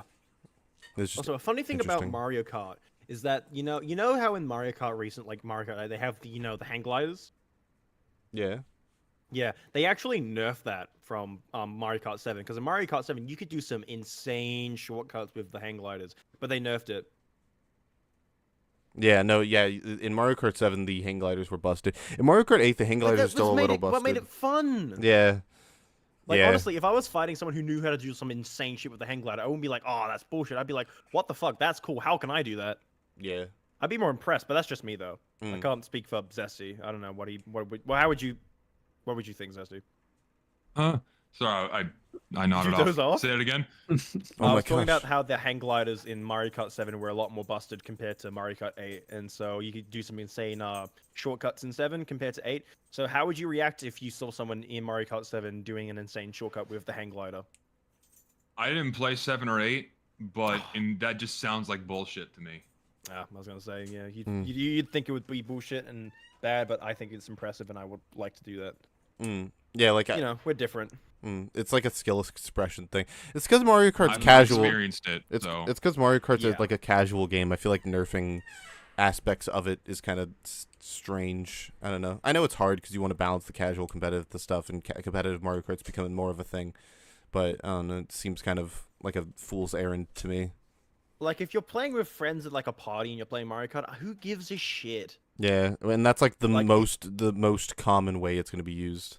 But like, if you're the kind of person to go to a party with the intention of playing these party games and sweating and like not like not budging on wanting to do like the competitive shit, that's like consider cyanide. just please just that's not how people work. And, Consider like, if I drinking was- ants. Damn. like me, if I was to go to a party and there was Smash Brothers, I would not force anyone to play the competitive rule set. I used to be that way when I Honestly- was younger. No, but now I'm like, hell yeah, turn items on, great game offensive, fuck yeah. Yeah. Let's have fun. Yeah. That shit's fun. When you play like competitive Smash for so long, it's like you need Mm-hmm. a palate cleanser by playing like the shitty, fun, items in like illegal stages. It's fun. Yeah, I feel the same way. I agree. Like, man, like competitive Smash, True. like, oh man, when you play it for so long, it just gets fucking boring and you just hate yourself. It gets aggravating because you just keep seeing the same Yeah. things over and over again. You're like, I know how this story's gonna go. Like, oh, we're going to play, going to Pokemon Stadium 2 again. Mhm. Oh, I'm fighting another fucking Cloud. Puff. Oh, now I'm 0-2 again. Look at my stats on Smash.gg. Mhm. Fuck off. Yeah. I just want to play silly loadout. I just want to play silly game modes. That's what I want to do. And you need to have a bit of both. Yeah. Honestly, Yeah, I agree. you need to have a good mix between everything in order to keep your palate fresh and in order to not make stuff mundane. And that way, when you're playing competitive, you're like, oh, I don't want to play this anymore. You can either play a different game or play a more casual, laid-back rule set. Yeah. Yeah, I just can't stand playing competitive rule sets all the time. It just makes me aggravated. Mm. There was a time when I was playing like online Smash, and I was just going to a point where I was just getting so fucking frustrated at the game that I quit for like a few months. Mm. Yeah, I But still now haven't I've picked it back up. I've quit because I'm just not getting better, and I don't have an incentive to get better, and our scene locally is pretty fucking dead. So it's like I don't want to bother with this game anymore, and that's why I moved to Strive, because the scene's a lot more alive, a lot more inviting, I guess, and I just have more fun with the game. Mhm. So yeah, fuck Smash Ultimate. Hopefully they make a better game next time, but who knows? Yeah, I agree. All right, back to Mario Kart. Yeah, right. A racer in first will only ever get simple items like shells, bananas, and Mario. coins, whereas players at the back of the pack will be clip rewarded again. with blue shells, lightnings, and bullet bills. This Items which can speaks hit the volumes. racer at This the is front only without clip any you way need. for them to stop them, Yeah. adding a heavy amount You of could make a video essay analyzing this clip. Just this alone would be enough. Yeah. This is what's wrong. The vicious cycle of Mario Kart. This is what we need in modern gaming, actually. We need more of this. randomness to the game's This is outcome. how Sakurai But Mario intended it Kart to is be. first and foremost He a didn't party make it game. though. He Nintendo designed it to be a fun experience for the whole family, so it makes sense that it would reward weaker players. It's not designed to be taken seriously by 99% of its player base. If we want to see comeback mechanics that exist in competitive experiences, we'll need to take a look back into the fighting game scene at a few games' most divisive features. Given that we talked about Dulcid before, I find it natural to use Street Fighter V as our example of a fighting game with an intrusive comeback mechanic. Street Fighter V featured a system mechanic titled the V system, which gave unique selectable options to each character that could be mixed and matched to the player's preference. I feel like we're gonna get through most of this pretty quickly because I have not played Street Fighter V. I don't know why he chose vtrigger in that stuff instead of, I guess, Marvel vs. Capcom X Factor? 3's X Factor. Yeah, because Yeah. that one's pretty. You had fucked it up. blurred on screen, so I think it was a bait and switch.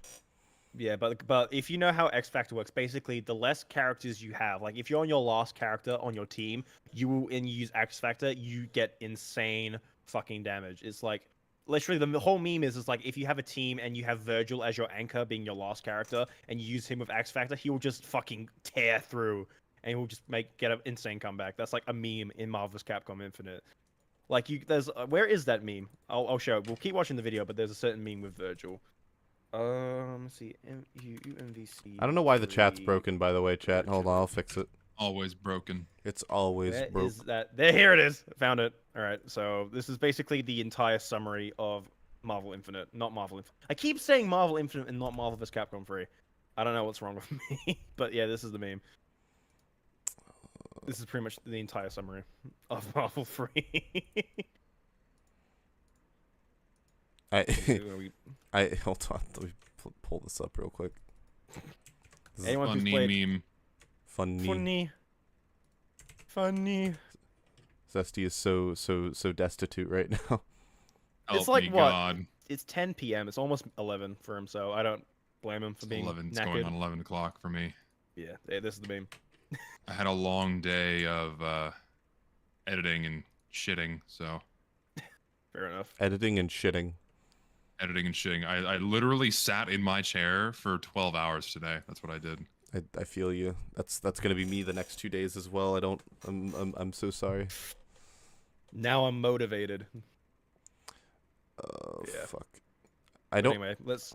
Yeah, hold on. I'm sorry. The Is the chat fucked up? yeah, the chat fucked up. Oh no. Zesty and Nola needs to sleep. Yeah. Grandpa needs to take his meds and have his belly. I'm not the youngin' I used to be. I can't do all nighters. Yeah. I used to could, but I can't anymore. This is so sad. It's a shame. I Okay. think the last time I did an all nighter was when I was 20. How old am I? You're 30. 30. You're 30! So that when one I was Bobby Dick when I was quote? 24 was the last time I pulled an all nighter. Big. Damn. Actually, no, I lied. I did last year. Actually, never mind. I've basically never pulled an all-nighter because I get like horribly sick every time I try. This is one clip. I literally sent this like clip to Zesty when he turned 30 this year.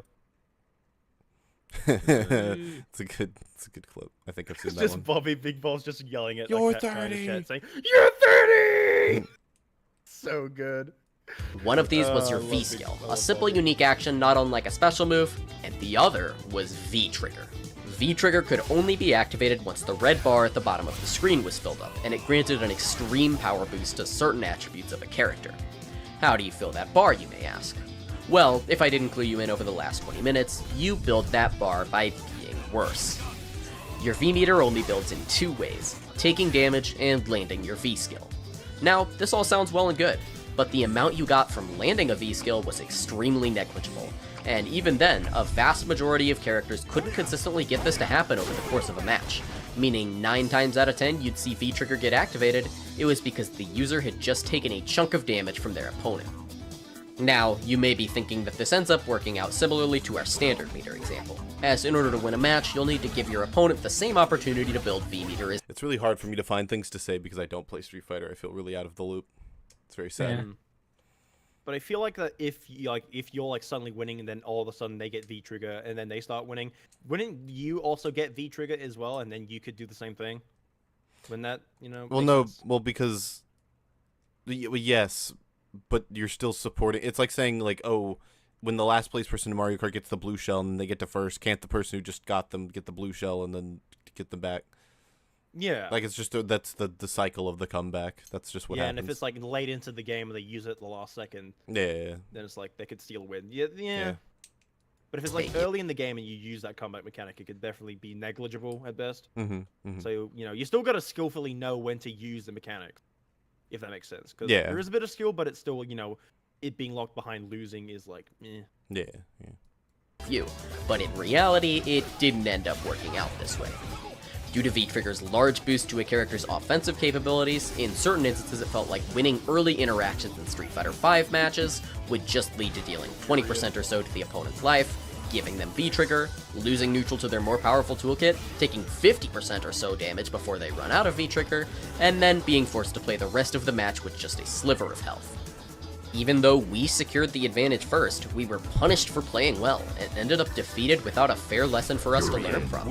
And while this is a hyperbolized and Yeah. This would this would be bad. I agree.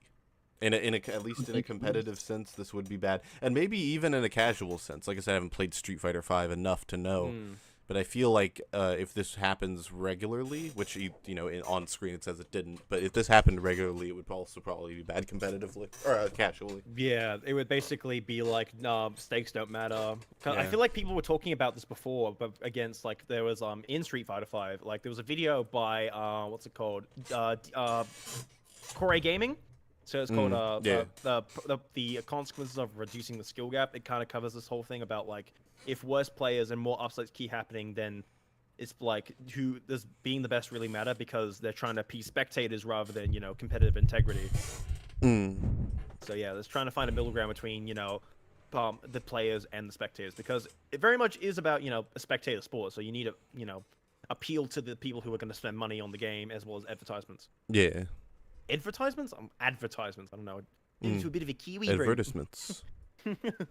Heavily simplified example, this really is what vtrigger felt like. Because of this mechanic stemmed a lot of controversy from the fighting game community, many of which believed the mechanic to be wholly uncompetitive. And even if you liked Street Fighter V as a game and didn't find vtrigger as intrusive as its critics, they did objectively have a point there. But let's not just make this a dunk session. Ooh, he said the naughty word. The O word. The O word. Ooh. Overpowered? Hey, subjectively, from my perspective, under reader response theory, vtrigger isn't real. Shut up. If vtrigger was in the woods. If vtrigger was in a forest, it's if just it was laying code. Down on the woods. It's just code. It's just a code in a video game. It's just a mechanic. Gosh. Nothing more. It's all subjective. Nothing's real. Meta ethics. It's all subjective. Emotivism is a meta-ethical real. theory. It's all subjective. Nothing's real. The people you see every day have no value. Love is a chemical, yada yada. On Street Fighter V, is there any strategic benefit that players can exploit out of vtrigger? Well, there most certainly is. Given that vtrigger has a vulnerable activation period and generally doesn't make characters that much stronger on defense, it can't be used as a get-out-of-jail-free card when pressured by the opponent. To that end, top players occasionally began intentionally planning out their openings such that their combos would leave the opponent just outside of vtrigger activation range, so that they could score one more solid hit before the risk of vtrigger would be introduced into the round. Fighting games are interest to these types of mechanics, with DBFC's Sparking, UMVC3's X Factor, and There we go, yeah. Tekken's Range Mode, Yeah, all yeah, being great job. buffs activated by reaching a low health threshold that can let the losing player come back from the brink of defeat. And even then, these mechanics can all be played around by a skillful player through resetting combos and other means. While these mechanics are the worst of the worst when it comes to breaking, This is I'm the comeback brothers. this looks like an image Alan would enjoy. I want the cats. Zesty wants. Kitty. I feel bad because I really want to comment more on this. I don't know. I don't have a frame of reference for this portion of the video. Yeah. X Factor, I have some info on Rager as well. vtrigger, nah. I don't play. I'm not a Street Fighter kind of guy. I play some of the games, but just nah. I prefer my anime fighters. I prefer my Gatlings, my combos. Yeah. Me air dashes, funny. in competitive integrity for the sake of rewarding weaker players, it would be incorrect to say they don't add anything to the games they're in. vtrigger, X Factor, Sparking, and Rage are all extreme spectacles that get crowds of spectators hyped to see huge combos, and they introduce a unique aspect of decision-making. Yeah, that's the thing that's kind of important about comebacks in general. Like, facilitating comebacks in your game is important as well, even if it is competitive, because it's very good for spectating. Yeah. Because ultimately these are esports, so they need to, appease spectators and advertisers. They need to be entertaining. Yeah. And this is comeback mechanics are very good for ensuring that the games are entertaining. It's very nice. But hype, we need hype. Even though you have fighting games that don't have these mechanics and they still are hype, a la Guilty, not Guilty Gear, Melee. Melee is a very good example. That game is still hype 20 years later, and it didn't have any of these things. I think it's hype. For different reasons. Yeah, for different reasons. It's just like there are a number of different ways in which you can make a game hype or make a game entertaining to watch. Comeback mechanics are very important for that. Yeah, comebacks in general are important, but I feel like comeback in general, even with or without a mechanic, is still, very impressive. Yeah, like melee facilitates comebacks differently because the kills can happen so quickly in melee. Yeah. Um, For example, 2016, was it Evo 2016 that Hungrybox won? yes. Yeah, because he literally came back off of like a pixel because he got Yeah, hit yeah, from Armada's up air. He literally would have lost Evo if that didn't happen. yeah. Well, it was a few other things, but that was a big moment. No, that which was he yeah. could have fucking lost. He SDI'd like perfectly out of the Yeah. up air so that it was a phantom hit. It was really it was a big Yeah. deal That's why I think Hungrybox is the goat to me. to me. Subjectively, He's my favorite player. he's my goat. Yeah. He's my goat. I don't think he's my the goat, goat, too. but he's my goat. Thanks, Emplemon. Yeah, it was probably because of the Emplemon documentary. I mean, I saw It's a really good video. Oh no, it's excellent. It's one of the best on YouTube for sure. I saw I've been a fan of Hungrybox since I saw replays of him winning Evo 2016 on ESPN at my local gym. Oh, And that's what introduced me to competitive melee. That's sick. Yeah, it was pretty neat. And they introduce a unique aspect of decision-making for the stronger player that really forces them to prove they're better by outsmarting the game's mechanics and overcoming the odds. They may push the limit on what we consider to be fair to competitive integrity, but across the bigger picture, the better player is more likely to win in each of these games, proven by the top players of each scene remaining more consistently strong at every event you look at. Yeah. Yeah. Should the better player always win? I know it's a tough pill to swallow, but to be honest, no. Correct. If you're designing an experience to be taken seriously, you may not want to implement blatant comeback mechanics like X Factor or vtrigger, but Yeah, this is a good conclusion. I agree. Yeah. This Basically video has comes overall down been to- very good. Yeah. Pretty much it all boils down to what kind of game you want to facilitate. If you want a game that is very much competitively oriented, then probably yes. But if you're making a casual game meant for general audiences, then no. Yeah. Will the better player usually win? Sure, that's the better players is usually gonna win. But in casual games, the bad players can still win, but just the better players will win more consistently. Yeah. That's what it comes down to. Better players will win more consistently, but they won't always. small sacrifices to competitive integrity to keep weaker players entertained as they improve is a surprisingly important step to an engaging competitive experience. I The agree. good that selectable characters bring to a competitive experience isn't outweighed by the bad they bring by introducing potential bad matchups or incorrect player skill perception. The struggle to capture a final control point compared to the ease of defending it loses its frustration when you consider that you're doing exactly what your opponent is going to need to do to win later on. But what do you think? Do you believe that any game that plans on taking For the record, I think that a game could not have any of these things and still be very entertaining, a la chess. Yeah. But agree. I do agree that if you're making a game, especially a video game, because video games benefit from the medium, being able to visually represent certain things. I think those games visually benefit from things like comeback mechanics being represented. Yeah. I know he touches on it. He's like talking about like things to keep new players entertained, which I absolutely agree. I feel like games should absolutely have aspects or tools or modes that help new players get into it. Yeah, I agree. So like having good tutorials, good like activities to teach them the fundamentals of a video game.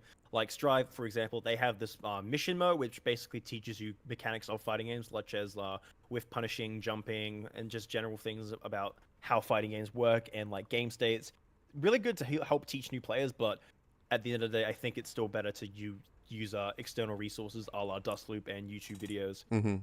Yeah. Same with TF2. TF2 is basically all of your learning from that game is exclusively going to be through YouTube videos and external sites, because the in-game tutorial system is fucking or terrible. from playing the game.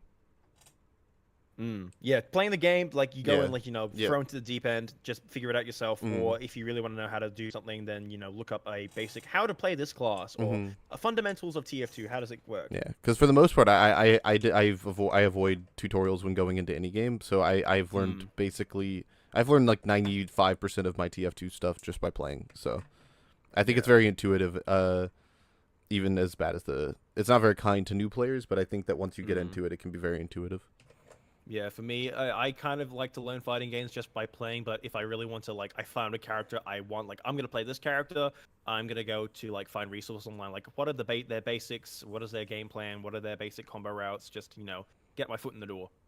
Yeah, So, itself I agree. Seriously, should never even consider throwing the worst player a bone every now and then? Or do you think that people will never engage with the game's systems if they aren't given an opportunity to play and understand what winning looks like? Let me know in the comments below, and if you have any examples of gameplay asymmetry, comeback mechanics, or anything you have to say regarding the subject, I'm pretty good about reading all the things you guys have to say, so be sure to let me know. This sure ended up being a long one, but for now though, that's all. This has been Adventure, and I hope to see you in the next one. Peace. Good video. Yeah, it was good. Good vid. Good. Apart from like some a bit of editing mistakes and some issues like audio levels, some text, Yeah. and a few information he got wrong. It's all very good. Yeah. Overall, arguments. it was a very good video. Yeah, I'd Zesty's rate just that kind of up there. tapping out. It's pretty good. Zesty's just about to fucking tap out. You good, It was man? up there. It was up there on the quality list. Too much fighting game talk is making him very cranky. That was probably that was definitely one of the better videos we've seen. Yeah. If not some of the, if not one of like the best we've seen. Yeah, for sure. I still overall- have casual TF2's fucking videos. Although those are this one was much better edited, obviously, so it's hard to pick. What does Alan think? What did Alan think of the video? I agree. That was one of the better videos we've seen. Nice. Lots of, one of the strongest points was the fucking visuals. Yeah, the visuals were I know very you guys good. are harping on the audio, but the visual gags and stuff is like Very Yeah. good and very it was a snappy. good balance between like you're funny but not like overall like zoomer like ADHD editing. Mhm. If that makes sense. it doesn't turn into hello fellow kids. Yeah, for sure. or like edging on brain rot. Yeah, If that makes sense. edging on. No, it was Edging on. good. It was clever edits. Not overly done. It was just good. It was great. Yeah. Overall, 2 thumbs up. 2 thumbs up. Yeah. Zesty, you sound like you need a hug.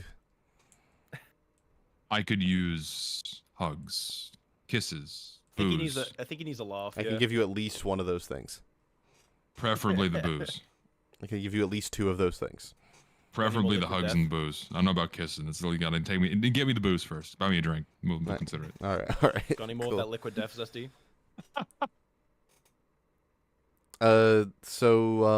Yeah, that was that video. That was a good UFR 36 in the books. That was just a I good agree. video. And I'm glad we got to talk about it because I think that in a lot of our discussions about game balance, we can kind of tend to lose the plot about what's the point of all of it, Like are we trying to make the game fun? Are we trying to make the game perfectly balanced? Are those things the same? Are they different?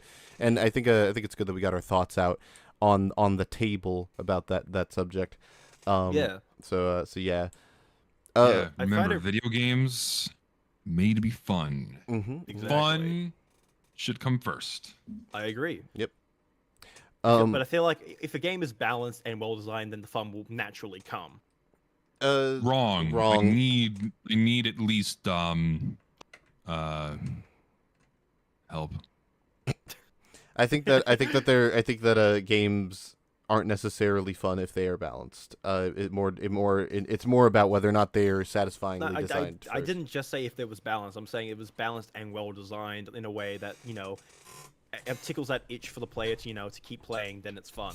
Oh, well Like then you can yeah. have both. Yeah, of course. The ideal yeah. world, you can have you can. I don't think perfect balance personally is like the end all be all. I feel like you should have some imbalance to keep the game fresh. So because I feel like true balance is impossible because there's always going to be some sort of advantage for a player. Even chess, which is supposed to be a technically balanced game, like they said, there's the whole white White and black, first. yeah. Of course. Yeah. So, and even then, having a game that is truly balanced, like I guess there's a game called Footsies, which is like a fighting game to its like ultimate extreme simplicity. Yeah. Like you can have fun with that, but it will get probably boring after a while because it's just the same thing over and over again. That's why having some imbalances and innately broken characters that aren't like I guess game breaking, but still have like a lot of tools can make it a lot more fun. Like having these characters that are very strong and figuring out how can I deal with this very strong character with my honest mid tier. Yeah. To me, that's fun. It's like figuring out a piece to a puzzle and like figuring out how to weave your way through a game that isn't, that is unbalanced but in a fun way. Yeah. You Yeah. can have for fun, sure, for sure. unbalanced game. Yeah. Like the Kuso Gay is a very good example of like busted fighting games that are so broken and batshit insane that they just wrap around to being some of the most fun games you can play. Yeah. I agree. Hokuto no Ken is a very notable example of one of the most broken fighting games that is very, very fun. Or Melee. Melee, yeah, Melee is a bit of a Kusoge, I can agree. Mm. Same with JoJo Heritage for the Future is a Kusoge. Mm. Like, they have two band top tiers, being Pet Shop and Kakyoin. Mm. So, yeah. But yeah, fighting games are cool. I know Zesty's not going to be budging, but you should play them. Find a good fighting game that's for you and enjoy it. Mm. Even the older ones that have a small Discord fighting game player base, you can still find games. Yep. Play them. Good games. No. There you have Of it. course you say that. No. Not gonna play fighting games. I will convince you. I will find the ones for you, and you will be wrong. You will be convinced wrong. I'm sure of it. No. It's like trying to convince me that I enjoy eating raw anchovies. That's a false anchovies. I cannot be convinced. You underestimate my abilities. but Everyone okay. has their tastes. I feel like you can acquire this one. No. Yes. Damn. I will remain obstinate. I will not Abstinent? bend the knee. Abstinent and obstinate. I will remain away. I will not have sex. I will not play fighting games. This is the Zesty I did not creed. have sex with that woman. I will not have sex. I will not play fighting games. I will remove sniper. I will harass workshoppers. The Zesty I creed. will be racist.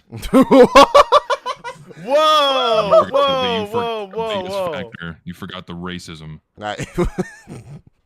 Oh, Lord. I love the Eric Andre show. Warp speed. Yeah. On that note, the Zesty meet your match video. How are you doing with it? You got 38 minutes done, I think, is what you said. 34 minutes have been edited of the total runtime of probably just under 3 hours. So I've shaved off a little bit. Is it based? getting there. Is it red pilled?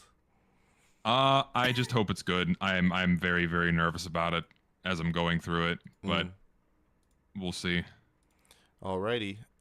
Jaunty, do you have anything you're working on? You want to shill before we get out of here? Oh yeah, I am working on a pretty big project myself. If it's okay with the panel, if I talk about it for a little bit. Yeah, just I go won't for it. waste so much of your time, but I really just want to talk about what I'm working on for maybe 10 minutes. If Zesty wants to dip out, then you can. But I just wanted to talk about it while I'm on the podcast, just to explain what I'm working on, because I feel like I want to talk about it as much as I can, especially since on this podcast I can use maybe some clips from the podcast to use in the video. If you watch Mauler, he does the same thing, because that should give you a clue of what I'm talking about. So, what I am currently working on is a video called Goodbye Volcano High, an Unbridled Extinction. And if you watch Mauler, you'll understand what that entails. It's basically, I'm going to be talking about a video game which I think is not very good. So the game is called Goodbye Volcano High. It is a visual novel / interactive movie, interactive in big quotation marks. It's a book. It's not even a book. It's really just like a TV show. It looks like a very it's a very stiff animation wise, which I'm going to talk about. The animation is pretty stiff. I'm going to post an image of the characters just for example, which I'm going to talk about later. So overall, the biggest problem with this game is its writing. It is just so terrible. I think it's terrible, and I can definitely back that up with both objectivity, the thing that people do not like because it's dumb and stupid. It's in the woods. Games in the woods, doesn't matter. Bless you. And so, the game, I think the writing is very bad because the characters are very inconsistent or so bland that they do not stand out and don't feel like characters and feel more like cardboard cutouts. And overall, the story also relies on a lot of contrivances and a lot of characters being stupid in order to progress. And I just overall think that there is so much better stuff that does the themes and all that, they're there. And I just think that there is so much better media that you could be investing in instead, apart from this game.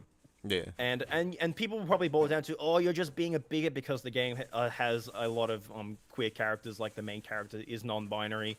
And it's like, oh, you just don't like it because you're transphobic. It's like, no, if anything, I don't think they did it good enough. I think they should have gone even more with these themes because I think they half-assed it.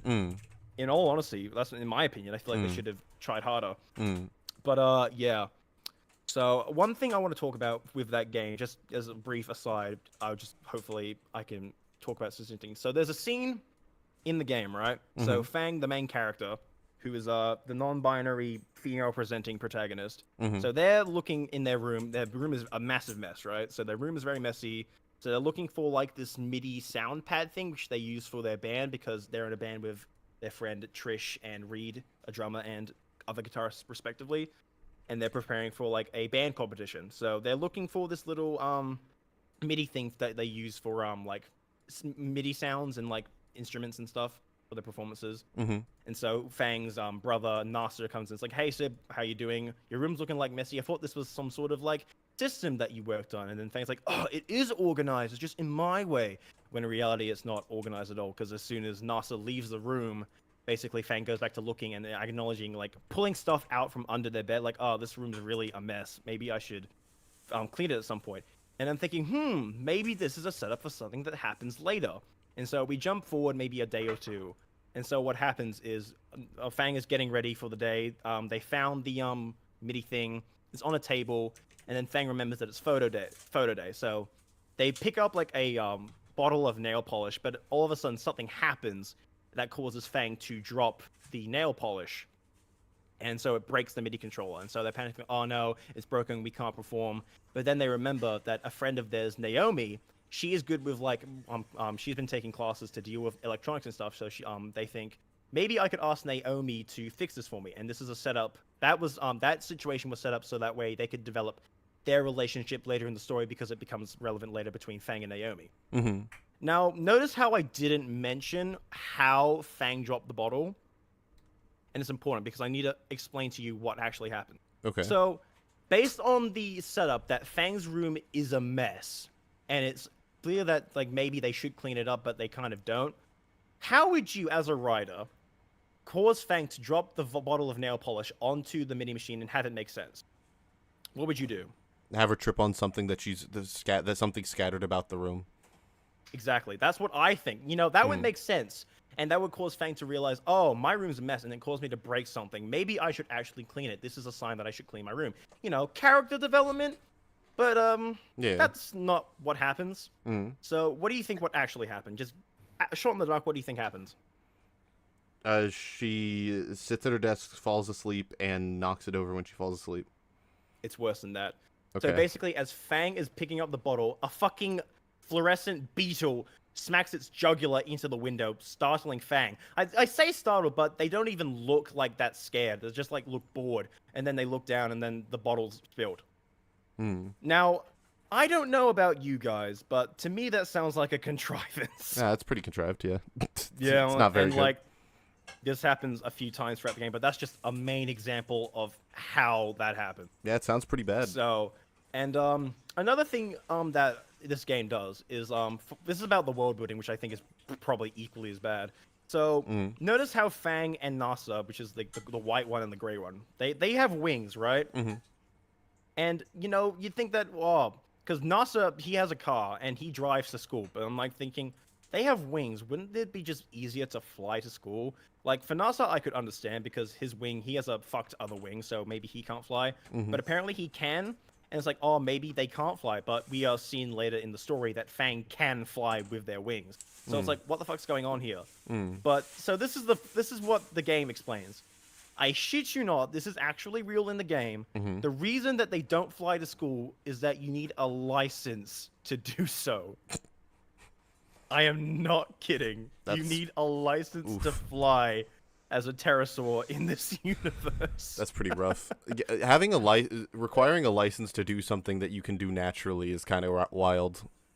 Like, I know, right? Like, why the fuck? Like, is there, like, a policeman that is specifically, like, if they see someone flying, it's like, oh, you can't be doing that, and they have to, like, call in some, like, flying fucking police officers to catch them from flying? Yeah. Is that how it works? Called the Like- FAA. I'm, like, thinking, is there a speed limit? Is there a speed limit for flying in the air as a pterosaur? Overall, but, yeah, those are just two examples I wanted to talk about today. That will go into my video, because overall, the game is just a 2 out of 10. The only things I think are redeemable about it is the background art and the music. Everything else is just shocking. Like, I'm going to get into it in my video. I'm thinking it's going to be a couple hours, so it's going to be a long one. You know, long man bad, as they say. But I'm excited. I hope this video is well. I hope people like it, and I hope it's going to be good. I look forward to checking it out. I appreciate you sharing. This guy sounds like Dan TDM's brother. Who said that? I'm not even British. It's like, hello guys, Dan here from the Whoa. in Minecraft. That's a little on point, actually. Dr. Traorus. Alan, what have you got? As a dinosaur fan, these designs look poodoo. Honestly, designs aren't terrible in my opinion. I think the problem is the fact that the way they're drawn does not do them any favors. Because I'm gonna mention the the aforementioned Snoot game. I think the character art, because they use pretty much the exact same designs, but they make the characters look far more appealing. Though there are still aspects of some of the character designs that just look ugly, and you can't really fix that. Well, you can, but that's just not a problem with the art style. It's just like the character design just kind of sucks. Like Nasa's jacket, I think is fucking horrid. And the fucking flower jacket looks so bad. And in they addressed that in Snoot game, saying that why the fuck does he wear such an ugly jacket? But like in GVH, it's never addressed. And I think there's a lot of stuff that goes unaddressed in Goodbye Volcano High. So yeah, I'm gonna be delving into that at some point. Currently writing the script and gathering like clips for the game, as well as other media to splice in between for some visual what's the word? Diversity, I guess. Visual diversity, so that way you have something to look at. Yeah. And I think I was talking to Lucid about this before. I was trying to get a mod to work with that game that turns off the subtitles, but it just breaks the whole fucking game. Yeah.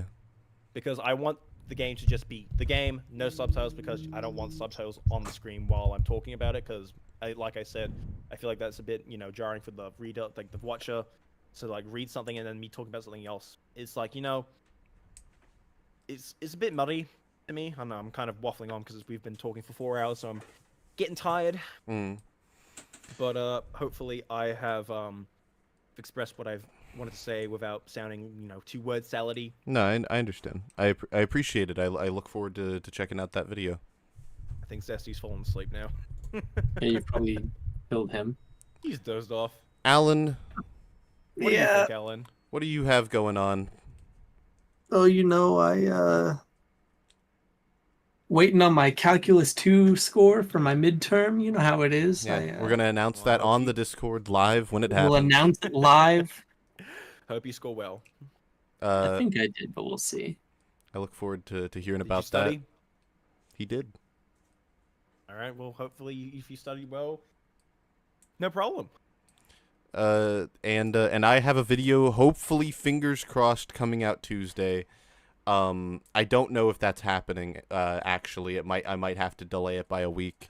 Which, and if so, I'm sorry. I'll announce it at some point today if I'm delaying it. But it's 38 minutes long, and yeah, it's probably getting delayed because I want to make sure I put my all into it, and I don't want to shoot myself while editing. So it's probably going to get delayed. But it is a very big video for me, the biggest one I've made, and I'm very excited about it.